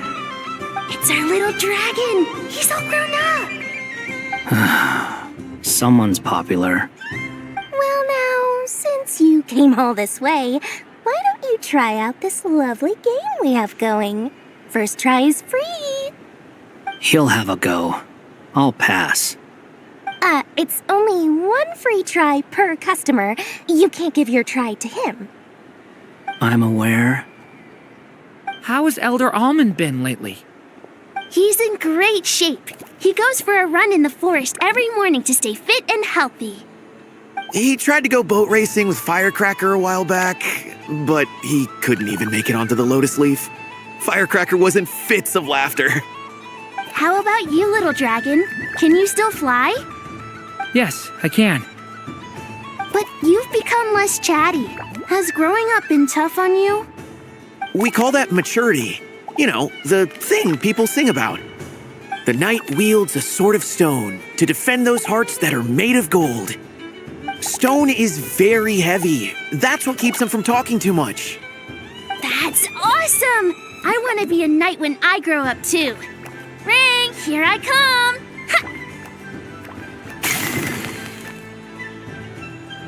Oh, the hat-wearing man. I never thought I'd see you again. You seem more determined than when I saw you last on the train. If you say so. Oh, I do say so. The people you once helped see it clearly. It's because you are once again on the right track. May the engine in our hearts propel us to the station of our dreams. I can move! I can move now, Roselle! What are they doing, running into the rings like that? You got them all so quickly! I have never seen anything like this in all my travels. Is this guy actually an old friend of theirs? But how? They're origami animals and clockwork people from a fairy tale. Getting to know them would be quite an arduous task, unless they share a hometown? I have to get to the bottom of this. Next time I see the Great Mage Alice, I shall demand answers. Thank you, Dory. I had a lot of fun. Now for your prize. Where did I put it? Give me a moment to dig it out. Oh, sweet grand prize. How I wish I didn't have to let you go. Good thing I've already turned a profit from the customers earlier in the night. Otherwise, I'd have wasted all my hard work. Okay, I'm back. What? I leave for 2 seconds and someone's already claimed the grand prize? Oh, well, these things happen, you know? Perhaps you'd be interested in one of the other prizes instead. We've got all kinds of wonderful goodies here. Is this the thing you wanted? Here, you can have it. Huh? But... Don't worry about it. It will be happier with you. Oh, thanks so much, miss. Moon Goddess. Oh, goodness gracious, Columbina. Give me strength. How am I supposed to make any more money from this child at this rate? Daddy, look! That's the game I was telling you about! Forget it. She is the Moon Goddess after all. I'll think of some other way to swing this. Maybe I can try to hook this new kid. Huh? Oh, someone already won the grand prize. You can take mine if you want. What? Why? Why are all these bleeding hearts coming here to ruin my business? Happy Moon Prayer Night, everyone. Happy Moon Prayer Night.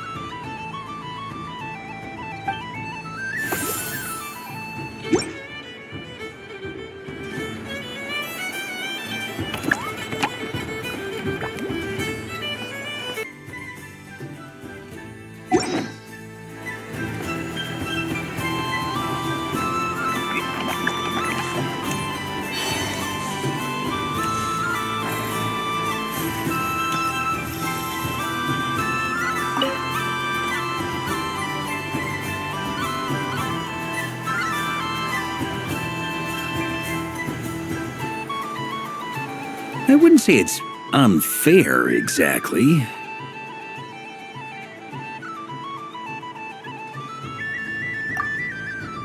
I mean, your voice goes right into people's heads. How would you explain that to the kids? You can't just explain it away as magic. Is something the matter? Ah, Miss Columbina! No, nothing you need to worry yourself about.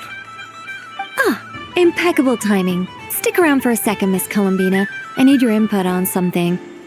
This self-proclaimed Knight of Justice has yet to give me a satisfactory answer. I, for one, would like to hear your verdict on the matter. Hey, now, I left the flagship just to help you out, Miss Nicole. What's going on? So Alice and I are both using long-range remote control spells that work on similar principles, allowing us to attend this festive fair in Dodoco form. Sorry, let me backtrack a little. While similar, there are some key differences.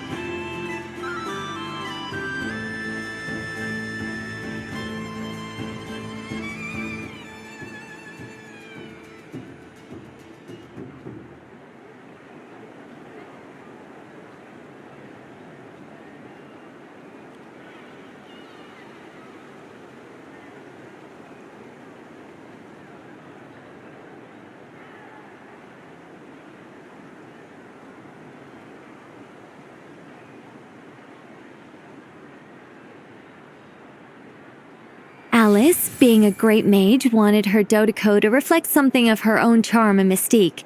So she adjusted the way its tail moves when it spins around. An entirely gratuitous move, in my opinion. I hardly see how anyone is going to notice that. If anything, I'd say that anyone who stares intently enough at a Dodoco's tail to notice such a small detail is someone we ought to be highly concerned about. I only say this to emphasize that my question has nothing to do with tails. Now that we're clear on that, why is Alice's Dodoco permitted to interact directly with the children celebrating Moon Prayer Night, while mine is not? Your voice speaks directly into people's minds. See? Exactly what I said.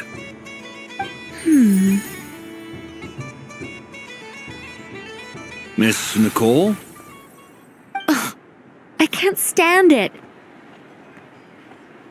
I know that probably makes me sound like a whiny child acting out in front of their parents. And it's a little embarrassing now that I think about it. But hey, I've said it now, I can't take it back. That would be even more embarrassing.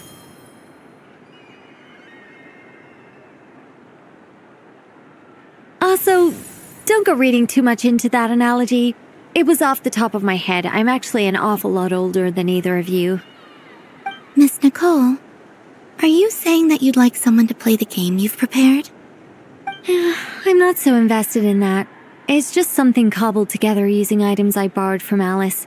She probably didn't even make them herself. The point is, I want to know everyone's thoughts after they receive their prizes. But as you've said, I can't just ask.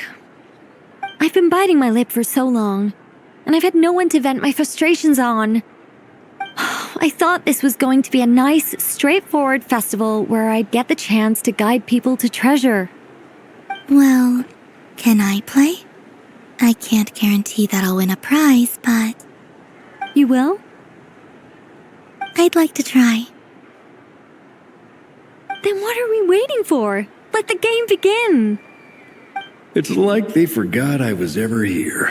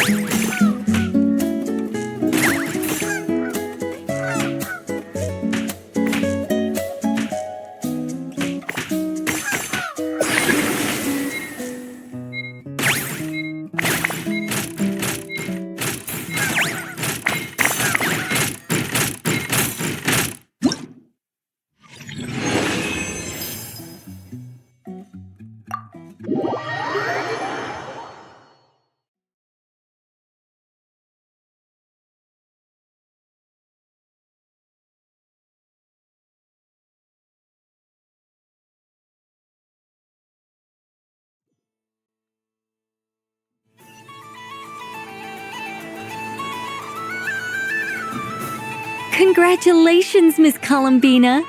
With your great wisdom, you have overcome every obstacle in your path and conquered the great challenge posed to you by fate. Fate? Well, something to that effect. If you'd prefer something more poetic, it could be the icy winds or the dawn. Anything you like, really. You could even go with the challenge posed to you by Dodoko, if that's what you're into. Anyway, you can take or leave my suggestions. Moving on. All my hopes are now resting on this. Can I open it now? Stop teasing me. Please, I'm begging you. No more talk. Just open it.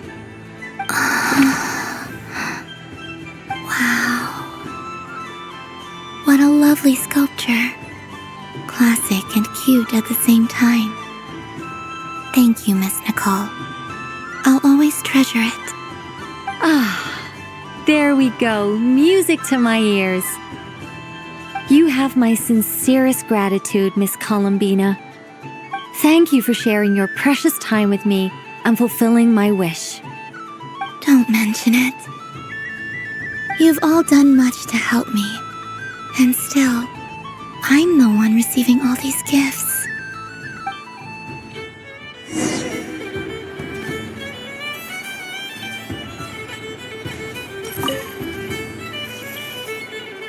A soft and furry creature that bounces and jumps. Welcome home, Moon Goddess. This one talks, too. Allow me to introduce myself. I am a Dodoko from a distant archipelago, the most mischievous of all my Dodo brothers and Dodo sisters. When the going got tough, I powered through, and when I met obstacles, I boomed them away. That sounds like a lot of fun. Doesn't it just? Oh, but then the trouble started. Recently, I found a lovely beach, the same beautiful jelly color as my hometown, and so I dove in to have a look. Only to find it overgrown with seagrass and nasty little spiky fish everywhere, looking to turn me into a Dodoko kebab. I made it back to shore by the skin of my teeth, but my tail was sorely hurt. Couldn't you just boom them away? Oh, I wanted to, believe me. But I've heard that you, Moon Goddess, can understand animal speech. The last thing I wanted was to cause a gigantic fuss and get taken to court by a school of spiky fish.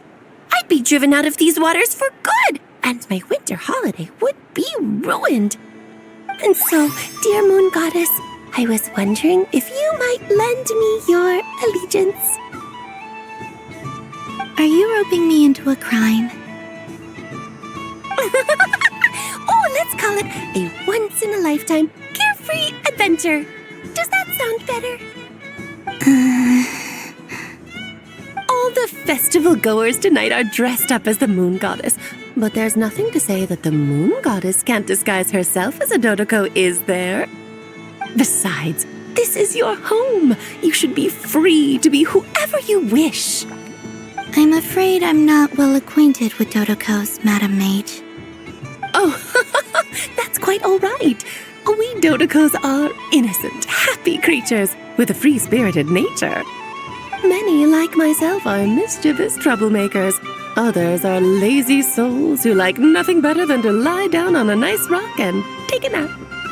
In our eyes, every creature who yearns for happiness and freedom is a Dodoko. But perhaps in yours, we Dodoko are a fluffier and more mischievous breed of Kuhenki? Yes, that is a much easier image to follow. Oh, wonderful! Then let's play! Grab onto my tail and follow me into the sea! Time to settle some scores with the bad guys!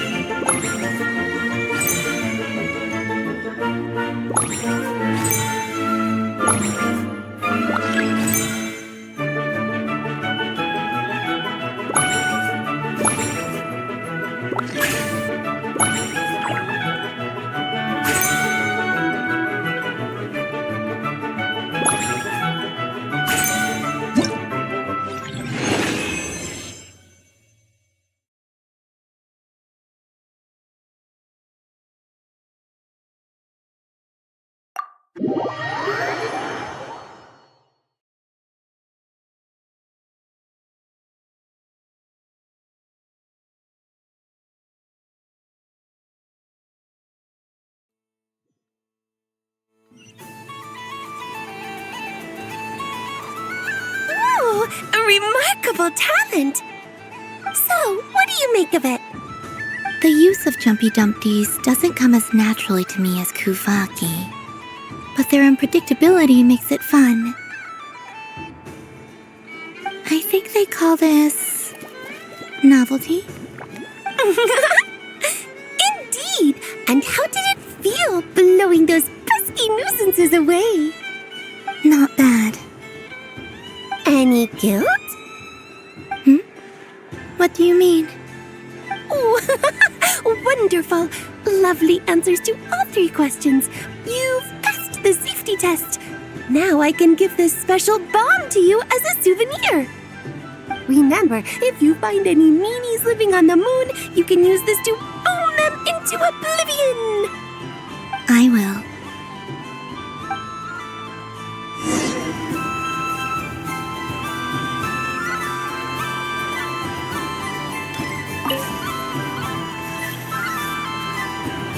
Welcome home, Moon Goddess. Oh, you're the genuine article. Alice was right. This moon prayer night was worth watching after all. Another one that talks. Greetings. Pleased to make your acquaintance. I am the Hexenzirkel member they call B. Barbeloth Trismegistus. Columbina Hyposelenia. Pleased to meet you too. Hyposelenia. A fine name indeed. Now then, Miss Columbina, do you wish to hear a mage's divination? Divination? The Frost Moon Scions used to ask me what would happen in the future. Is this like that? From the perspective of the one seeking answers, perhaps. As you look to your journey ahead, if you seek to understand the unknown, resolve your doubts, and soothe the confusion in your heart, divination could be for you. The unknowns on my journey. Of course, if one wishes to peer into fate, then hydromancy is the more precise option. But that is a complex affair, and to relegate that majestic art to the status of a festive amusement would seem somewhat uncouth. Besides, it is sometimes better to not know fate with great certainty. Hence, I shall use the suitably festive Luna Arcana to tell your fortune instead. It is more popular with the youth in any case. Lunar Arcana. Indeed. Unlike hydromancy, this will only display possibilities and trends. People like to think of themselves as creatures of agency and free will. Peering too far and too clearly into the future is detrimental to both body and soul. I'd like to give it a try. Of course you may. Come then, take a seat, Miss Columbina. Before we begin, are there any specific questions you would like to ask? Let's stick to general possibilities and trends, like you suggested. Ah, very well. Then I shall use the basic Lunar Arcana deck. Now, try to relax. Cast your mind upon the things you have experienced and the things you are soon to experience. I will shuffle the deck. Would you like to cut the cards yourself? You do it. No problem. Now then, to make things easier for the seeker, that is to say, you, I shall decipher the cards from your perspective.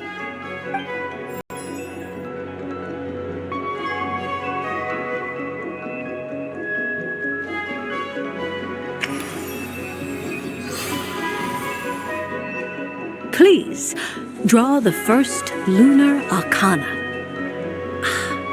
This represents destiny and is the foundation for the divination as a whole.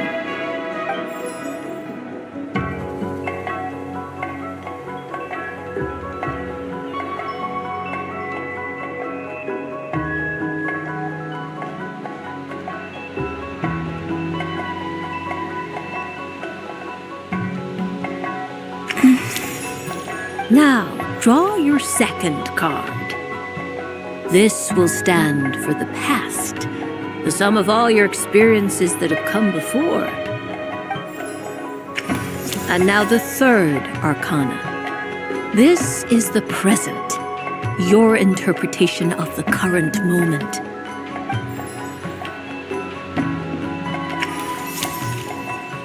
Finally, the last card.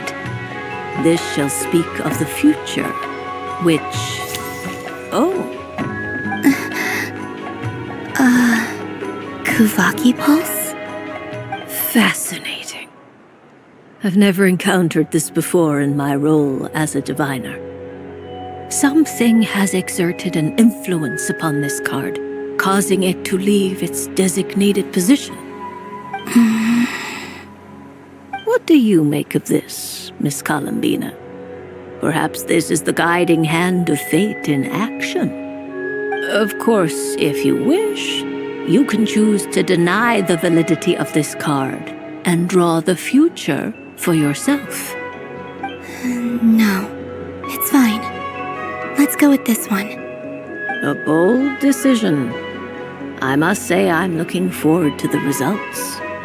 Well then, let us flip the lunar arcana in sequence and see what emerges. Sure.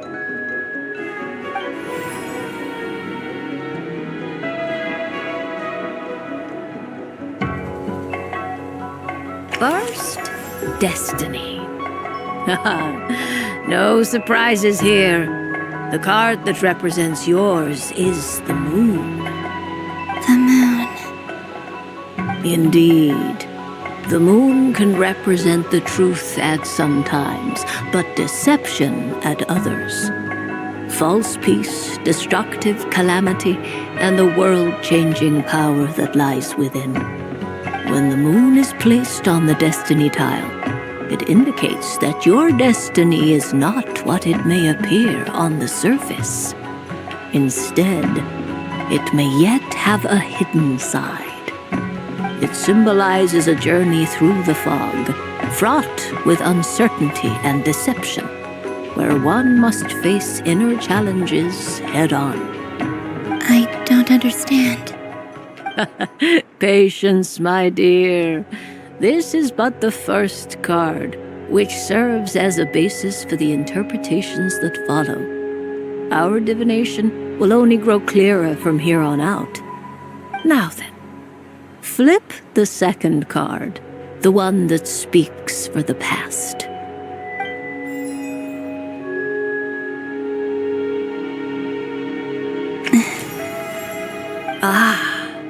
The Hermit, but inverted.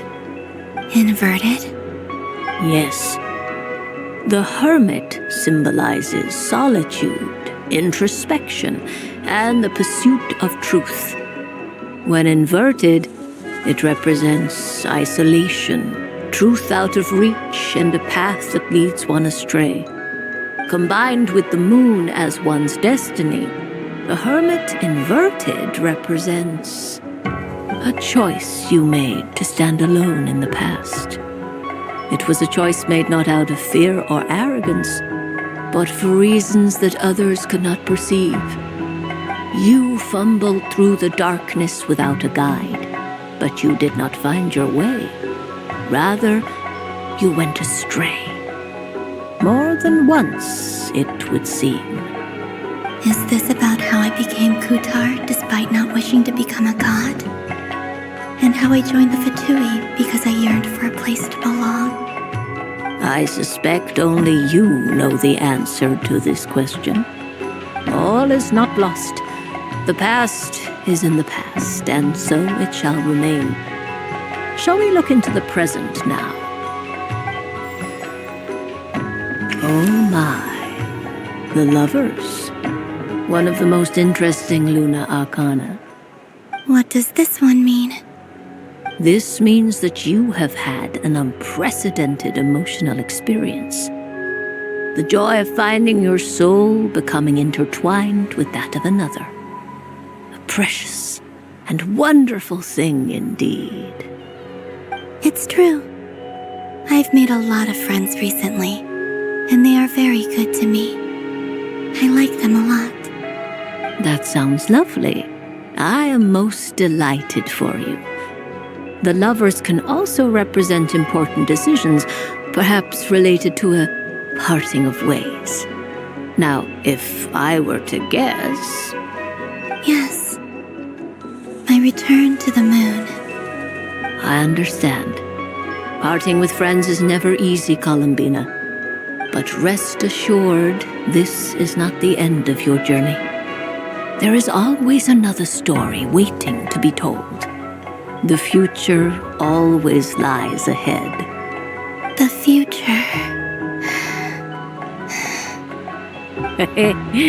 Well now, it's finally time to flip this most mysterious of cards. Why did it appear? And what does it wish to tell you? I'm ready. Very well. Flip this card and see what lies on the other side. Oh. Miss Barbeloth? What is it? This card is death. That doesn't sound very good. It depends on how we interpret it. It is true that it can represent an agonizing death, a complete and utter end, but at the same time, it can also represent rebirth. Do not forget that your destiny card is the moon. That lends your future many different potential meanings. If death spells the end, is it unavoidable? As I have said, divination can only display general trends. It is a rough guide, but it does not show predetermined outcomes. Allow me to summarize it for you. In the past, you may have lost your way, but now you have gained new connections and new strength. You now face an important decision, one that may bring about a great change in what is yet to be. This change might, in turn, be the end of all things, or their beginning. But remember, everything is subject to change because of the moon present in your destiny. You must see the truth clearly and face your innermost thoughts. The truth. My innermost thoughts. Thank you, Miss Barbeloth. Don't mention it. Some people dislike divinations, for fear of glimpsing an ending to their story that they wish was not so. But I can see that you're different. The result of this divination will not sway your decision. This is a rare quality, and one that diviners always hope to see in the seeker. We are here merely to guide, not to exert undue influence. I understand. Go then and illuminate your future, Miss Columbina. The moonlight that shines from you now is most captivating.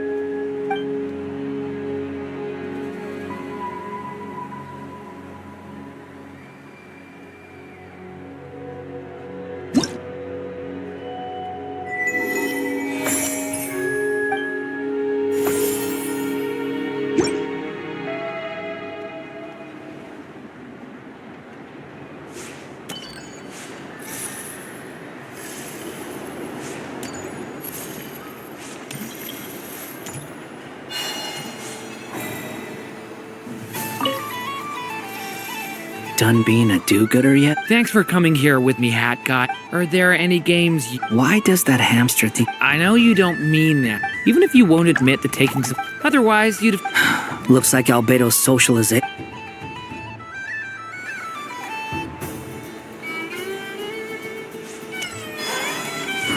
There are so many attractions here. Since I rarely get out, I might as well make...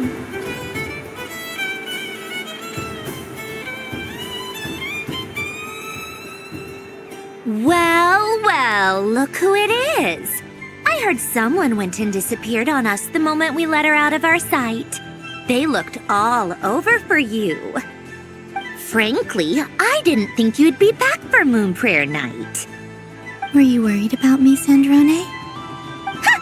You would like that, wouldn't you? Do you even hear what you're saying? It seems to me like you disguised yourself with festive headgear, just so that you could come see me on Moon Prayer Night and make sure I'm okay. You didn't even bring Polonia with you. You? I thought you couldn't see. I cannot. But I sense the confusion of those around us rippling through the Kuvaki currents. Based on what I know about you, let me guess what you're wearing. Is it cat ears? Shut up! I'm only here to protect the Fatui's interest in this territory. Running into you was pure bad luck. Really? But you were the one who asked Arlecchino to help everyone find my name. Columbina! Ugh! Just one more word, and I'll unscrew your vocal cords. It's Columbina Hyposelenia now. Tell someone who cares. I've missed you, Sandrone. The whole time I was gone, I was thinking. I hope I get a chance to say some ugly words to you.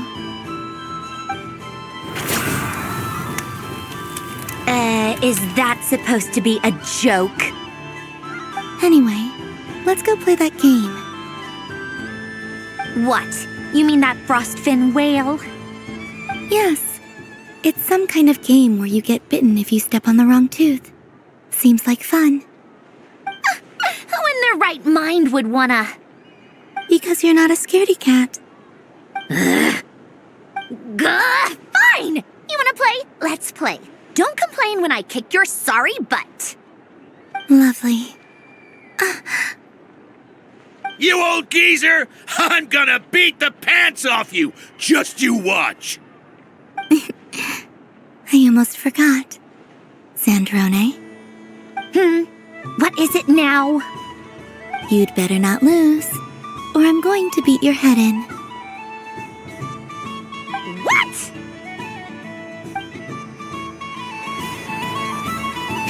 Allow me to demonstrate since I'm feeling so nice.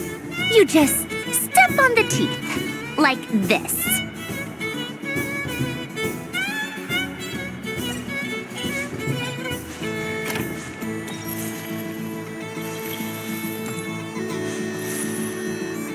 Which should I pick?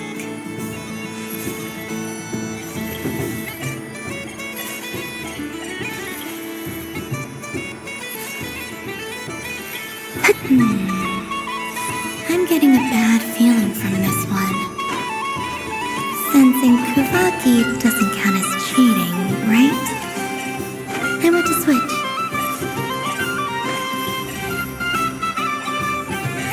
Your turn, Sandrone.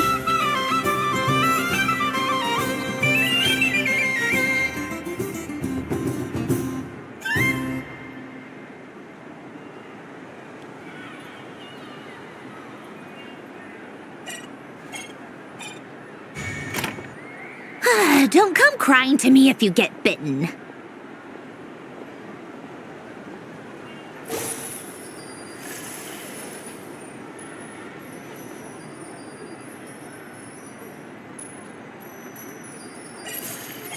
Yep.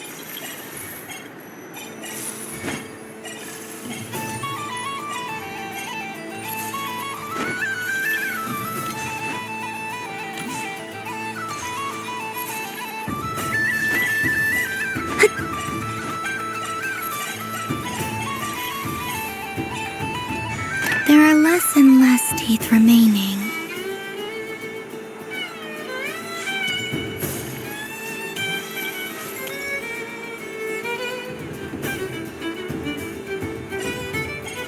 Huh? What's that noise?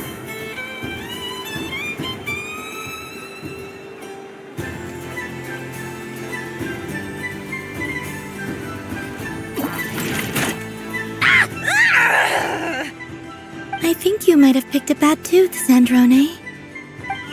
Shut it! Do you need any help? It seems like you're stuck. No! It's just a blasted toy! How is its grip this strong? Stop laughing! All right. Well, you lost. So just like I promised. Hey! What are you doing? Are you seriously? Hiya! Why, you... Oh, just you wait! Rematch! Are you all right, Sandrone? That was quite a strong bite. Are your clockwork parts? Quit your fussing! I don't need it! All right. I'll go first this time.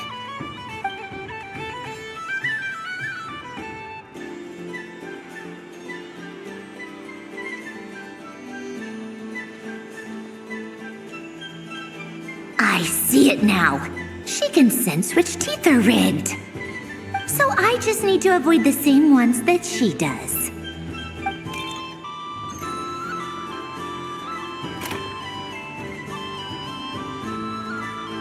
This one. Seems fine. She avoided that one then? Now I've got you. All right, my turn.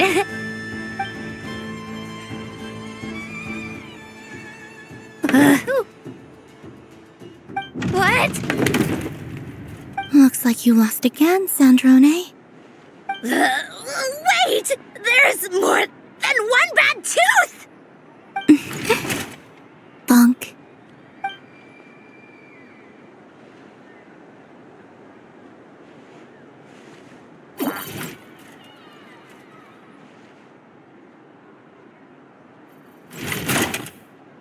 Stupid game! What idiot came up with this? Are you all right, Sandrone? You said some nasty things just now.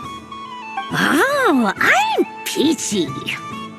Should I let you bonk me on the head as well? Ah, forget it! Come on, bonk away. It can be your consolation prize for losing so badly. I told you, forget it! Gah, you've always been so annoying. Singing right outside my door, inviting yourself to my tea parties, going AWOL. And now you're off to the moon or something.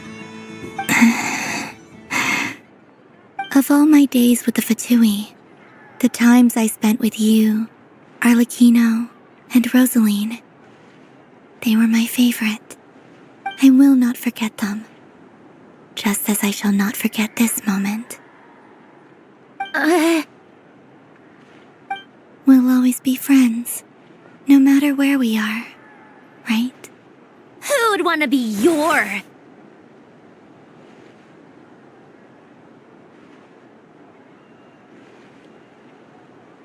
I'll miss you, Sandrone.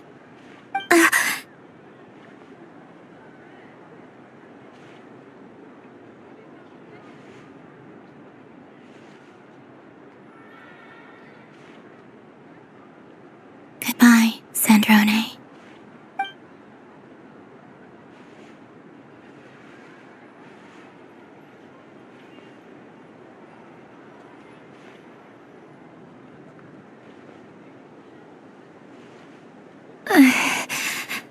I'll miss you too, Columbina. Sorry, what was that? Ah! Ah! Yeesh! No need to freak out. What's wrong? We've been looking everywhere for you. What do you want? Oh, nice ears.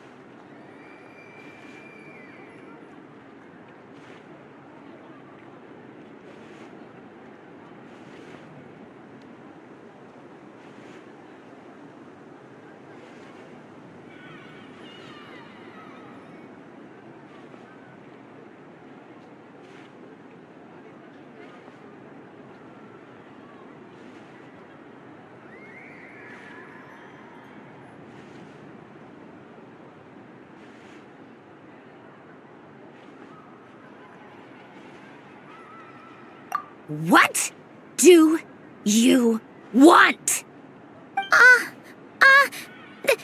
This! Huh? It's your turn to draw something.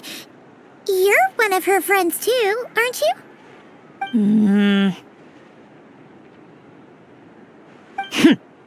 Doesn't know how lucky she is.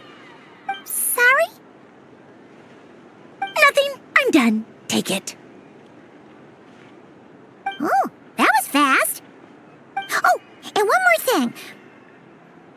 Last time we spoke, you mentioned you were interested in the Narcissan Kreuz Ordo's research, remember? There were too many people when we last met, so we didn't get the chance to do this. What are you talking about?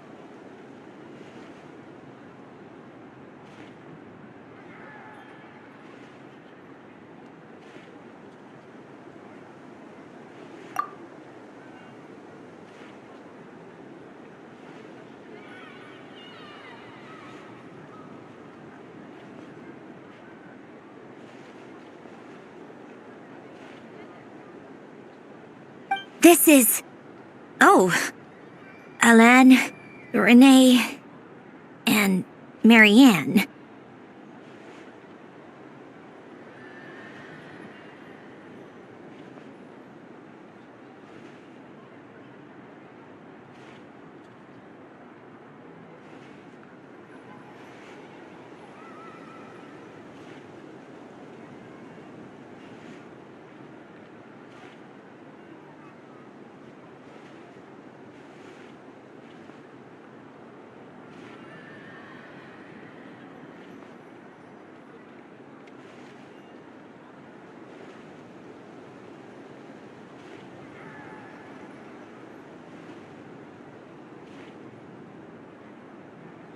Huh. The Holy Blade. A savior's plaything. It's not about whether I approve or not. These people, they would sacrifice themselves for the sake of the world. Especially Alain Guillotin and Renee. That is something I would never choose to do. Still, I didn't know they had any pictures left from that time. If I'd have thought to bring a camera, I'd have... What? Yeah, of you being bitten by the frostfin whale and Columbina bonking you on the head. Tear it up! Now!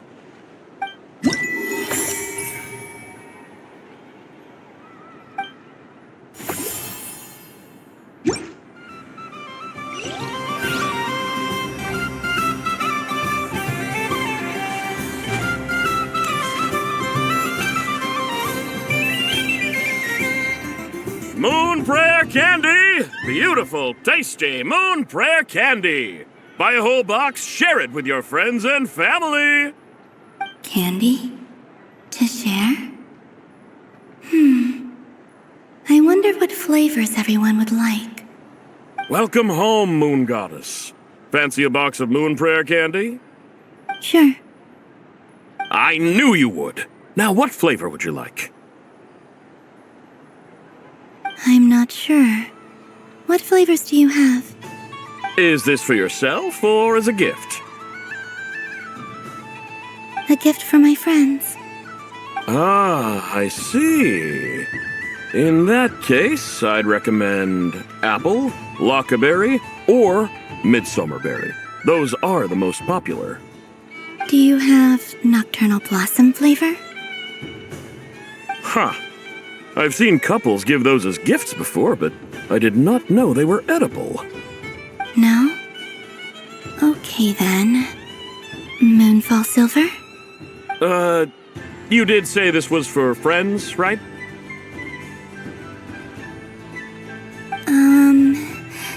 Maybe smetana then.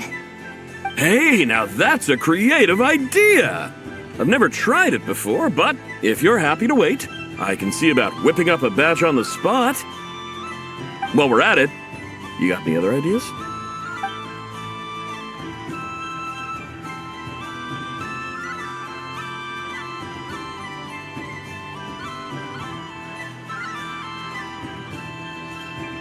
Here you go. Every flavor you asked for is in there.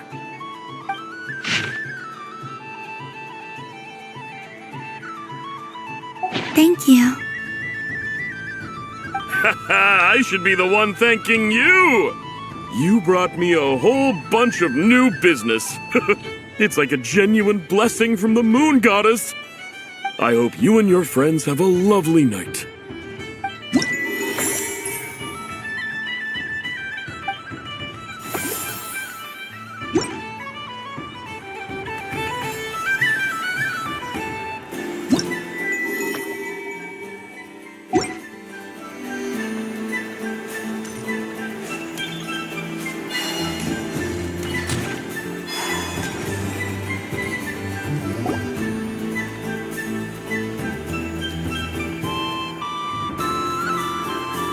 Doesn't make any sense. How am I losing every single time? Wait, Inefa, you're cheating, aren't you? Yeah, that must be it. I am not cheating, Aino. Uh-oh, sounds like Inefa's turning into a big baloney bot. I think it's time for some serious maintenance. Moon Goddess, help me. Miss Columbina, Aino is attempting to cheat. What the? I'm not the cheater. You're the cheater. How dare you throw it back at me?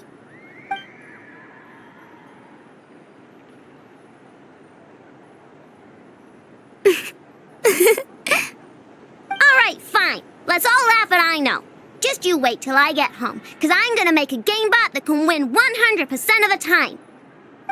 Let's see you laugh when I come back and beat your butts. You'll all have your heads covered in stickers when I'm through with you. We came to check everything was okay after all that yelling, but,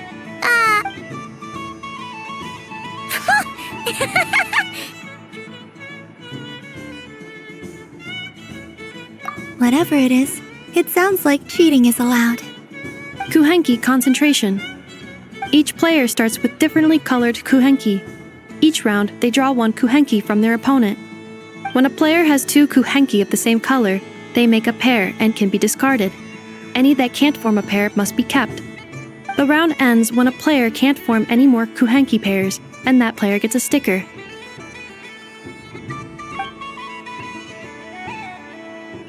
ooh, can 4 people play as well? That is fine, so long as the turn order is fixed beforehand. Alrighty then. In that case, the 2 of us will join as one team. Okay, but if you lose, you're both getting stickered. I don't want to hear any excuses. Sure. And if we win? If you win, only one of you gets to sticker someone else. I have taken to calling this. I know logic. Hey, lay off me, alright? Okay, so we're starting the game from scratch again, which means all my stickers so far don't count. Looks like Luonatar is the Kuhenki of honor for this game. Anyway, let's go clockwise, starting from Inefa.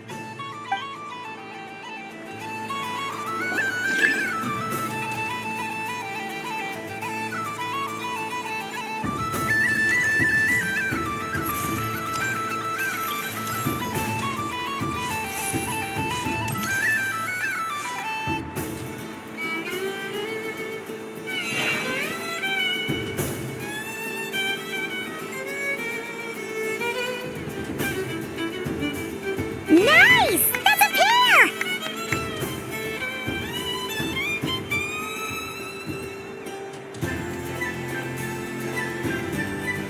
Go, go! Fly!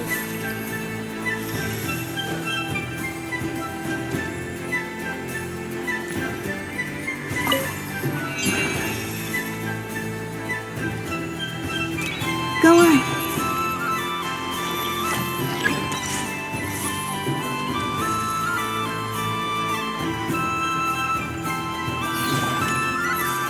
I have a pair.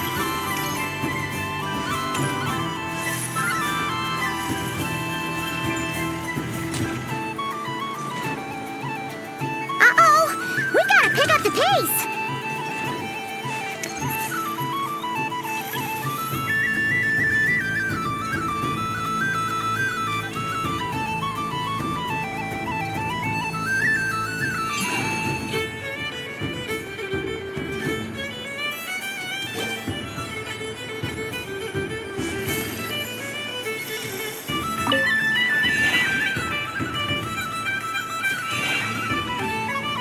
I win.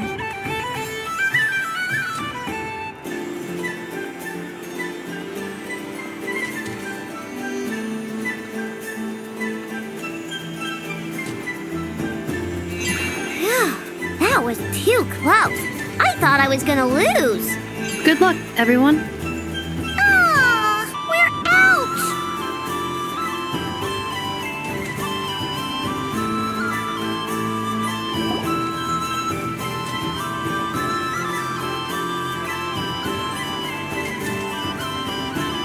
Let me pick a good one. What's it gonna be? You're looking very pleased with yourself there. What happened to being a huge Grumposaurus? I won. Duh.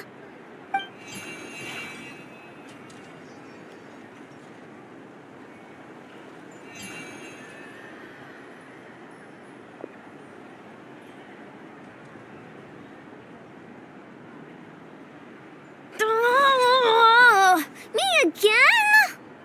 Don't fidget too much, Ino, or the sticker's going to fall off. I don't care. If it falls off, it falls off. If a pair of Kuhenki get discarded, why not a pair of stickers? Huh? Huh?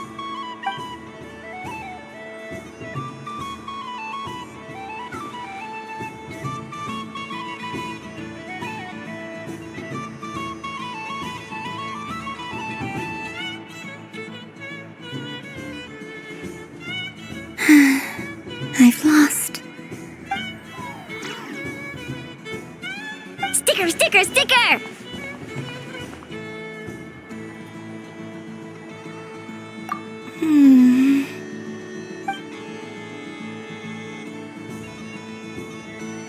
Cute!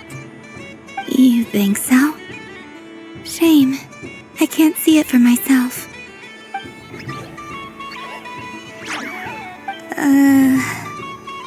What did Luanatar say? She said it looks so cute that she wants me to lose a few more rounds.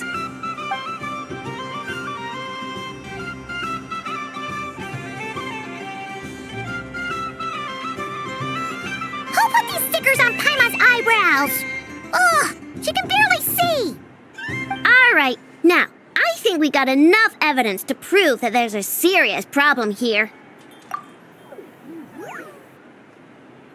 Yes, I agree as well. The culprit is... Ineffa! Culprit? Quit acting dumb, Ineffa! You're not wriggling your way out of this one. I've been watching you. Not only did you remember whose side Luanatar started at, but every time someone drew a Kuhenki, you were logging it and calculating every last possibility.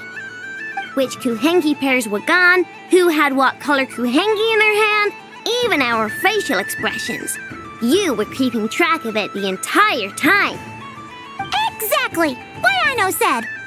Putting aside the fact that running calculations is not against the game rules, do you have any evidence to support your allegations?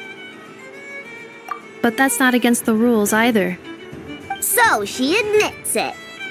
She certainly does. All right, everyone grab a sticker. It's time to get Ineffa back. But... Take that!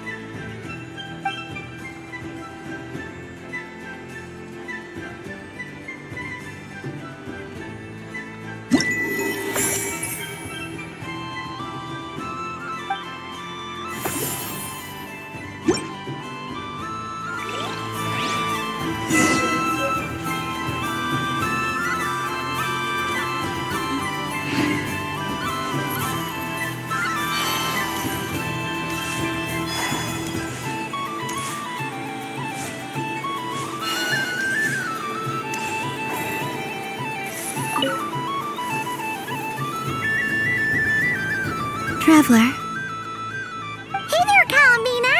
Are you done checking out the festive amusements already? Are you sure you don't want to look around some more?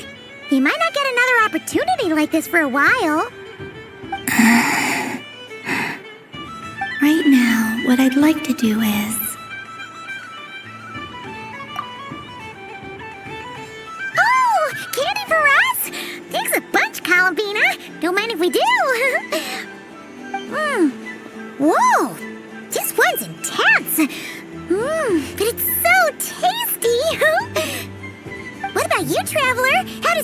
taste. Oh, sounds good. Paimon's drooling now. Are there any more Smetana candies in the box? Yes, I believe so. Okay, gotcha. Let's see.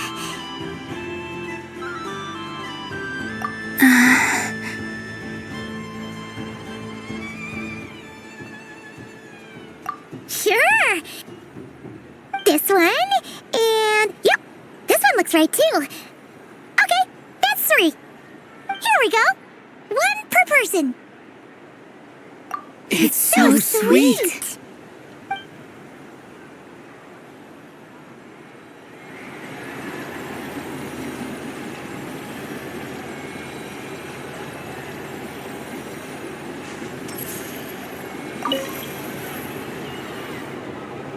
Traveler, Paimon.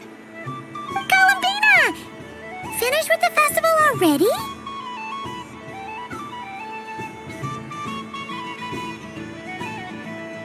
Really?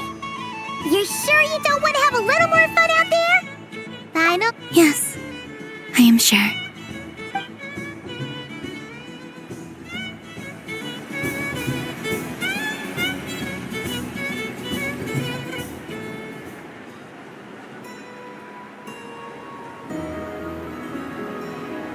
This was the most fun I've ever had on a moon prayer night. Everywhere I went, people were saying, "Welcome home," and there were friends at every turn. I only wish it could last longer than one night. Oh. Yes, you're right. The moon prayer blossoms. Ooh, look! Look! Moon prayer night has come.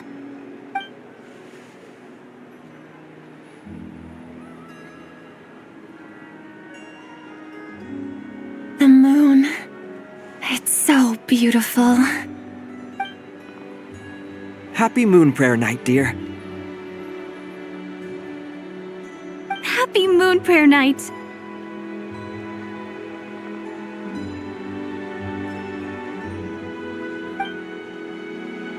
Happy moon prayer night.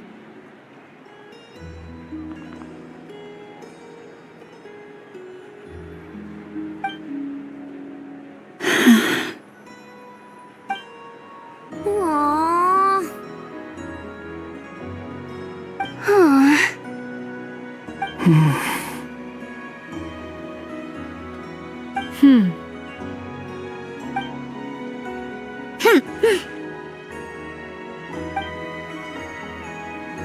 Time flies when you're having fun.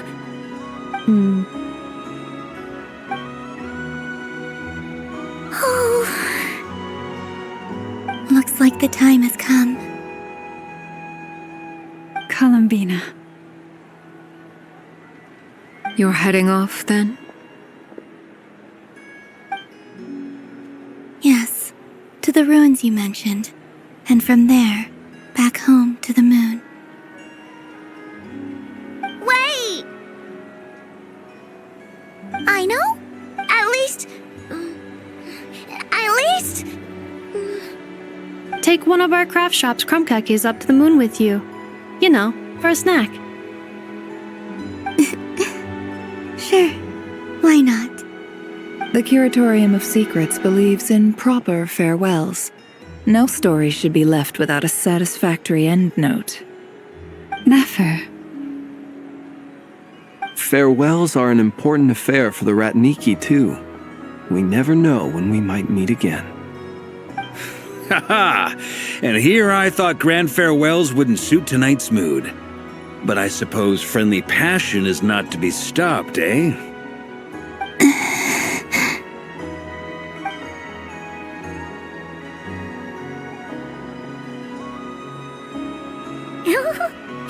We made a little something for you, Columbina.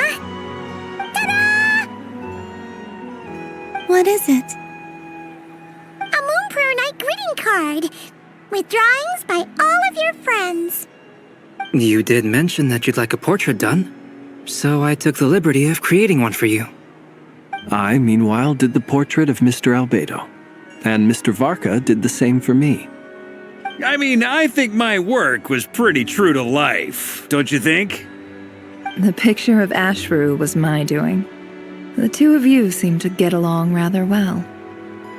Wait, was I the only one who did a full body picture? That's so embarrassing. I did pictures of me and Anefa. I did my own portrait and one for Hat Guy. Plus, there's the two mages, Arlecchino and Sandrone. So, if you ever miss us, just flip the card open and we'll all be right there with you. I don't know what to say. Thank you so much, everyone. This whole moon prayer night was more than I could have ever asked for. It is the greatest gift I have ever received. Lama, I figured it out. Figured what out? Remember how the Frost Moon Scions used to use milk as invisible ink to write hidden messages? That was a very long time ago. Oh, are you saying? Yes. When I miss you all, I shall use moonlight in the same way to write words that only you can see upon the moon itself. Wow, that sounds lovely. Quite. But how will we see them? Simply open your windows on nights when the moon shines bright, and the moonlight will naturally flow towards the words I have written. That sounds most fitting indeed. Very true to form. I'll try to write them in places that won't disturb your sleep. I, for one, would sleep all the better for having read one of your messages before settling down for the night. Exactly. So don't worry about disturbing anyone's sleep. Just promise you'll write to let us know you're okay, all right? All right. I promise.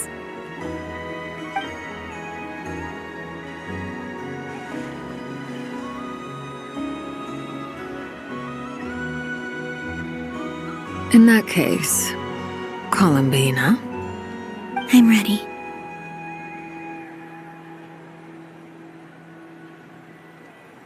Very well. Let's go.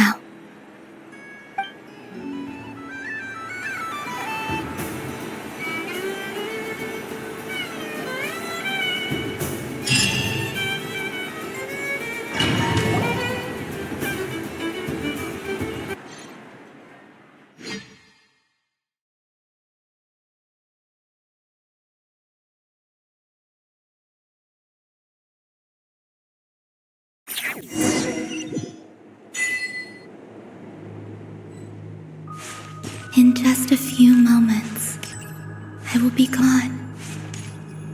I still don't know what to expect on the moon. Will I really be able to send messages to my friends? The Kuhenki, the animals of Not Cry. I'll never get to see them again. I wonder where I'll...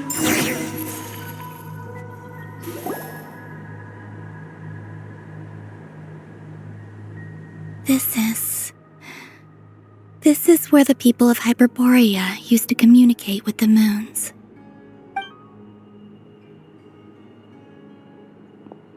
Eternal moon, frost moon, iridescent moon. When the power of all three converge, the gate to the moons shall open. Moon marrow preparations are complete. Only the final step remains. I'm sure Nasha Town is livelier than ever at this moment. Yeah, it's a shame you couldn't be there for it, but it's now or never, right? It's fine. I'm more than happy with this. My last piece of luggage. My only piece of luggage.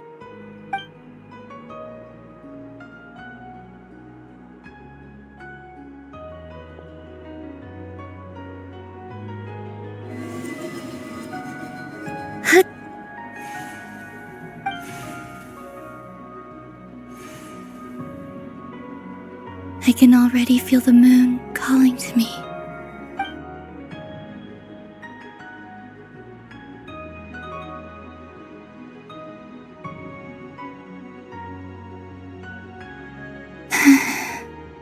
Your home lies on the far side of this light, Columbina. From now on, we will at last have a reason to pray to the true moon. Columbina, Yes? I'm listening. be sure to come back and see us when you get the chance.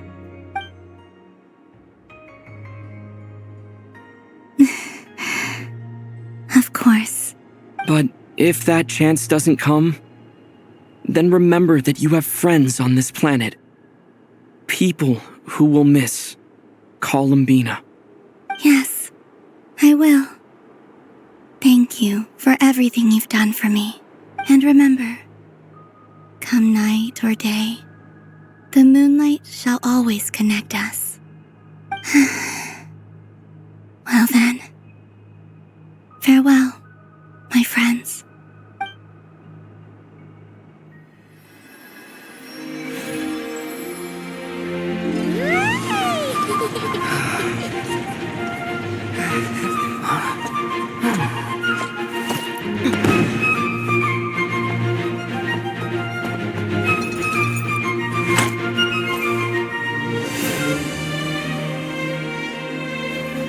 Thank you. This was my happiest night in Teyvat. Farewell, Columbina.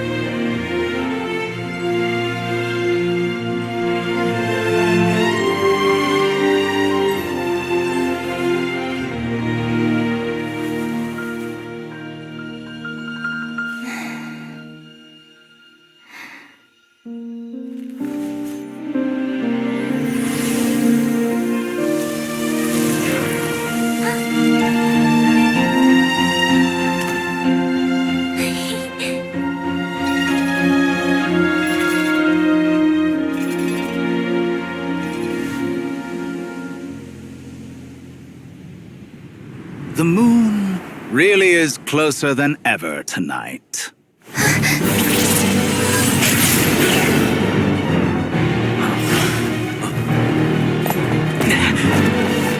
Columbina. All 3 moons in one place. Time for one final experiment.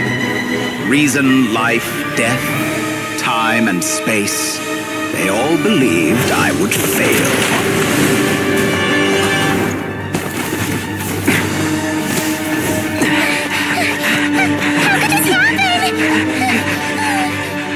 But Teyvat's primordial power never did belong to the throne of heaven. And now, they are mine.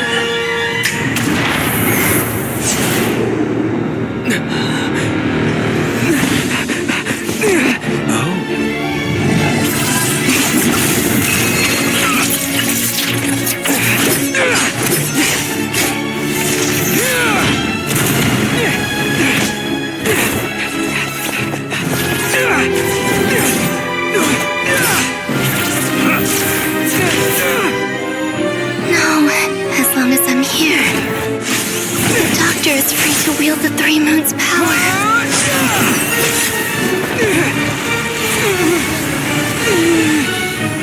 It's the only way.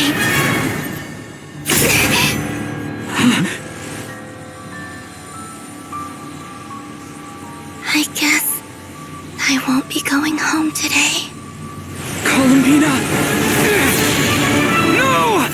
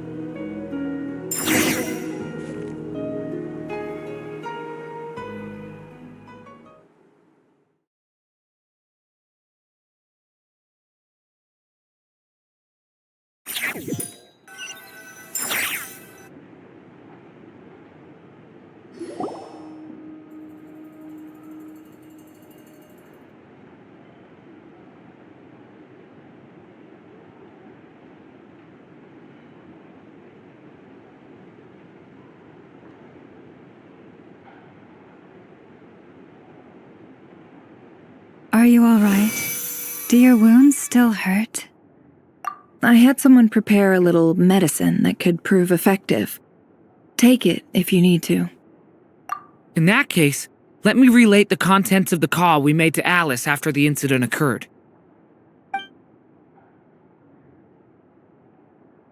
That Dottore is a crafty one. He distracted the Hexenzirkel by creating a huge fuss at Tevat's borders.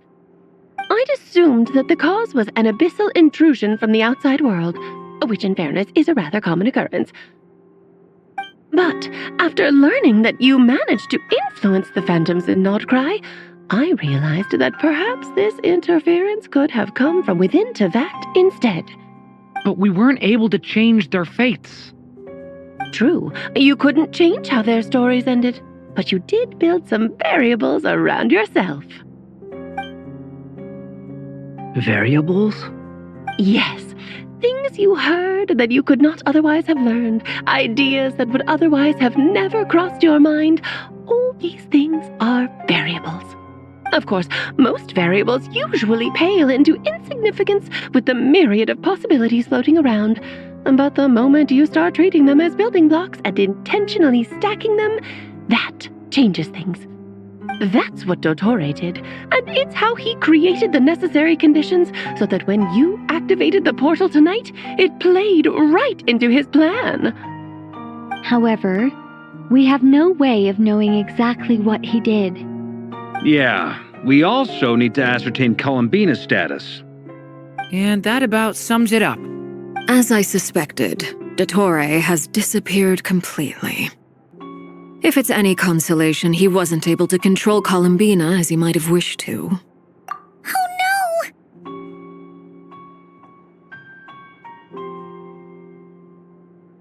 What? She did what? All we saw was Dottore appeared and used some kind of power. The next thing we knew, he and Columbina were gone and you were falling into the sea.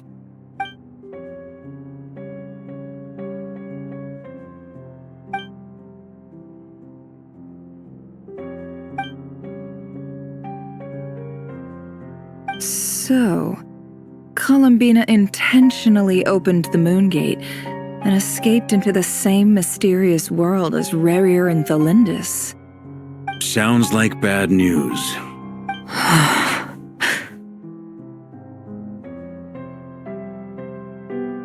Seen in that way, the Trilunar Syzygy and Rarier's emergence, Dottore might have been pulling the strings in both cases. According to Miss Alice, he is attempting to transcend his destiny and finish an experiment that only a god might complete. An utter lunatic. Wait a sec, where's Hat Guy? Seems like he'd want to be here for this. He took off with the Dodo communication device after we spoke to Alice. He said he had a hunch that he wanted to investigate by himself. The look on his face was terrifying. I've never seen him like that before.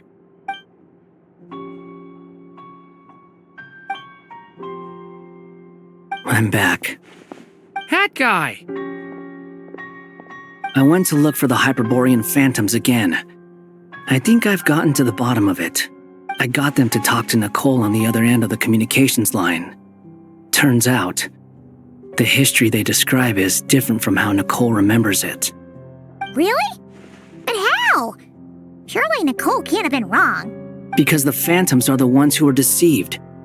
They speak of a savior who appeared in their history. This savior promised to create a new moon within the false sky, and even bring back their moon goddesses. Foolishly, they believed in him, and told him everything he wanted to know about the moons.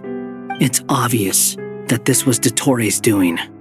Now you mention it, the first time we entered the Hyperborean ruins, we heard the phantoms discussing their history, and I remember Nicole commenting that something sounded a little strange. But Dottore shouldn't have been able to get in there in the first place. He didn't. Nicole said that this was an anomalous state triggered by disruptions in the causal connections between phantoms from the same era.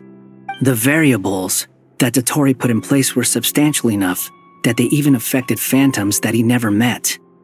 So it's not that their memories were unclear. They'd been tampered with. That's exactly the possibility Dottore was trying to manufacture. He turned these variables into knowledge and engineered the situation so all that knowledge would fall into his hands.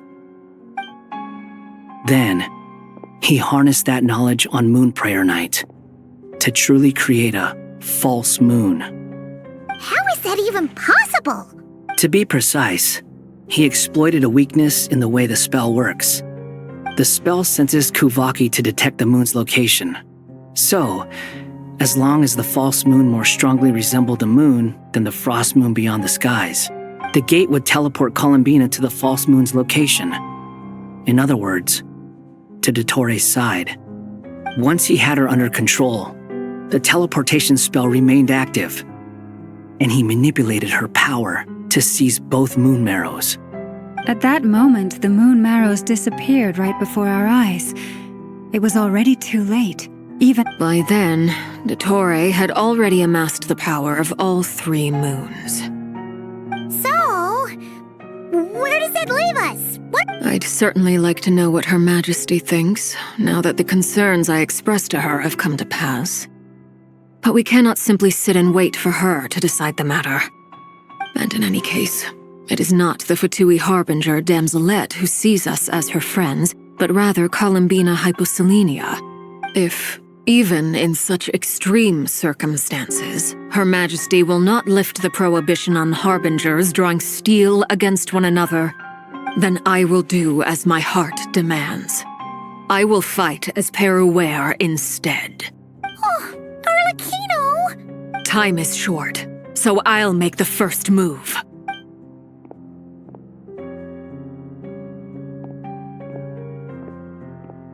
Whew.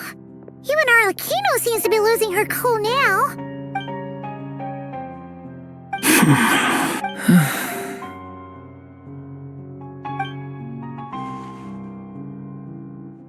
All right. Lose those dejected looks for a moment and let me get a word in. It looks bad, I won't lie. So Dottore's pulled some real dirty tricks to gain the upper hand. For now. And yeah, it's to the point where even the mages say that his variables have affected destiny. I'm not so sure, though. Many have told me that Tevat's destiny is fixed, and that does appear to be the case. Well, what makes Dottore so sure he'll be the exception? And since he was able to stack these variables up, who's to say we can't do the same? You of all people should not be discouraged, traveler from afar. This isn't over yet. And you're not alone in that. Everyone here does, whether they've spoken thus far or not. But none of us are the type to sit back and wait for the sun to shine again. That's exactly how a knight should roll. If they knock you down, you get back up and get back in it. Don't forget, Honorary Knight, you're a legitimate member of Mondstadt too. Bark is right. This is far from over. Dottore's already way overdue a butt-kicking given his past shenanigans. And after this, he's earned himself a double dose. That's what I'm talking about. How's everyone else feeling? I'll use Kuvaki to investigate Columbina's whereabouts. I am not ready to give up either. Leave the intel gathering to me. Whatever happens within Nodcry's borders, when the Curatorium of Secrets wants to be in the know, we always find a way. Ano and I will do all we can to support you. We will attempt to reverse engineer Dottore's actions and seek a breakthrough that way. Alice and Nicole are busy dealing with an emergency at Tevat's borders, so they can't return just yet. But they're both very angry about this. They've asked Albedo and me to act on the Hexen Circle's behalf and do everything in our power to fight back against Dottore. Are you ready then? We're going to have to conduct a lot of research, even in the early stages. I'll do my best. As for me, I'm pretty familiar with Dotori's way of doing things, so I can try to predict his next move. I'll help with your investigation. Nice! Looks like we have our basic division of labor. I'll get in touch with Flints and Eatlua, get them to have a chat with their Starshiner. It couldn't hurt to bring the Lightkeepers on board as well. At the same time, I'll pass on instructions to the Knights present in Nodcry to assist the Lightkeepers and other organizations in ensuring the safety of those living here. Yeah! We'll show him! That's it then. Good luck, everyone.